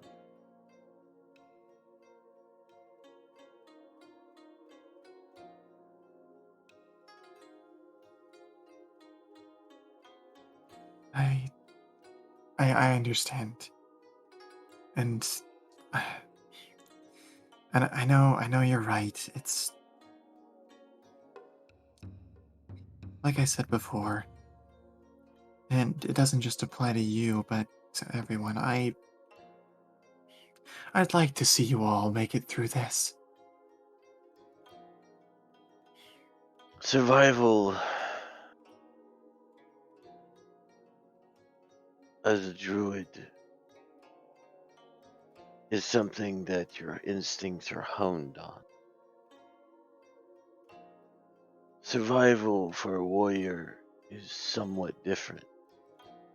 A druid survival is making it from day to day, finding food, water, healing of nature, the repairing of a tree. For a warrior, survival is from one battle to the next. I am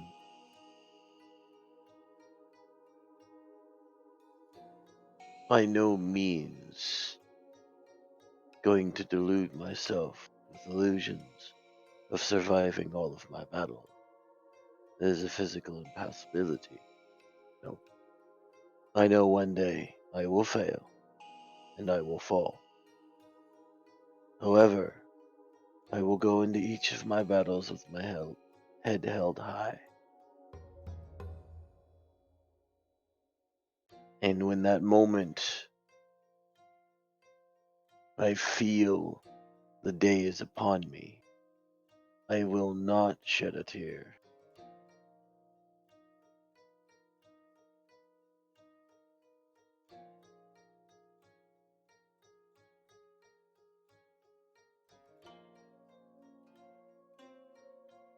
Think I think I kind of understand. You You live as though you've already died, or that you are already dead. Not Or necessarily. You have partially understood the concept.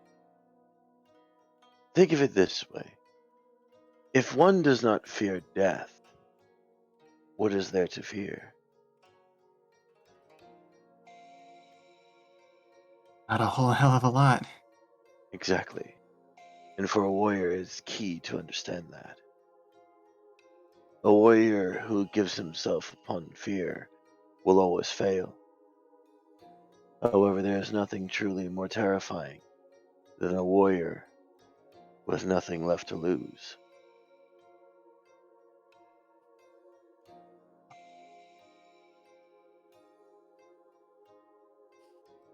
Hope you don't ever reach that point. But As do I.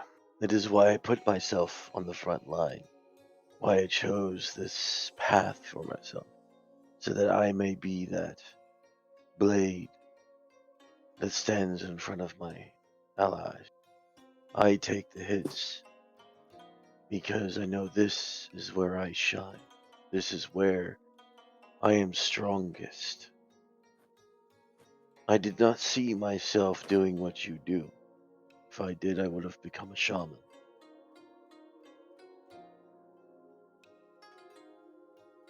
Each of us shine in our own way.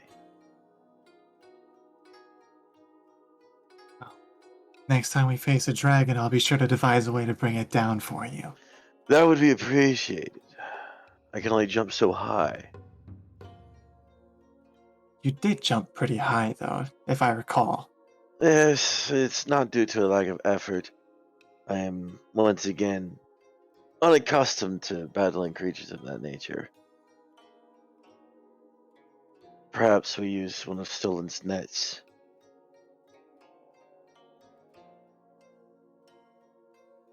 I feel like there are a lot of ways we could apply that.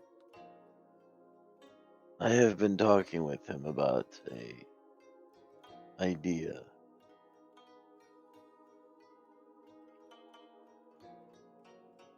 As a matter of fact, I also had picked up something I figure you might enjoy. As he has, takes off his backpack real quick and sifts through it for a moment. And he ends up taking out a small leather pouch and he hands it to you. As one who is shamanistic, I thought you might enjoy this gift from my homeland. I will open it, and what is inside? It is a Eastern perfume.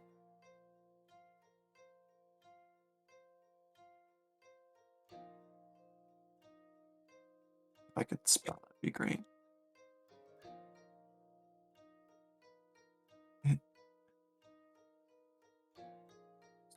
Is it like in like a glass bottle? It is in a container, yes. There's a vial. I'm assuming there are no markings on it. No. What? It has the smell of the cherry blossoms.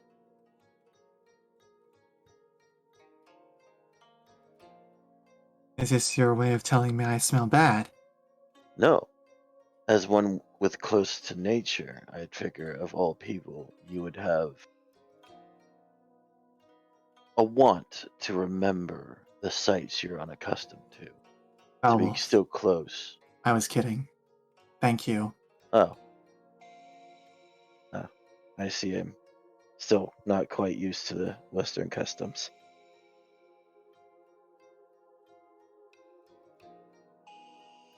You will. Or maybe you won't. Who knows? I'm still trying to get used to, well, being like this again.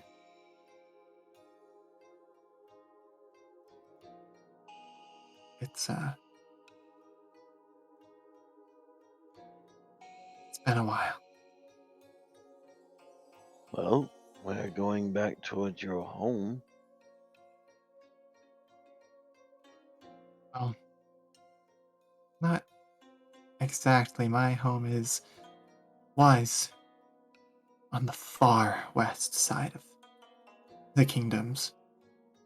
True, but potentially you could find something from your home in these areas. Perhaps. I did no small amount of traveling with my circle before I left for Oasis. Perhaps we'll run into them somewhere. Don't know what I would do or say if we did. I'm not exactly coming back having completed my mission.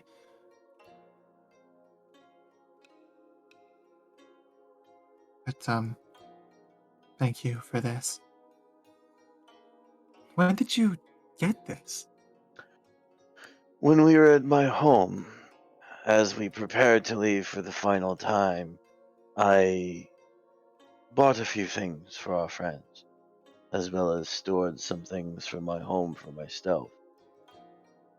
As I had a suspicion that I may not be back for some time, I felt it apt.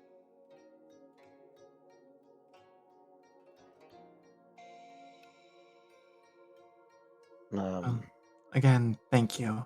Then she'll close up the pouch and put it away.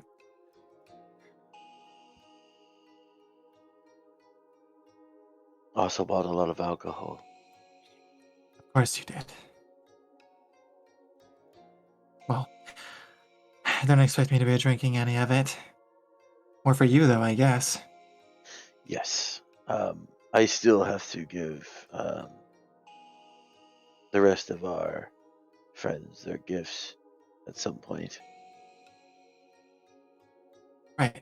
Well, go ahead and take care of that while it's on your mind. Don't want to forget and then have it come up however long down the road. Indeed. If you excuse me. Larry will just nod. Felwolf will walk over to Stolen. Hello there, Phil. Yes, hello. I'm handing out trinkets that I had bought for each of you from my home. Ironically, it seems that you've already crafted one for yourself, but here it is nonetheless, as he holds out an ornately carved whistle.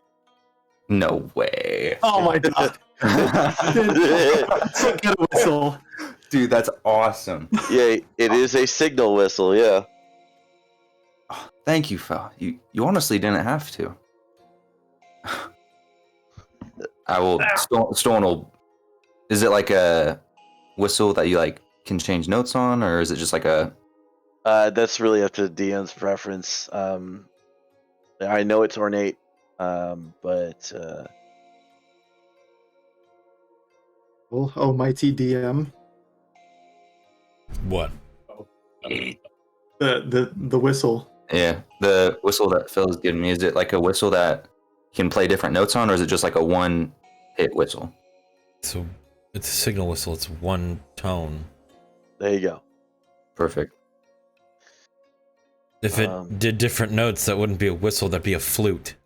You know what? Fair point. You're talking to Stolen here, all right? This is true. I'm talking to Star at that point.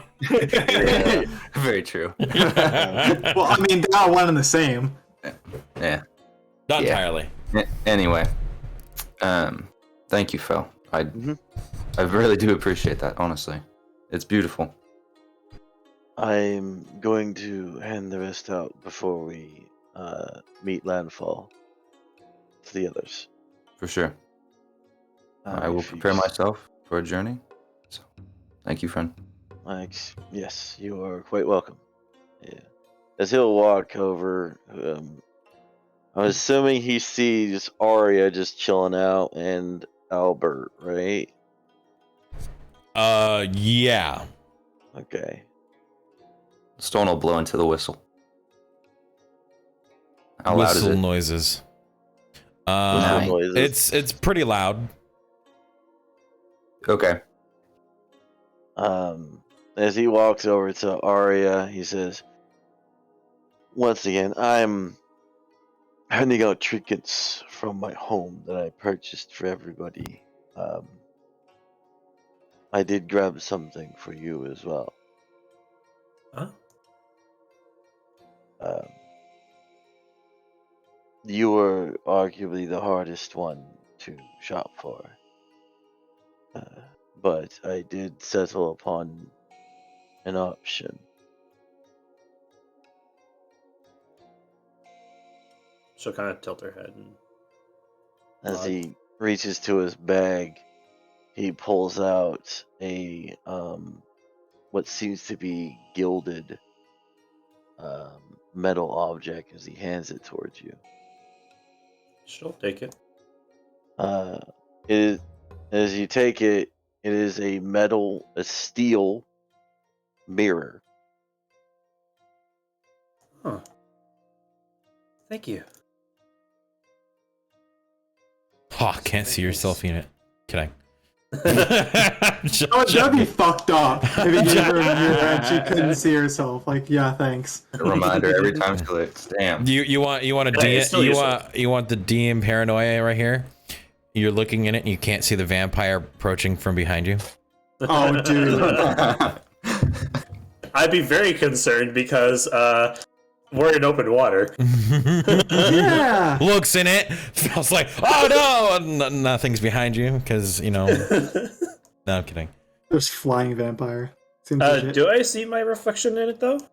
Yes, you're technically not a vampire. I just want to make sure. Thank you, Felwolf. I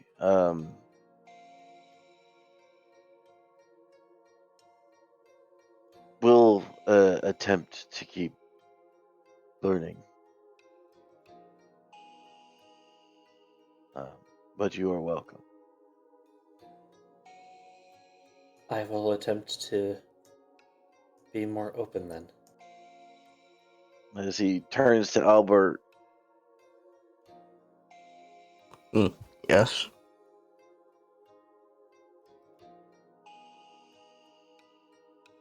as he tosses something to you. I'm just gonna catch it and look at it. It's a flask. Cheers. Your health and our suffering. Hell yeah.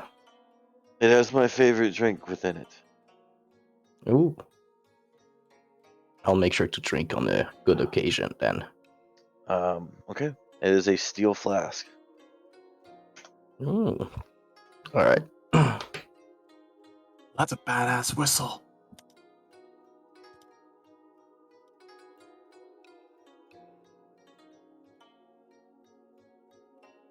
Thank you, Fel. Got What was- bells that remember jingle, that. jangle, What was- jingle.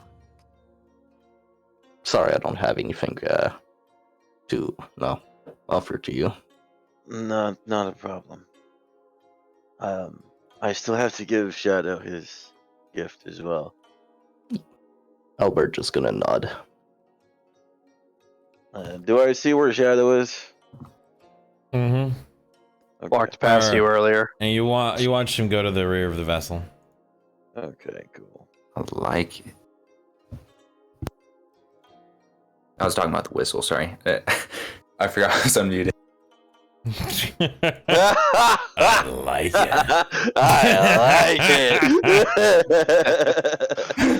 One of the strangest whistles I've ever seen in my entire life. Should I ask what the red thing is? Dude, no, don't. It's a surprise. Will you stop being you right now? It's a surprise. Hey, It's actually a very long hot tamale. Okay, fine. I will stop being me. I No, love. I was not talking to you. Oh, Talking to Star. Star. I Just stop being you, Mel. Good God. You can only handle so much. yes, Val. I am handing out trinkets that I had acquired from my home before we left. You're the last to receive yours. Oh, well, very kind of you. I haven't gotten a trinket since I was little. As a sign of friendship, but not limited to that. As a sign of kinship, I bring you a gift of your homeland. And as you are martially inclined as myself, I felt this is a fitting gift to the potential head of the snake clan.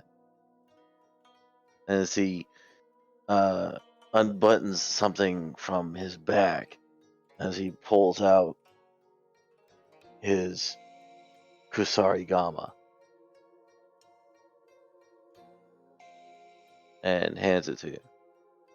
What is this? Isn't that the hook one? It is a sickle that has a long chain with a weighted mace at the end of it.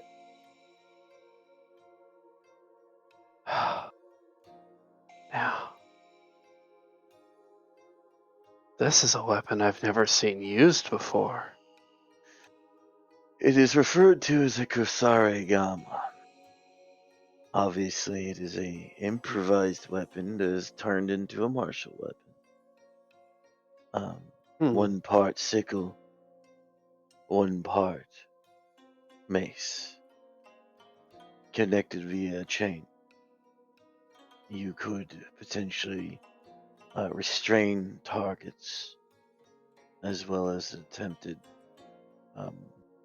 shadowy affairs with the bladed part. I used it to attempt to pull creatures closer to me, but I feel it would be better suited with one more dexterous than myself. All right. Well, this is a wonderful gift. I honestly don't know what to say besides thank you. This means a lot, Val. And as our futures seem more and more faded together in these days and these times, when all of this is settled and we finally get a moment, I think we should definitely sit down, have a drink, and discuss the future. It would probably be beneficial. Well, thank you again. Are the rest ready? It would seem so. Well, then, I suppose let's gather and say our farewells.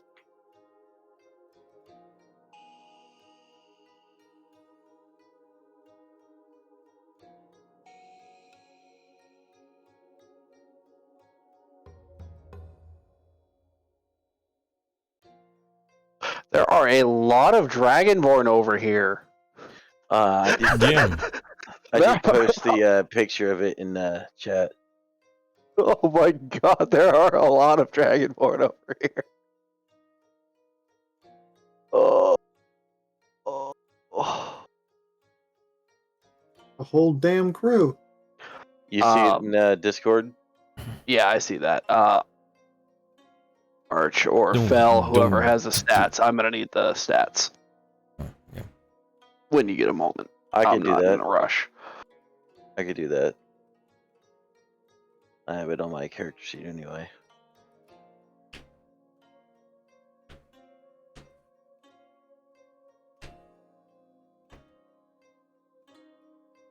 Oh, sorry. Popping every bone in my body real quick. Sounds about right.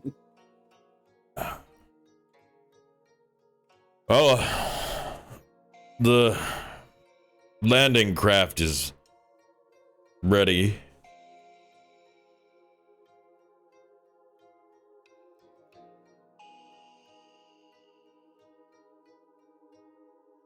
Thank you all so much for pulling us out of the water and taking our needs into consideration these past few days.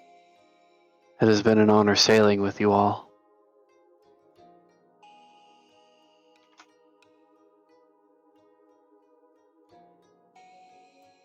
I sort of bow and my head down, and you're very welcome.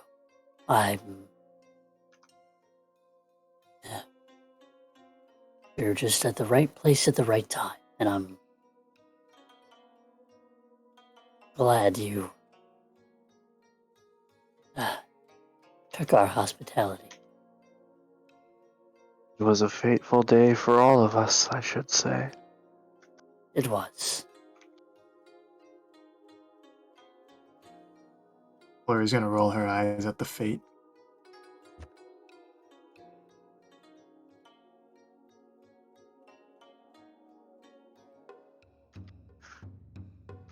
Sorry, I'm not so good at goodbyes.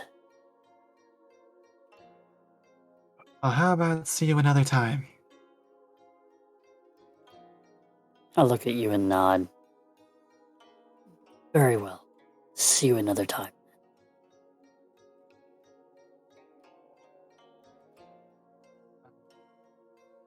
And to look over at Zarala.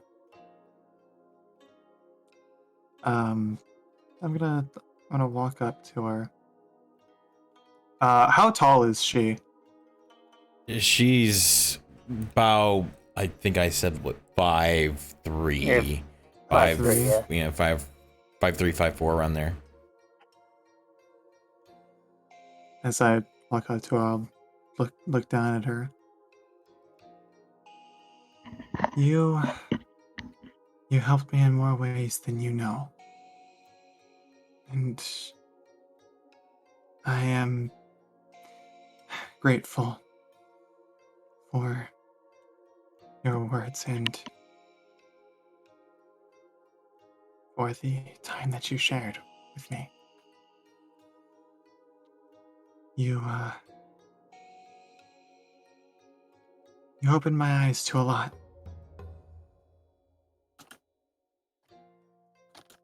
And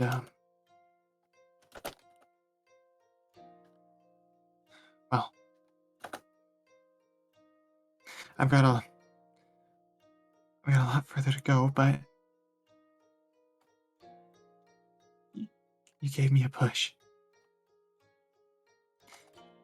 Thank you. And I'm going to reach out and hug her.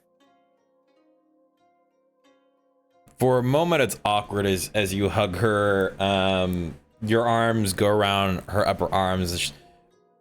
She stands there still for a second, and then her arms will come up and hold on to you.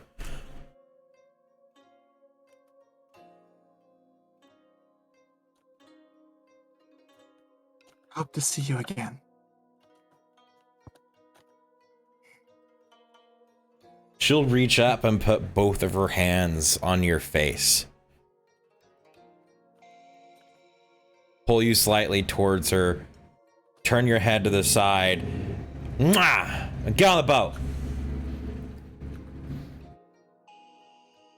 Yes, ma'am. And I will step past her onto the boat. As you pass, she sticks her hands out towards Shadow.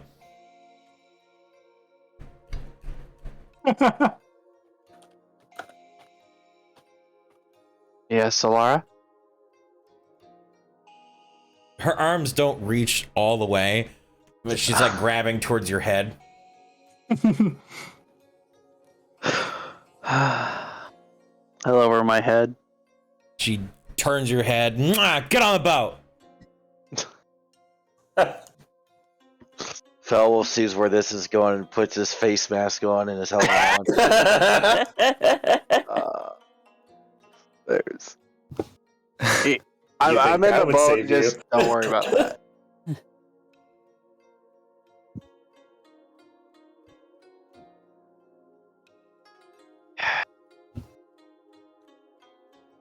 She grabs your helmeted head, pulls your head down, and at first you're waiting for the mwah as you hear wrestling, and then the rest you see her draw like a pair of lips on the mask, like on the side, like makeup kiss, and then she turns to the other side, and goes mwah, down the boat. I'm just kind of standing there with my arms crossed, just giggling.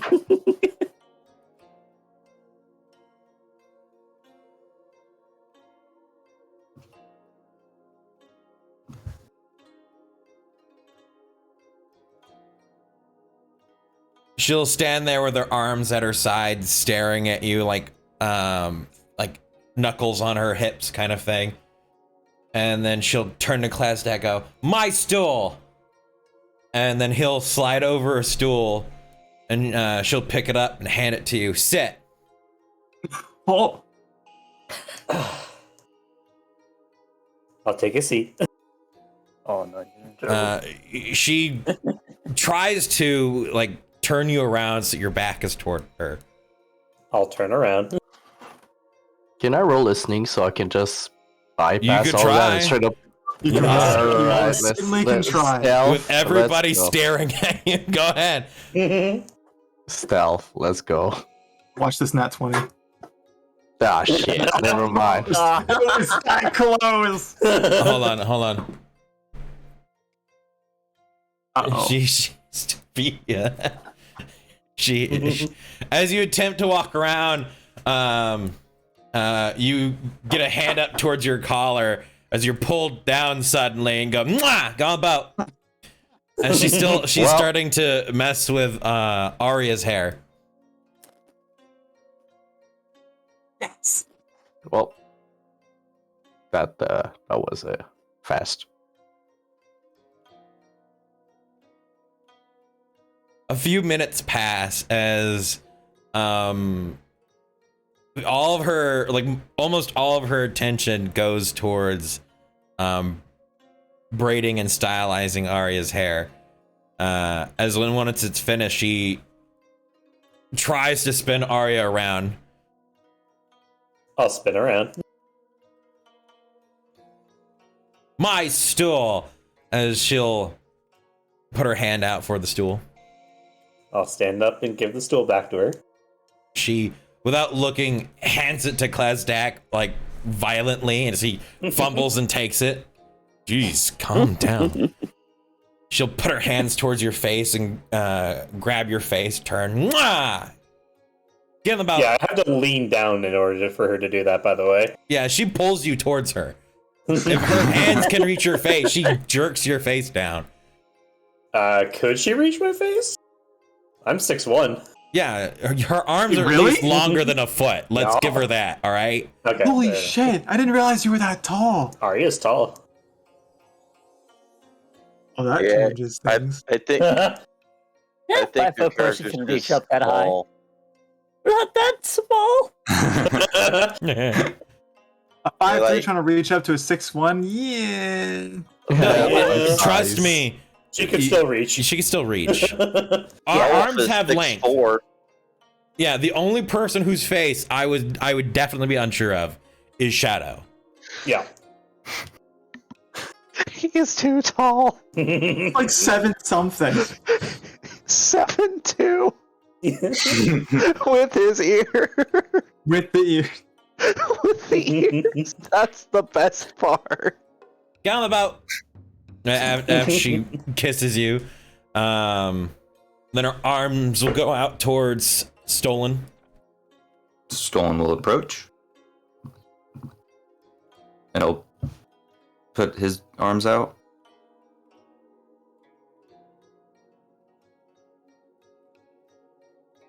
She'll grab your face. Turn your head to the side. Mwah! She'll pull a fish out of her pocket. And then take your hand and put it in there.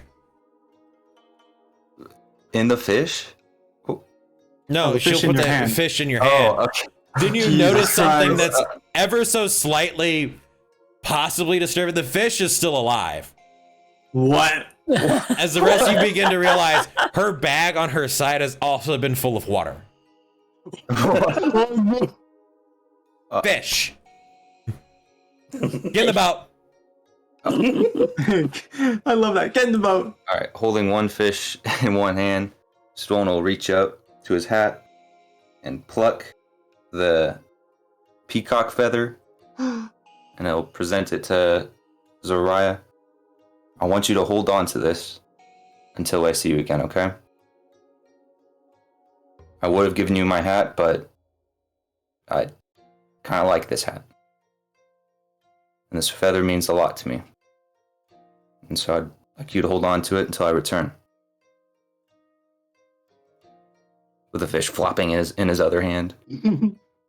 She takes it, and then you notice that she quickly makes this tiny braid and puts the feather in the braid. Hey. Alright, and Stolen will take his fish and get on the boat. Thank you. She'll put her hands out towards you, Ellen Ann, from across the deck.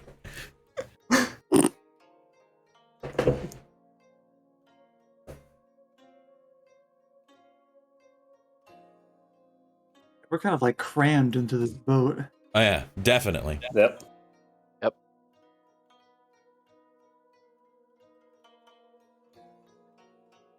She'll grab your face,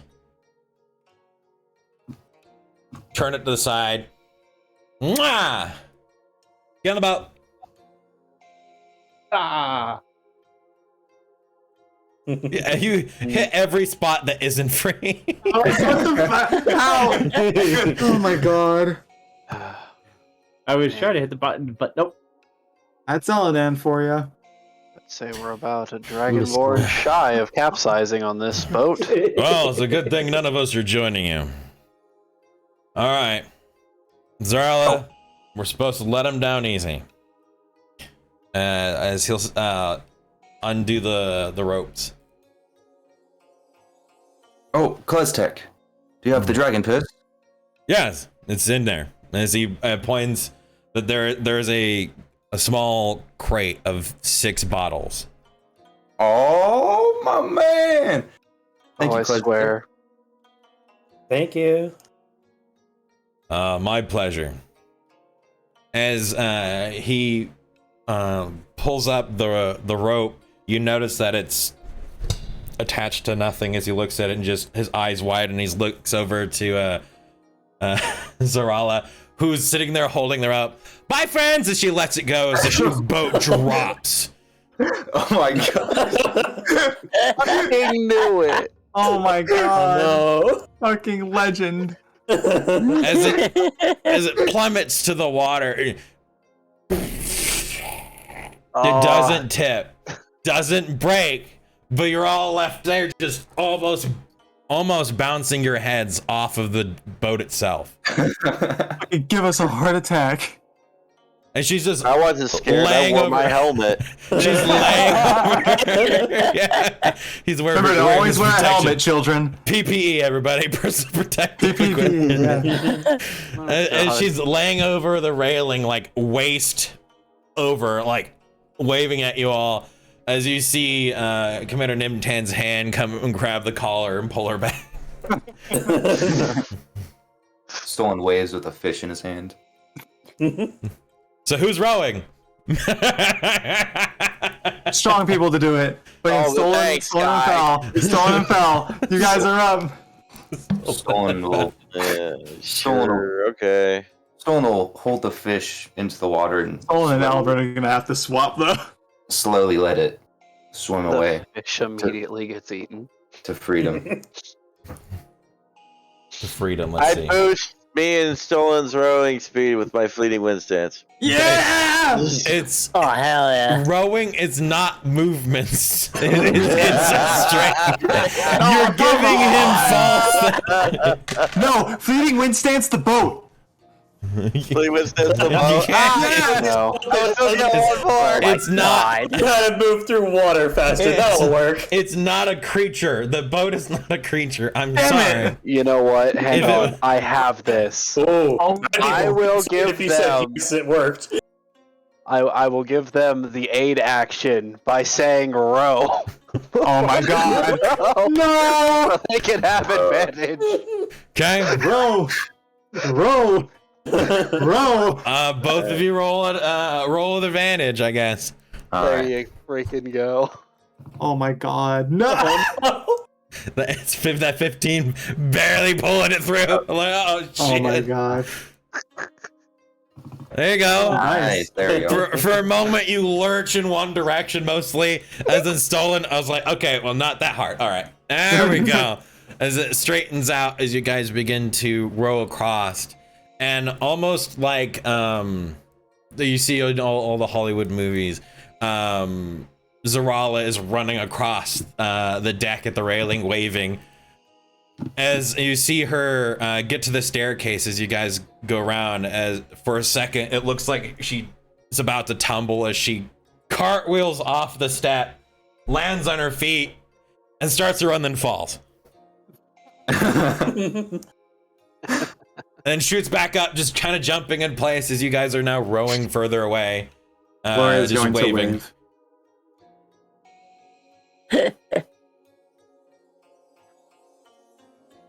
The morning hours become from this kind of humid, cold air, stuffy, yet not chilling to the bone. As you guys occasionally get sprayed by the sea as you're moving, or by the water of the lake, moving yourselves through, begin to weave yourself between a plethora of different vessels ranging in size and shape, all of them with the same flag, the same colors being flown, with a purple circle and a white bird. As we begin to row more, a few hours begin to pass. At first, what felt like a good exercise to Val and Stolen begins to become just burning in the muscles. I know that feeling. As now on the boat, they are drenched yet sweating, as the weight and the force to row this great distance is beginning to catch up with them. About a few hours in, the sun has risen to where you can see the ship drop sail, begin to leave. And just faintly, this bluish dot still hopping in place. As you see a color red, pick it up and walk away with it. That's awesome. You turn to face the city.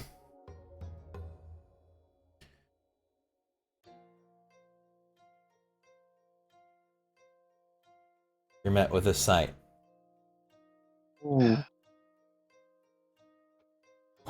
Wow. Ah, damn. Oh, to see a city map once again.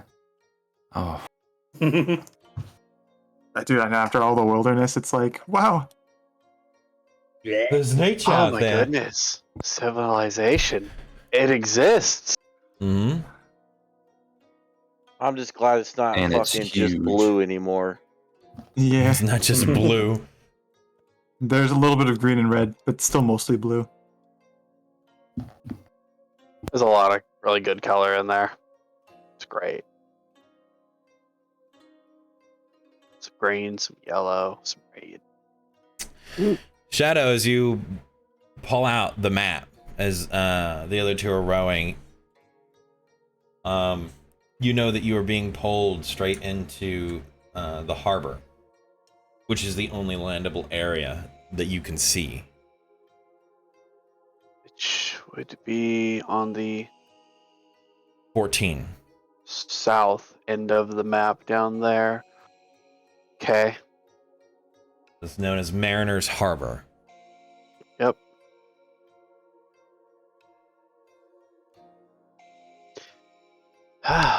Seems to be a lot of things here. City's a mile across? What the hell? No, what do you mean the city's a mile across? That's the wrong Yeah. measurement. Yeah. It's a lot more than a mile. Because I was thinking, like, that's kind of big for a mile. The dome is a mile across, Yeah, and that's only one part of this. the dome is there. That is the dome. Yep. Number I didn't see 4 the is ping. number 4 is Silver Dome. Oh, that's a mile across. Okay, because I was like, this is rather big for just a mile. No. Yeah. No. As you row up towards the wall in the harbor, you see these fortified stations filled with cannons, ballista, and glistening armor. Ellen, you immediately, along with you, Shadows, looking up there, are able to tell the lens flare of a scope just kind of following you. Ah, yes, that nice little glare. Beautiful.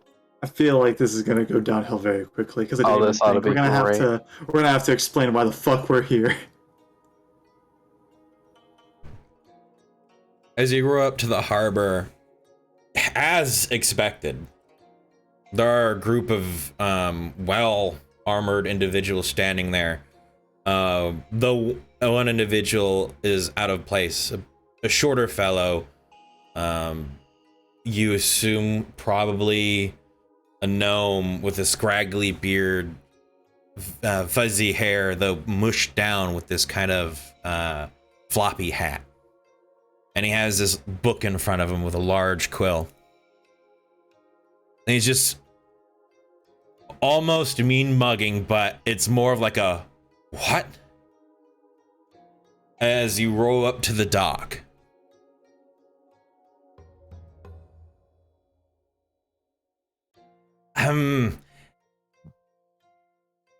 It's a bit odd, but name and business? Gonna look towards Fell. And Oh, really? You Shadow. want the guy who doesn't lie? Arya steps up. Arya Redwind from Waldberg. We're just passing through, actually. Passing through from where? From south. We were taking a boat ride up towards the north. We were hoping to land here for a little bit of shopping, and then head towards the Nightingale Forest. Why did your vessel leave? Well, they were originally going up to the Scaled Nations, but ran into a storm, and, well, we were rescued by that ship that we... They ran into a storm and you were rescued by... No. Our ship ran into a storm, and we were rescued by the Scaled Nation ship. You know how the weathers can be on the sea. Ladies Lake storms pop up out of nowhere. Go ahead and roll me a deception check with advantage. Boy. Oh no. Because Could the I first assist since I was kind of that was at the the end? your assistant there at the end proving a point gave the advantage. Nice. Most of what Arya said at start was in all Suspect at terms best. suspect at best. So Yeah. give me that deception with advantage.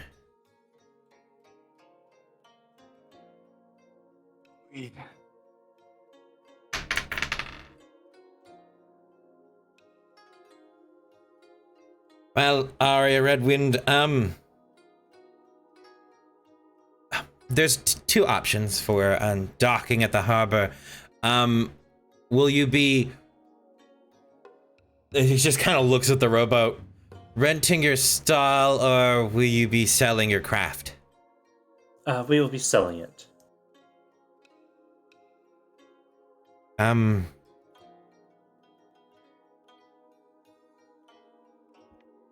How old is it? She looks back. It's new. I believe it's pretty new. Within the year. He flips a couple pages. Flips back. 4 gold pieces. She takes out 6 and hands it over.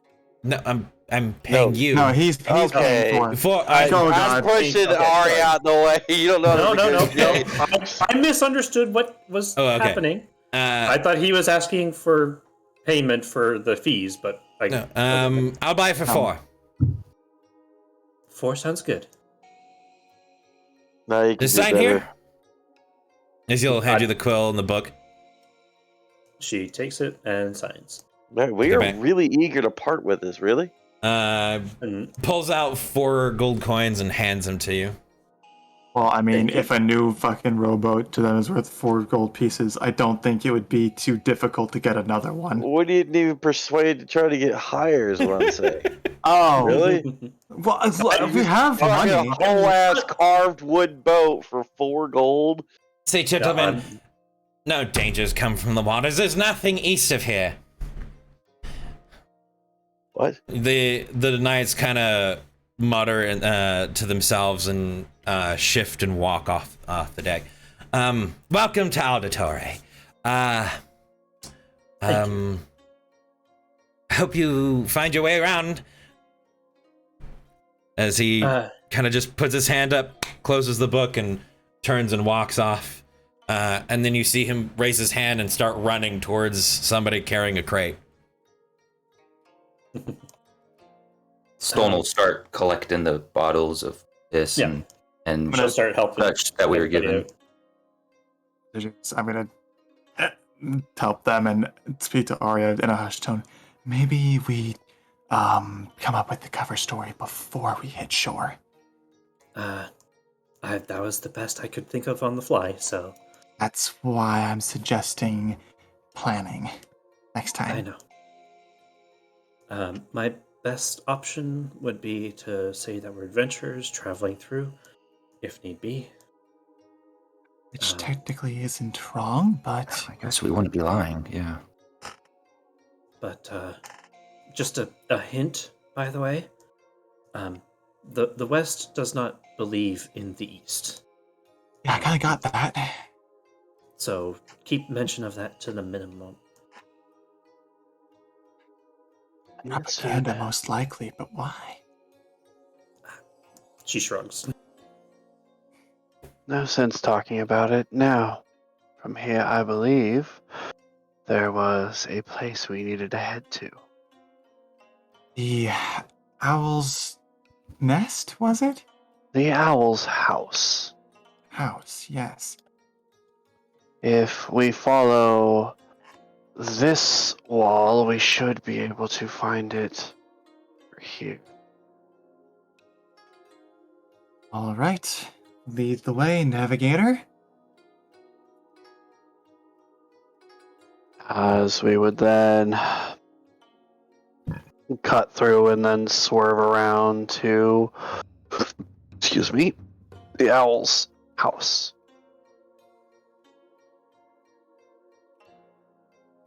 Sorry that I did not get more gold for that, by the way. I was- Understandable, but you do realize it was worth probably about 10 times what you let it go for. Brand new, Probably. of course. But we recently came into quite a bit of gold. Wish I had some of it. I will be sharing with everybody. As will we all.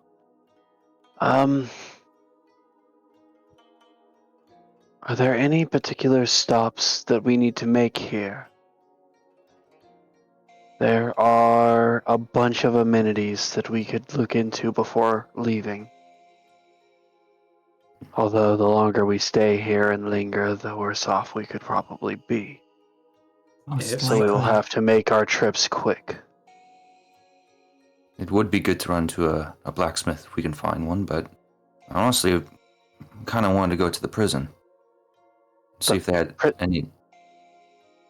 Yeah, the prison. They have bounties there sometimes, and wouldn't hurt to catch a baddie on the high seas, so to say. He says they're on the seas. Well, not on the water. When we're I out think and about. that's a good idea. I think it would be nice to at least look over these bounties. Little passive income never hurt anybody, right? Well, that's an information. Information pays. Exactly. Depends on how you acquire that passive income, but yes, I suppose. But I think it would do us well to stop at the owl's house first. As where we are walking, as we are Yep. talking, I believe. Yep. Okay. As you guys I do have are a bit of shopping to do as well. As you guys are walking through the docks, as it slowly comes to the attention of each of you, Alan and of course Shadow, and slowly each one of you, you begin to see barrels, crates, many soldiers standing around them. And almost painstakingly obvious, a familiar smell as almost fresh cannon fire, black powder. As you see one of the individuals that are over in that area lift up one of the crates, the bottom falls out. As you see long metal tubes fall from the bottom.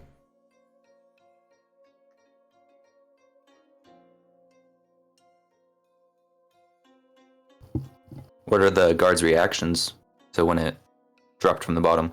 Once there's the cascade of these tubes and items hitting the ground, you noticed immediately from a nearby building, more of these guards begin to come out. And as they just start looking around and see one of the dock workers having essentially lifted a faulty crate, just kind of begin to stand almost rank and file around it as more dock workers come and clean it up, putting it into another crate. They're just kind of eyeing everybody that's around. Now, correct me if I'm wrong, these tubes, are they of a similar make to the weapons we saw were being used at Shao now when we were surrounded? Yes. Not so. Though there's something off. These are literally just metal tubes. There are the wood pieces or the wooden accents that are missing from them. They have yet to be And assembled. it smells like gunpowder, yep. And then about that time, as you glance over as you're walking by, the barrels are labeled high explosive. Storm You'll will s- look over to Aloria. You'll see a twinkle in her eye. Hell yeah. That could be promising. Draw too much attention. Don't look in their direction. As you leave the docks, you're walking through this almost warehouse like area that is an almost constant patrol. You're seeing individuals almost entirely covered in head to toe in some sort of armor, either be it chain, plate, or extravagant leathers. They're moving mostly in groups of almost 7 to 12. And at least always one of them has some sort of horn, be it some brassed instrument or a goat horn.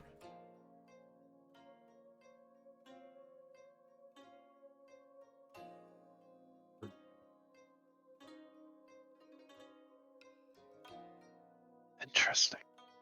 Looks as if they're mobilizing an army. Of course, the first push has failed. Well, It's reinforcements for later. they'll find trouble landing on the shore, won't they? If our friends get there in time, yes. Well, they are already left. And, not to mention, Ox is in the hands of Mao again. And you saw how easily those warriors dispatched of Adatore. Hey, Aloria. Elenin. Yes? If perchance we visit the docks again, would you be able to spot that ship? That storm, you mean? What? I know what you meant. I don't think they did. Aloria is just gonna pinch her brow. I'm doing the same thing IRL. Stolen. As long as we keep our voices down, we can talk about it. Okay. It is pretty noisy here.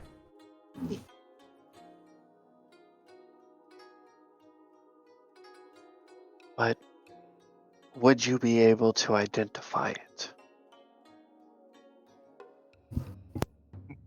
Yes. If it's That's even all I there. need. I didn't happen to see it on the way in, did I? No. Okay. I mean, it's not like a ship just can hide in open daylight waters.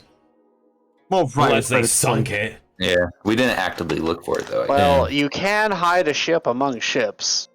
That is. But not a ship like what passive we were camouflage. attacked by. The ship In that you fact- guys were attacked by, let me help clarify this. I know at one point there was a little bit of confusion. The ship you were attacked by was the same ship you were chasing, which was They yeah. circled around. Okay. They circled around the fog. The ship itself is very distinct. It is a blackened wood ship.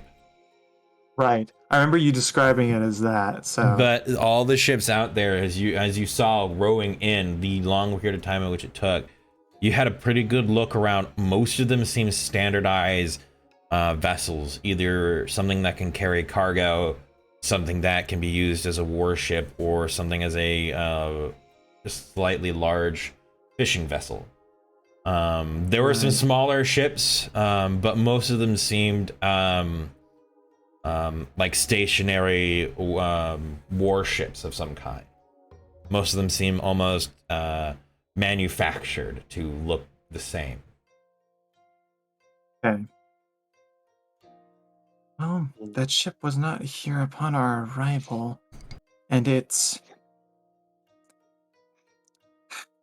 the revelation of that island in the center of Lady's Lake. It makes me wonder if it's not here, might it have the capacity to go through whatever storm or not cause it to appear as what Klestak told Felwolf?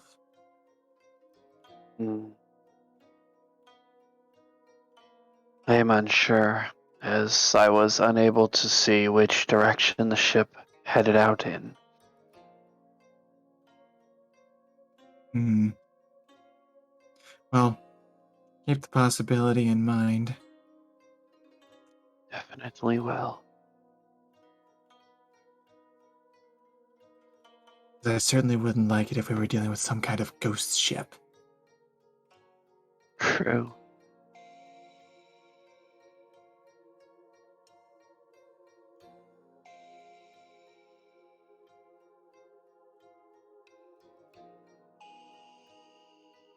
You guys eventually, after like 30 or so minutes, find yourselves finally getting out of the warehouses, out into this massive open thoroughfare.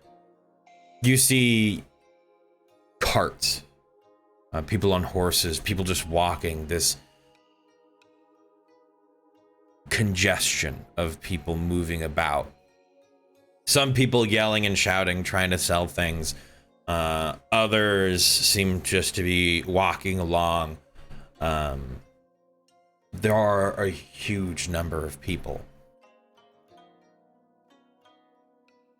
mixed in, almost moving like a shark would through a reef.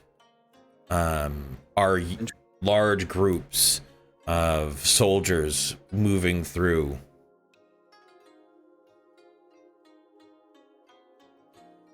One thing that immediately catches the eyes of Elenan, Shadow, Felwolf, and Aloria is that one of them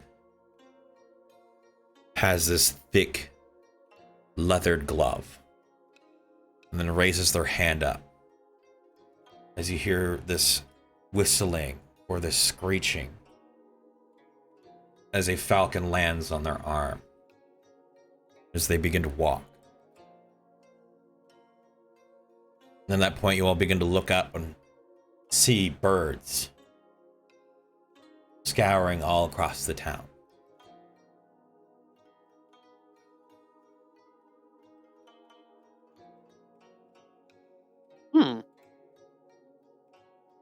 They're all hawks?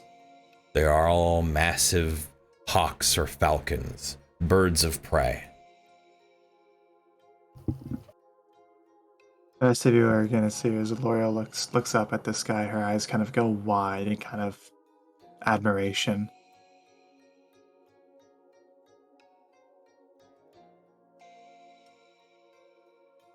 Whatever kind of fish those are, I'm sure they're not on our side. Okay, Stolen. Please Shadow tell was me keep that his was a eyes joke. peeled. They're birds, I know. But I still don't think that they're on our side. I would most certainly count on it. Beautiful creatures, though.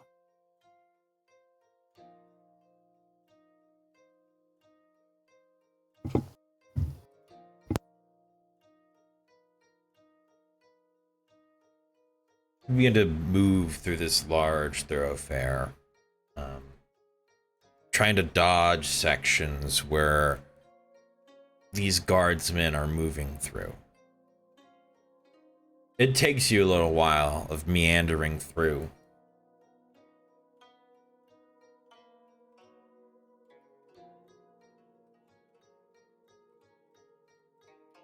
Elenan, make me a perception check. Uh-oh. Prepare to get your pocket picked.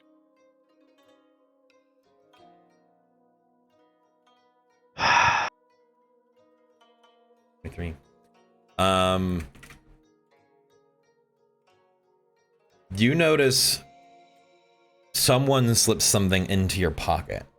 However, as you instantly turn to see whoever they are, they've already been mixed in with the large group surrounding you. Shit. As you pull into, put your hand in your pocket and pull out, it's a piece of paper. What is on the And paper? Written in red No. in Thieves' Cant. is danger. Oh shit.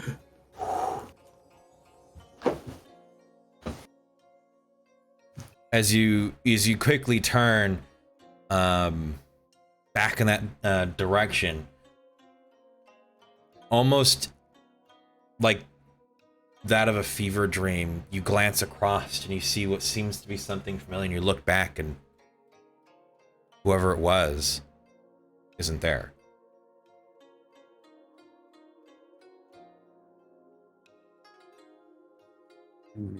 All you're able to remember from the details you were taking in were almost emerald green eyes.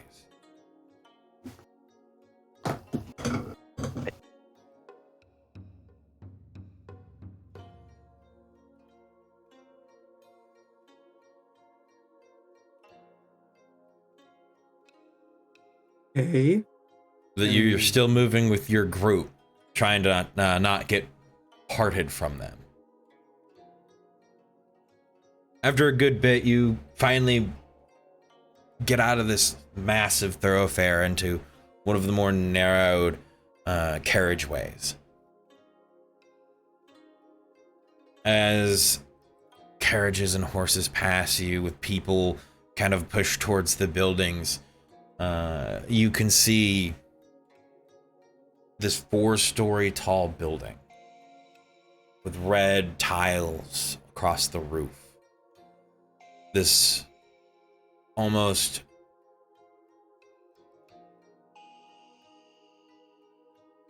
feather or oak brown wood that decorates the exterior, and the front door, these massive glass-plated frame, and hanging from the awning above is this plate, this billboard, essentially. The Owl's House, in tavern and repair.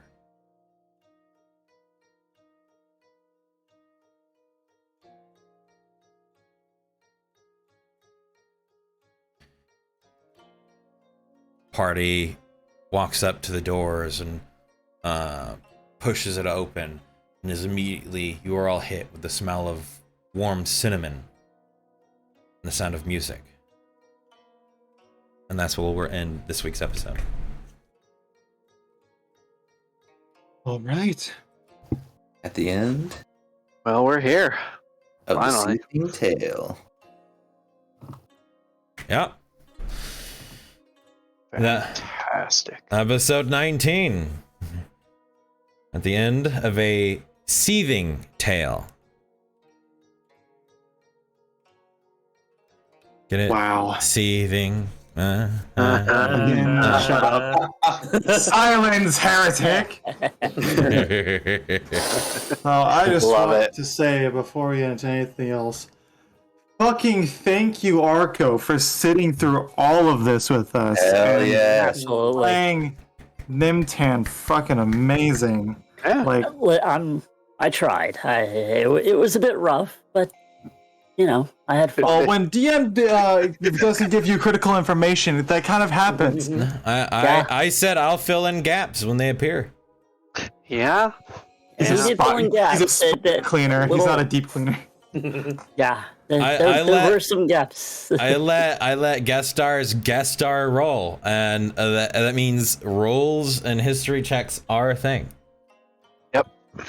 And they are playing essentially a character. So yeah, I'm like, if I feel like it's something that you know, it's something you know. So I filled in when it came up. Fair enough. Yes. Thank you for coming and playing with us for the past 4 weeks. Absolutely. God damn. I'm sure you That's a probably good one. had better things to do, like sleep. No. What is sleep? Sleep? Nah. Basically, Arco Wait, already just for the sits week. in here and lurks and watches I us guess anyway. that's true. I do. So Watch, next if you week need he's me gonna be again, I would be his- happy to sit in. Watch, like a month from now, Arch is gonna be like, okay, so we have a new permanent player into the party. Meet Arco. Me, Commander Nimtan. Kidding. Seriously, Commander Nimtan decided to go up. if Who you need knows? me again, I would happily sit in. We will see. As it's seemingly Best become guess so far. Commander Nimtan. Well, best guess so far. The first guess murdered you guys. All right. I mean, Commander I was gonna Nimtan. kill you, huh? Yeah, Commander Nimtan's still alive, so there still may be the chance for you guys to run across Nimtan again and have Arco show up.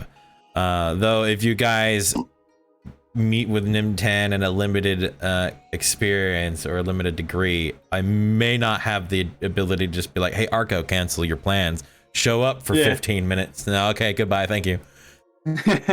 So, I'm waiting for the session we actually get to fight things with Nintan.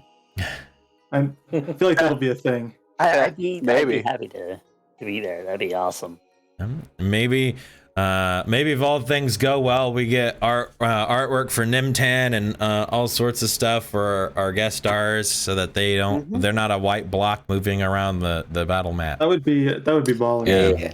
Cool. Oh man. But Today, this session was great. yeah. Like in all respects, and from all parties, honestly. Definitely were some lore nuggets there that I loved. I sat through and I thoroughly enjoyed. I'm gonna have to rewatch this episode because I totally forgot to take notes. I was just fucking in it the whole time. I'm gonna have to rewatch and take notes. That's why there's always the VOD. So yeah. Yep. So most of what happened this episode shouldn't be too difficult to remember off of hand, but yeah. So what do you like of what you see from the capital of Auditore? Oh my god, it's massive. It's like bigger than Oasis. It's not bigger than Oasis. It feels bigger. Oasis took days to get across. Yeah, it's Yeah, true. Oasis shit, is really? huge Mhm. compared to this. Yeah. Yeah, if you look at the world map, it's like Oasis is like the Oh yeah, I guess that's bottom of true. it. Oh yeah. I'm almost willing to put gold down that we will see at least one fucking chariot going through this goddamn city. I'm Possibly, almost who willing knows? to bet they're that pretentious. Possibly. Oh, I you mean, not this is be Auditoria we're surprised. talking about. you mean the one where they're carrying people? Yeah, the Yeah, chariot with the carriage. horses. Plantain? That's called carriage. No. Arch knows what I mean. Yeah. Huh. Yeah, I know what he's talking about. They're not a Oh. carriage. Valentine? It's like a buggy, like a ride Yeah. through Central Park. Yeah, It's I know. what is it? Did you say Valentine or whatever it was? Palatine. Palatine. Yeah. Ah, those, yes. Is he coming on Palatine? So that's a possible thing. But Yeah, there's our transportation. no. Yeah, those are is essentially where you have a whole bunch of people carrying this platform in which you rest on. So yeah. Oh, those. Yeah. Yeah, okay. But no, so like some visual cues is that Auditore is very much Italy inspired. A lot of the buildings have these red tiles or these soft blues with whites or and whatnot. So buildings that stick out are mostly made of wood and other things. So That church up there. It's not a church. What is that? That's the There's market. church. That's the market? oh, you don't know? The cross thing? You don't know? Arya, I think Arya should know. Arya has a religious stuff. Oh, I see it now. Yep. Hell yeah. Yeah. So that is the capital of auditory. This marks the end of episode 19. We're almost on 20, guys. Next week. Yeah. As of right now, I doubt Spaz is saying that there will be a wool gathering this coming Wednesday. No wool gathering. There will not. No emergency wool gathering. So still no wool gathering for 2 weeks. We'll hear about the truth about that maybe next week. But again, this is the time that somebody should be finding a place for us to send these people. Thank you guys, as always, for joining us. It's been a very, very long time. I think we're getting better. I'm getting better, honestly, at knowing when to end it, not letting everything continue. Because I think this is the second time or third time in a row now that we've ended it beneath 7 hours. Damn it, Ellen, and the unexpectables. Shut up. No, there's an actual. Oh, I thought you were okay. I thought you were referencing one of the names you came up with for the group. No, I didn't do anything like the unexpectables. I could have sworn you did. No, that's actually a D&D group that's playing right now. Okay, I was not aware. Oops. Guess I'm a dick. As stated to you guys, there is a chance for you to find places that are not marked on your little key there. So as Dak told you guys, those are places he thought would be of interest of you guys, or places you can hide to some degree. So he didn't put absolutely everywhere. So if you're like, oh, well, this place obviously doesn't have a, some sort of tailor or a shoemaker or whatever. This isn't the entirety of everything that the capital of auditory has. This is just key places he thought you might be interested in, like a crypt. You can hide in a crypt. I don't think you can shop at a crypt. So, those were things or places of interest he believed you needed to know. So, if the unexpectables is, did you guys drop in there to make sure they're not finishing up? I did not. You should probably do that. I will do that. We tend to have a tendency of dropping into streams, and then that's when they're ending. Well, that's the hand you gotta play when you stream so late. Well, I mean, if somebody was able to guarantee being off work. Yeah, that's mean? right. Shut up. What the fuck are you talking about? You. We would have an earlier time if you were able to guarantee you're off work on Saturday. Listen, you said you wanted to move it back to 6 o'clock. I was like, okay, I can do that and still get my full-time hours. No, they're still going? Yeah, they're in the middle of doing stuff. I don't know how much longer they're going to be going, because they're past 3 hours, but still. All right. They're in the middle of stuff. We'll set up that raid. The channel has follower or subscriber only chat. Please be aware of that. Okay. So, thank you guys. As always, I can yell at Spaz some more off the stream. But Sunday is Melancholy Melody with the new game, or not new game, but new to Melody, Dead Space. Again, Manic Monday. I have no idea what I'm doing or what we're doing, but something will happen on Manic Monday. No wool gathering coming up, and then episode 20 coming to you guys next week on Saturday. Thank you guys so very much, and please have a wonderful rest of your weekend. Bye for now. Thank you. Peace, kids. Bye for now. Yeah. Who is it that always says stay epic? Stay epic. That's me. Yeah, Sorry, yeah. I do one or the other.